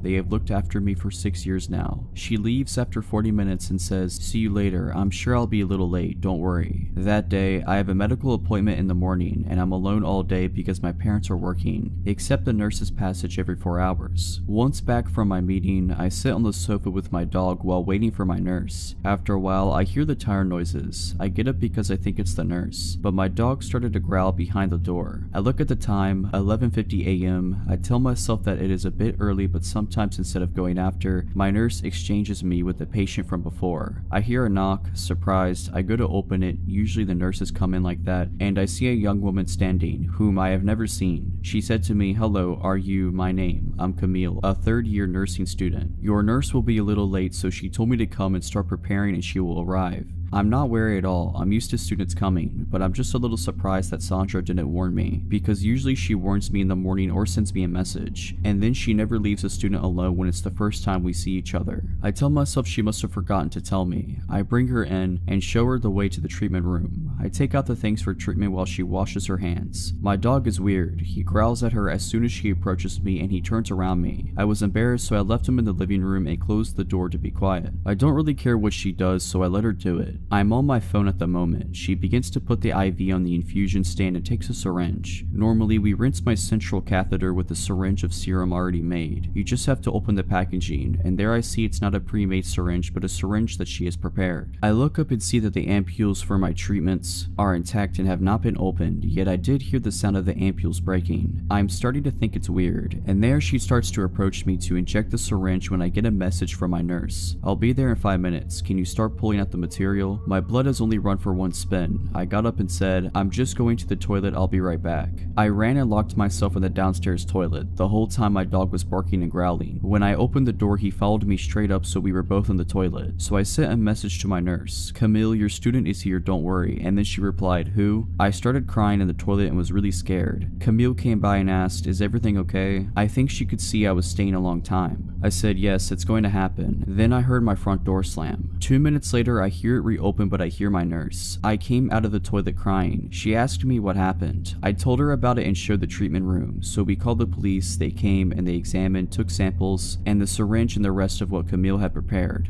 The test results were received a few days after receiving the products in the syringe and the infusion. In the syringe was a paralyzer. She had put a dose that could have paralyzed a man of 120 kilograms. I'm 40 kilograms. And in the IV, it was medicine to lower the heart rate, but it was so concentrated it could have stopped anyone's heart. part, today we still don't know who Camille is, and luckily I have never heard from her again. In retrospect, I realized that my dog had sensed that this person didn't want me well, and I tell myself that I should have watched her because she was just a student, and that my treatments are not paracetamol, and I keep wondering what could have happened if I hadn't looked at my phone. This happened about a year ago. There were so many terrible factors working against me that night. I am astounded I got away, at least physically. This all begins when I'm at my friend's apartment, who lives in a really rough part of town. In a series of poor decisions, that night I decided to get belligerently drunk and take a few pills of whatever knows what. I know, safe to say, after a solid night of partying, around 4 AM I was not in the right state of mind. My drugged brain decides that instead of staying the night at my friend's apartment like I normally would, I wanted to Uber back to my own apartment. My friend's apartment had two separate entrances / exits to the building, one in the back unlit parking lot of the building and one facing the street. They had two sets of keys for each door, and I only had keys to the one in the back of the apartment. Since my Uber would obviously arrive at the street and the door in the front of the building locks itself behind you, I exited this way when the driver was soon to arrive. I'm not paying attention to my surroundings at all in this state, despite the fact that there was literally a bullet hole in the front door I just came out of. Not good. I remember checking to see what car I was getting picked up in, and was only able to pick out the fact that it was a black sedan. Soon after stepping outside, a black sedan pulls up to the curb and starts rolling down the window. So I step forward. Before this man even spoke, I could feel something was wrong. He had an expression like he was tearing me apart with just his eyes. After seeing that look, it gave me a new meaning to the word predator, to describe a criminal,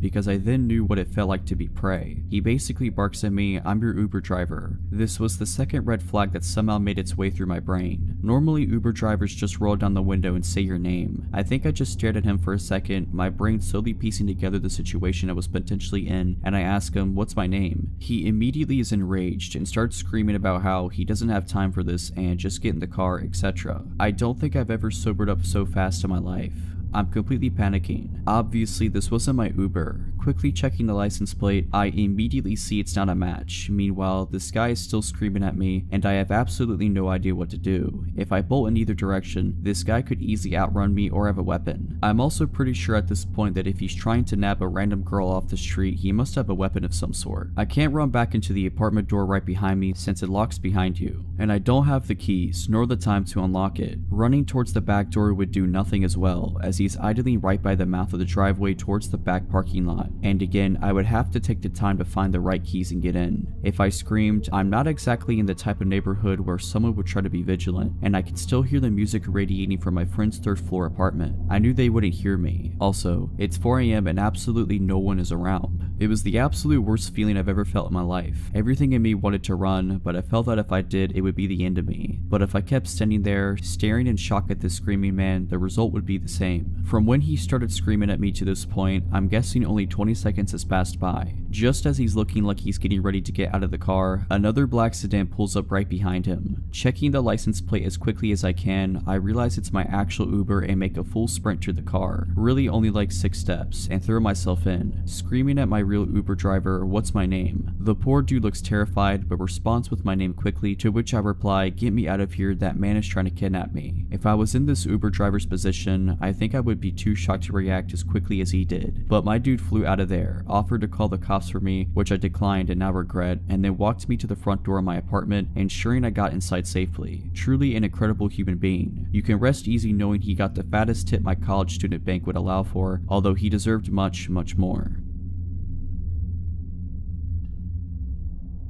I was one of those kids you see walking around zoos or amusement parks wearing a leash. Those were already a thing 20 plus years ago, but less common, and were initially only tied around the wrist. In my case, it was a necessity. I would always start wandering off from the rest of the family no matter what situation. This is one of the stories that led to me earning my leash. It happened when I was about 6 years old, and I went to the zoo with my mom and sisters. Before every family outing, my mom made sure to give me the talk about not walking off again or face the consequences. My mom mom was a strict parent that made good on her promises she had to, being a single mother of 3. I didn't try to disobey her per se, but I often just didn't pay attention to the world and people around me. No different this day, I behaved and followed the group for a while, but then a butterfly garden caught my attention and off I was. When I finally realized I separated myself from my mom and sisters again, I panicked and started walking around the zoo looking for them, being afraid for my mom's reaction more than anything else. After a while, I somehow got it in my head that if I could just walk out, find our car and wait there, my family would eventually find me. So I did. I got lost within a couple of minutes, walking around a strange neighborhood looking for either our car or the way back to the zoo. Nothing looked familiar. I started crying. Then this man came up to me, just normal looking, about 40 years old, asking if I'm lost. I explained I lost my family when we were visiting the zoo and I'm looking for the way back. I couldn't believe my luck when the man told me he had just come from the zoo and saw a family there standing near the entrance who were waiting for a little girl with blonde hair and a baseball cap.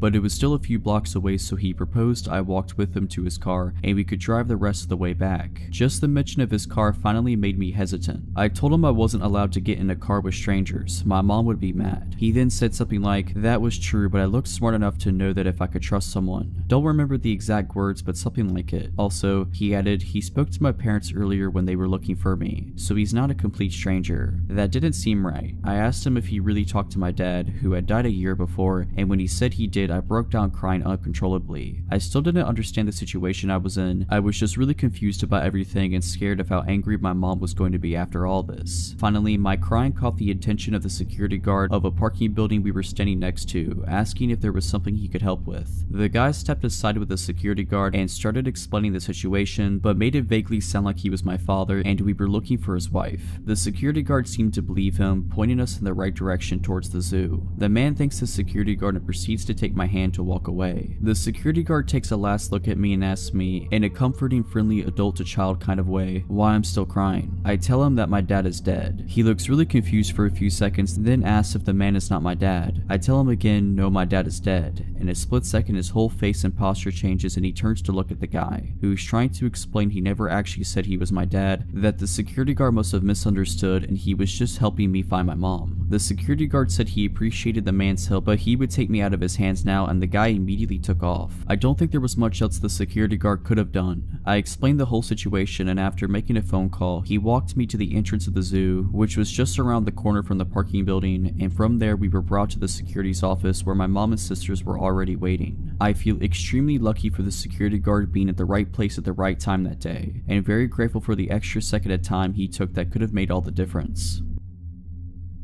I, a 24-year-old female at the time, was 21 years old. I lived in a larger small city in the Midwest. At the time, I had no car, a bicycle, and hardly enough money for the public buses. I worked at a retail battery, lighting, and repair store. I worked full-time and only lived a little over a mile from my job. Because of my willingness to learn and my close proximity to work, I often worked all sorts of hours, mostly by myself. This time I wasn't the person closing and had a coworker, Joey, 22-year-old male, who came in for a part-time shift after he wrapped up classes at the local college. We had a close friendship and we often stood up for each other and stood in when we were flustered or needed to go to the bathroom in the back. Joey received a phone call for a possible repair on a smartphone, possibly LG low-tier phone though, and he wasn't 100% sure if it was a phone that we could repair. He asked the young female caller to stop by for a consult. She had quickly agreed and said that she would stop by at around 5:30 p.m. This was a night that I was supposed to get done at 6 p.m. and catch the bus at 6:12.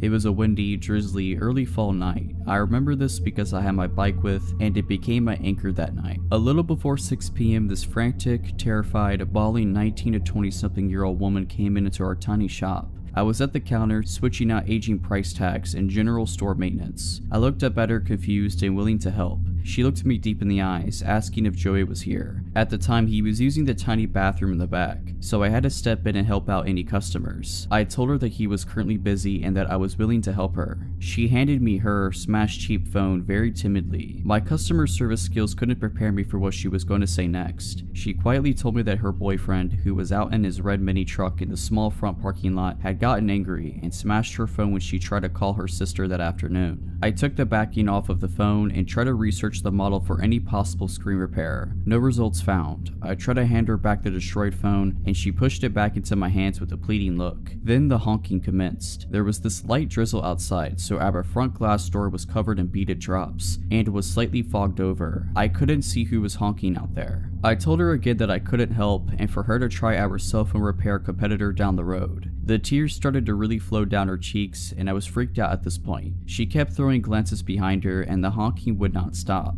I shook with fear and rage at this point. I myself was in a domestic abuse situation at the time, and knew what this girl was experiencing. I broke my lock stare at her and tried to look in our system a second time for a replacement screen. Nothing again. I looked up from my computer and saw a shadowy figure of a young man pacing in front of the store. I was just happy that the honking stopped, but I was increasingly shook up. My whole body vibrated with fear, and I whispered across the counter if she needed me to call 911. She slammed her hands down on the counter and said that I couldn't do that. She begged me not to. At this point, Joey came out from the back and asked me what all the honking was from. We had a lot of elderly, farmers, lazy, and disabled customers that would honk their horns for us to pick up heavy battery cores from their cars. He thought that it was one of those situations, but with the looks on our faces, he knew something horrifying was happening. The young guy stopped pacing outside and began banging on our front door. Joey took the girl's phone from my hands and said for me to go in the back and lock the back employee-only doors. I did what I was told and grabbed my bag, my bike, and my jacket. I looked at the clock in the back and it read 6:14. I spent 15 minutes with this girl, both of us feeling like trapped animals. Joey did bodybuilding during his free time and was a gentle, non-confronting, short but stocky guy. I was a short, obese, kind lady that would respond either of two ways, like a doormat or ready to stand my ground. I knew that I couldn't fight a customer and neither could Joey. Not because of physical reasons, we'd lose our jobs and we had no idea what to do. The young guy threw the door open and the wind kept the door open. He had this manic, hateful look about him. A total predator he was. He was slim but muscular, early to mid-20s, and was soaked by the rain. He took the broken phone off the counter and took the girl in tow. He hurled insults at us and I gave the girl a pitied look. He slammed the door back shut and both Joey and I stood in absolute silence. He snapped out of it and ran to the front door and locked it. I told Joey to call our manager from our store landline and stood around while he did. I noticed that the guy had moved his truck to directly in front of our door. He was watching us from his truck, watching us behind the counter as we were on the phone with our manager. I had to leave to get home. The last possible bus came at 6:42, and I couldn't pedal my way home in the weather and all the circumstances that had just occurred. The time was around 6:18, and I just needed to cross the busy highway and down the sidewalk by 1/8 of a mile to the nearest bus stop. Joey, the guy, and I played the waiting game. It was 6:23 when the guy finally left our parking lot. I told Joey that I would leave at 6:25 so I could arrive at the stop safely. Joey opened the front door and I threw myself on top of my bike and pedaled harder than I could ever imagine. Now mind you, our store was in an industrial shopping area at the very edge of town. We worked next to a sub shop and worked across from a strip mall with a bullseye store and a local chain grocery store with other retail stores and a bank all in that large lot. It started to downpour, and as I tried to pull out of our parking lot straddling my bicycle, I caught a glimpse of the red truck looping around the sub shop. The highway had dual lanes each way and I had to play real life Frogger. If I wanted to make it my destination in one piece, there was a few cars that slowed for me as I hauled myself to the other side of the road. I jumped off on my bike and threw it on top of the curb. I promptly hopped back on and tried to pedal off. My front wheel was stuck in the grassy strip and my right foot had slipped off of the pedal. My shin struck the pedal and I had to act quickly. I grabbed the frame of my bike and jogged awkwardly to the bus stop.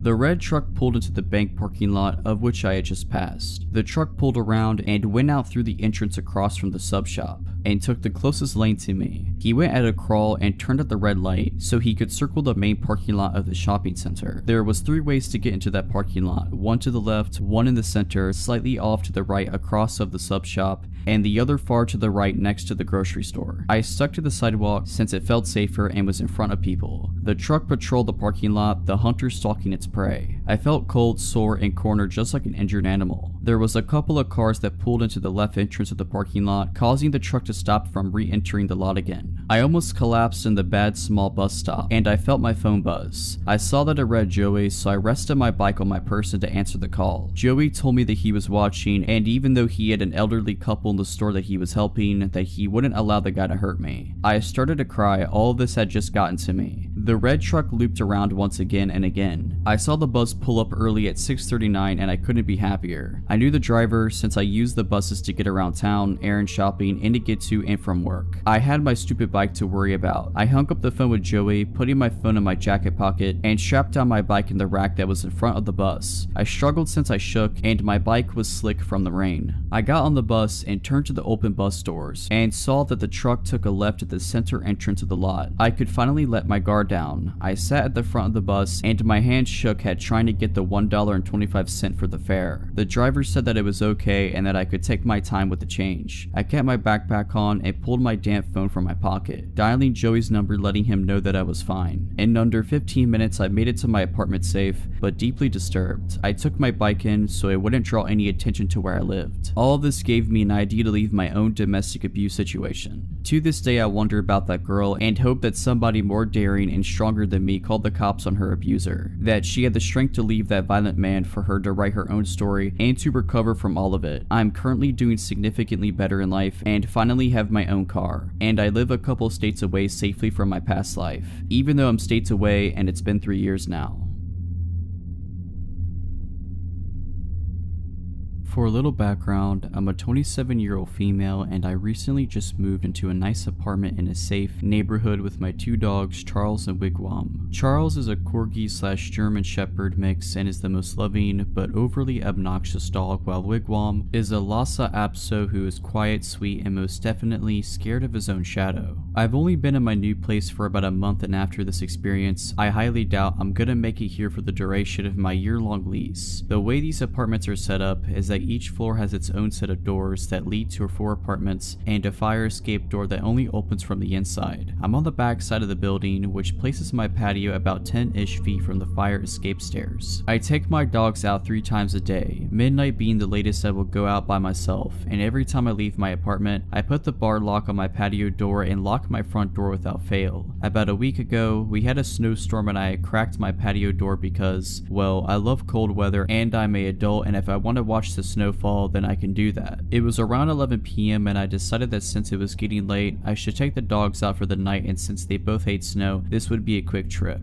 I go to lock the patio door and decide against it because I'm on the 5th floor and I'm only going to be outside for a few minutes. I get the dogs ready, grab my keys, and lock my door as I leave the apartment. I get down to the designated pet area with my beloved snow-hating dogs and let them do their thing, and then back to the apartment we go, and we get back in safely, or so I thought. This is where I thought I was losing my mind, but in actuality, stuff was about to get real. As soon as we walk into the apartment, my dogs run over to the patio door and I notice the door is shut and the bar is locked. Mistake number 2, I immediately think that's strange, but didn't connect the dots. I go into the kitchen to get dog treats, and both dogs start going crazy and growling at a large cedar chest in my living room, and as I'm walking to see what all the commotion is about, I see a pair of eyes creeping from under the chest lid. I stood there for about 5 seconds before I realized what I was seeing and calmly walked backwards to my front door, opened it, and told my dogs let's go outside, and they ran out without leashes, and I immediately get them and myself in my car, lock the doors, and call the police. The police show up in less than 5 minutes and they go up to my apartment, and after about 20 minutes, 2 officers are dragging a 40-ish-year-old guy out of my building in cuffs, and the plot thickens. This dude had been watching me since I moved in and had been stalking out my place, waiting for an opportunity to get inside because he knew I lived alone. If that's not creepy enough already, he had a fanny pack since it's still 1990, and he had a pocket knife, needles, ketamine, and a picture of me from the day I moved in, and his plan was to sneak in through my patio door, wait for me to fall asleep, and whatever knows what else. Needless to say, I didn't sleep for days because I thought he would come back.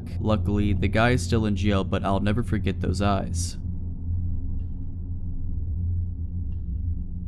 When I was 11, almost 12, the woman living above me was a coke dealer. The night of my 12th birthday, she went missing. Not long after, her boyfriend came down to ask if he could use her phone. This was 2004, so having a cell phone was more of an exception than a rule, at least in my area. For a little context, I was home alone at the time while my mom was at work about a 5-minute walk away. My mom had let our neighbor and her boyfriend come in to use our phone several other times before, so I assumed nothing was wrong with it and let him in, bringing him into the living room, which is towards the front of our apartment, to use the phone in there. He picks up the receiver, dials a number, waits a few seconds, then hangs up on the phone. He does this a couple more times before the front door of the building opens. You can easily hear the front door open from where we were. It's a heavy door, the walls are thin, and the way our building is set up, it's a small, old single-family house converted into apartments. Me and my mom's apartment were the only ones on the first floor, and our upstairs neighbor's apartment was the only one above us. Irrelevant, but there was also a much smaller apartment below us. My neighbor's boyfriend looked at me, put his pointer finger to his lips like he was just trying to shush me, and told me not to tell anyone he was there before speed walking to my room at the other end of the apartment. I watched my bedroom door close right before there was a loud, hard, cop-like knock on the door. My jaw dropped as I opened the door to see a cop. He asked if my neighbor's boyfriend was there and, being scared, I stammered out, "Yeah, he just went into my room." The officer asked if he could come in, which I agreed to, and as he was coming in, he asked if I could let his partner in the back door and lead them into my room. We walked together to the back of the apartment and I let his partner in. The back door to the apartment was right next to my bedroom door, but we had to walk around the kitchen table to get there. There was just barely enough space between the two doors to fit a narrow, rectangular table against it without blocking the path to either door. After I let them into my room, I watched as they pulled my neighbor's boyfriend out of my bedroom closet. As they brought him out of my room and towards the back door, which just led to an enclosed fire escape, they told me to go wait in the living room while they brought him out the back door. I walked back to the living room and, after they closed the door, I couldn't hear what they were saying, but I could hear the distinct sound of metal clicking and quickly realized that he had just been handcuffed. Still scared, I waited for the police car to drive away before grabbing my keys, making sure the back door was locked, and locking the front door on my way out before running to my mom's work crying. Pretty sure I cut the 5-minute trip into about 2 minutes, and I've never been a fast runner. I was fueled entirely on adrenaline and fear at that point, and I just wanted my mom. When I told her what had happened, my mom was pissed that he had used me the way he had, hiding out in a child's bedroom closet of all places to try to keep the cops from finding him. She gave me a short but gentle lecture that night about not letting people in to use the phone, telling me that I was not to let people use up her phone even if I knew them unless she was home. I don't want to know what exactly he was wanted for, nor do I want to know what could have happened if the cops had not shown up.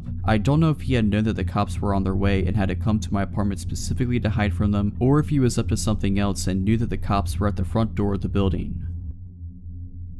This happened back while I was in college a couple years ago. Me and my roommate moved into a beautiful apartment our junior year of college. Our parents made it extremely clear that us living alone together was not ideal for some of the cheaper, shady neighborhoods close to our college. We attended a college in our state capital, so we were in a city environment, and had certain criteria we had to meet in order for us to live there, and for them to co-sign our leases. Lit sidewalks, keyed entry into the apartment building, lit parking lot, X amount of blocks from campus, etc., etc. So we finally found one that fit our parents' criteria. Our apartment building had a keyed entry for both the front of the building and the back gate that led to the fire escape. Our apartment was an end unit that led to the fire escape, so there was 2 deadbolt locks on it. We loved our apartment. We felt safe, we had fun, truly living the college experience. And then my roommate's boyfriend starts slowly moving his things into the apartment and staying there way more often than he should. I finally tell my roommate if he wants to stay here and use the water, electric, and food I help pay for, then he needs to pay for it too, including our rent. I tell her a 3-way split, or I'm paying only my rent and he can pay the entire electric, water, and trash bill. I think I'm being pretty fair, and even though her boyfriend doesn't have a job, that's not my problem. I work and go to college. Your "I don't want to work at McDonald's, yes he actually said that" excuse is completely garbage. If you want a place to stay, then to the Golden Arches you shall go. So instead, my roommate starts sneaking him in really late at night after I go to sleep, and he leaves on days I'm home. While I'm in class, he's there, then leaves before I come back. My schedule is extremely routine. Well, he can't have a key, so if my roommate is in class or at work, how is he getting in? He can't take my roommate's key because if he decides to leave halfway through the day, how will she get her key back? All good questions. The solution they came up with was to leave the back door unlocked that leads to the fire escape, and then he can just jump the fence at the bottom of the fire escape to get back on the fire escape when he's ready to come back, or stick a rock in between the door, whatever works for him.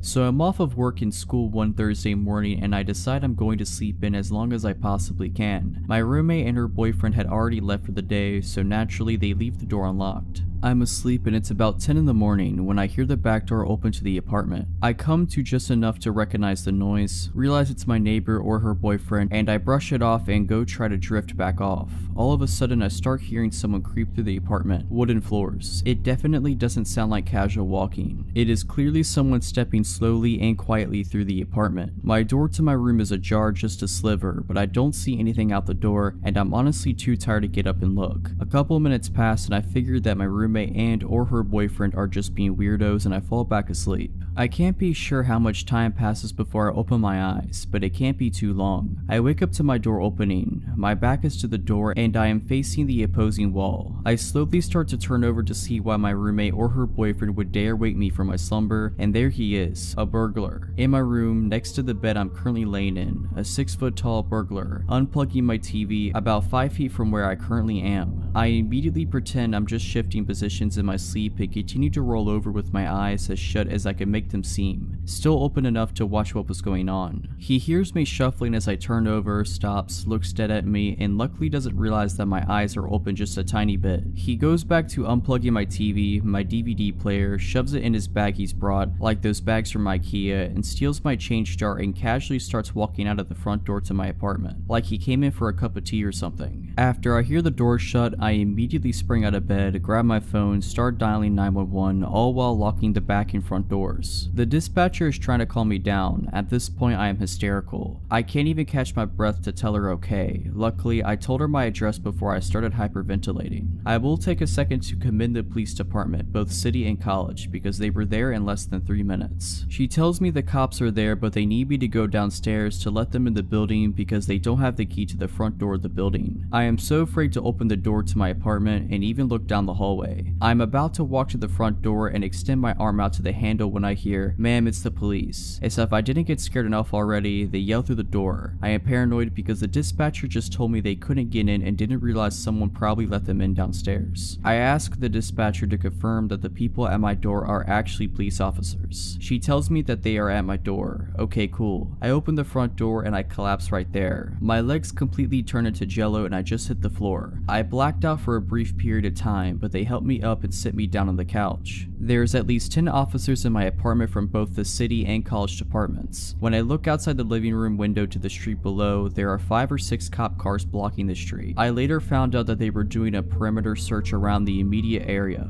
I'm being bombarded questions now. I have to try to find out what's missing besides the stuff from my room. I'm crying, I'm shaking. This is not at all how I saw my day off going. I tell them my roommate left the back door open for her boyfriend, they inspect the back door and blah blah. The next thing I know, my roommate and her boyfriend walk in and they both have the most dumbfounded looks on both of their faces. At this point now, there is a detective talking to me and I'm giving my statement, giving a description of the burglar, the stuff missing, looking at mugshots, etc. I immediately stop talking to the detective, look up at the both of them and blurt out, "Someone robbed us while I was asleep. He came into my room." 2 officers take her and her boyfriend aside and talk to them while I'm finishing up with the detective. I call my then boyfriend and he comes over to help me pack my stuff to stay over his house for a couple of days, which turned into staying until my lease at my place ended, around 4 months. After failing to recognize any suspects in a lineup, the cops slowly start leaving. After they all leave, I call my parents to tell them what had happened, gather my things, and head over to my boyfriend's house. My roommate and her boyfriend never once apologized. Not for leaving the door unlocked, but just a general "I'm sorry this happened to you" type of apology. They never asked me if I was okay, if I wanted to talk, nothing. The day my lease ended was the best day of that entire year. I couldn't wait to get away from my roommate, her boyfriend, and that apartment. They never found the guy who robbed me that day.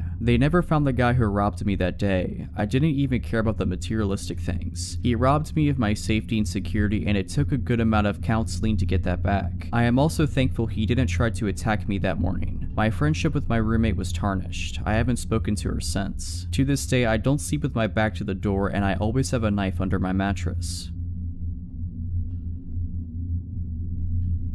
This happened to me 2 to 3 years ago. I was around 23 at the time. I am a female and I live in Romania. One night I was coming home from class, masters. Classes start after 6 p.m. and end at 10 p.m. At around 11 p.m. I had to take the subway for about 12 stops. The destination I have to get off at was the end of the line for the subway. At the time, there wouldn't be many people in the subway. All I need is my headset and my music and I am good to go. Said and done, I plug in my music. I pick the furthest chair in the subway, away from the only 2 people that were taking the subway with me at the time. So far so good, until I see, with the corner of my eye, a silhouette approaching me and sitting right next to me. It was a man, fairly built, dark hair, wearing glasses, a black shirt with a black hoodie, and a sickening smile. He doesn't engage in talking with me, but would just stare at my phone as I would browse through my music. I can hear him breathe heavily, not like painfully, but still like he was feeling something very strong. I feel uneasy, so I decide to change my seat and go even further behind, trying to avoid him. I pick a new chair, sit down, plug my headset again, and proceed with the remaining 6 to 12 stops on my way home. I see the silhouette growing bigger and bigger and a breeze running on my skin as I realize the guy is again sitting right next to me. Glancing in midair, dead eyes, a big smile, staring right into my phone. I panic. There are still 4 stops to go. I have nowhere to hide. I look after the other person in the subway trying to sit next to her, thinking that strength comes on numbers. She is no longer there. I start shaking a bit, but not allowing the creeper to notice me being vulnerable. I stand up, go to the door, and just decide to stand until my stop comes. This way he won't sit next to me, right? Wrong. He comes straight after me and sits on the chair right near the door because he couldn't see my phone, on which he was so focused so far from that angle. He fixates me right in my soul with his eyes and says, "Hi gorgeous, why are you avoiding me?" I am freaking out as I look at my phone trying to call my boyfriend or message him, and he stops me by saying, "I know no one will help you. You would have sent an SOS message by now. I know you didn't." That moment I realize I am cornered. He has been focusing on my phone to see who I was talking to, trying to figure out if I panicked, trying to see if I would ask someone for help. He cornered me bad. I had the luck to reach my stop as I would delay any reaction or ignore him so that he would repeat whatever he wanted to say. I drop off and run for the exit, not looking back.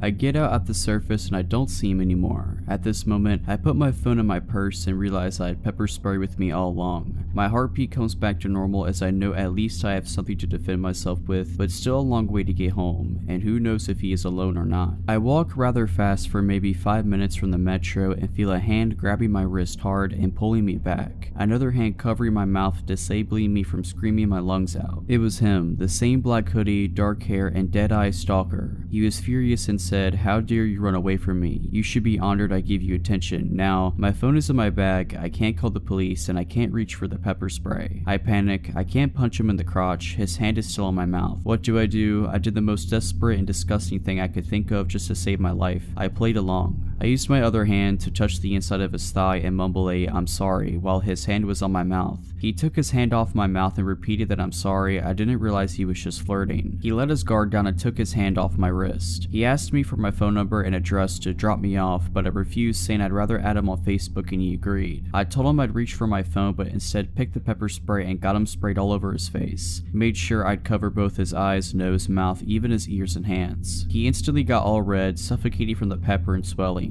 I called the police, told them what had happened and what I did. They asked me if he is immobilized, and I said yes, as the effect wears off in 45 minutes. The police arrived there 5 minutes later to see me shaking like a leaf and a man on the ground, swollen like a pumpkin, throwing up and swearing me between gasps of breath. He was arrested, and the police told me they had been looking for him for the past week as they discovered the body of a 24-year-old woman in his apartment, a lady with red hair. I have red hair too. The woman was his girlfriend, and ever since he's never gotten back to the apartment. I do not know what he wanted to do with me. I can understand why he targeted me due to the similarities, but I just hope I don't ever have to meet him again.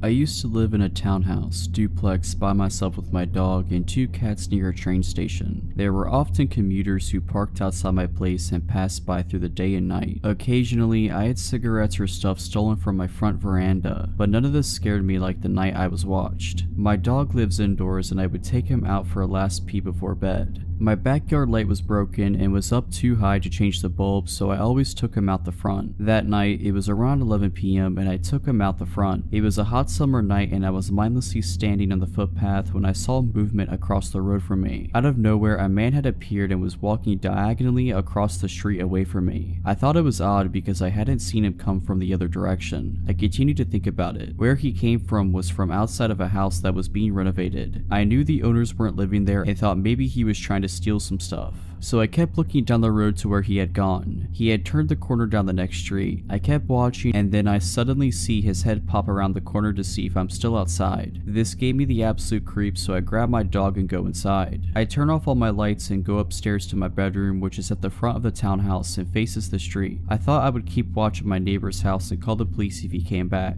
I peer through my blinds, which cover sliding doors coming off a small balcony, and like clockwork, I see a dark figure walk down from the corner and down my street.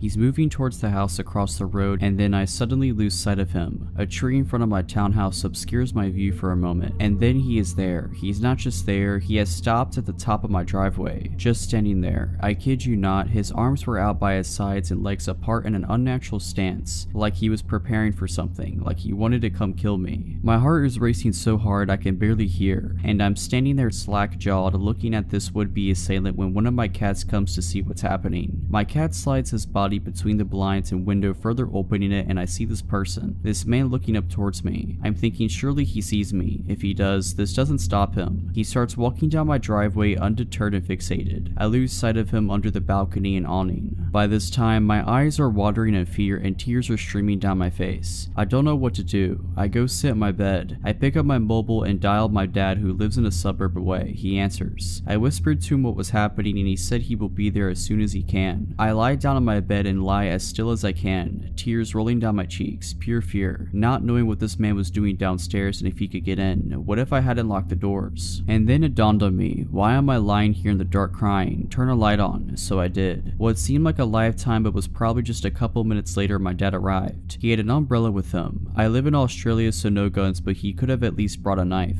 I stayed on the phone with my dad while he searched outside for the man. The man was gone. Maybe me turning on the light scared him off. I called the police, who said I should have called sooner. Of course I should have, I don't know why I didn't. They came out with a sniffer dog and didn't find him either. I don't know what he wanted, but for a good year after that I was scared living there. Luckily that feeling faded away after a while. Alright, but that's it. I hope you enjoyed this video. If you did, make sure to subscribe to my channel, like this video, and comment something down below. But as always, Have a nice day.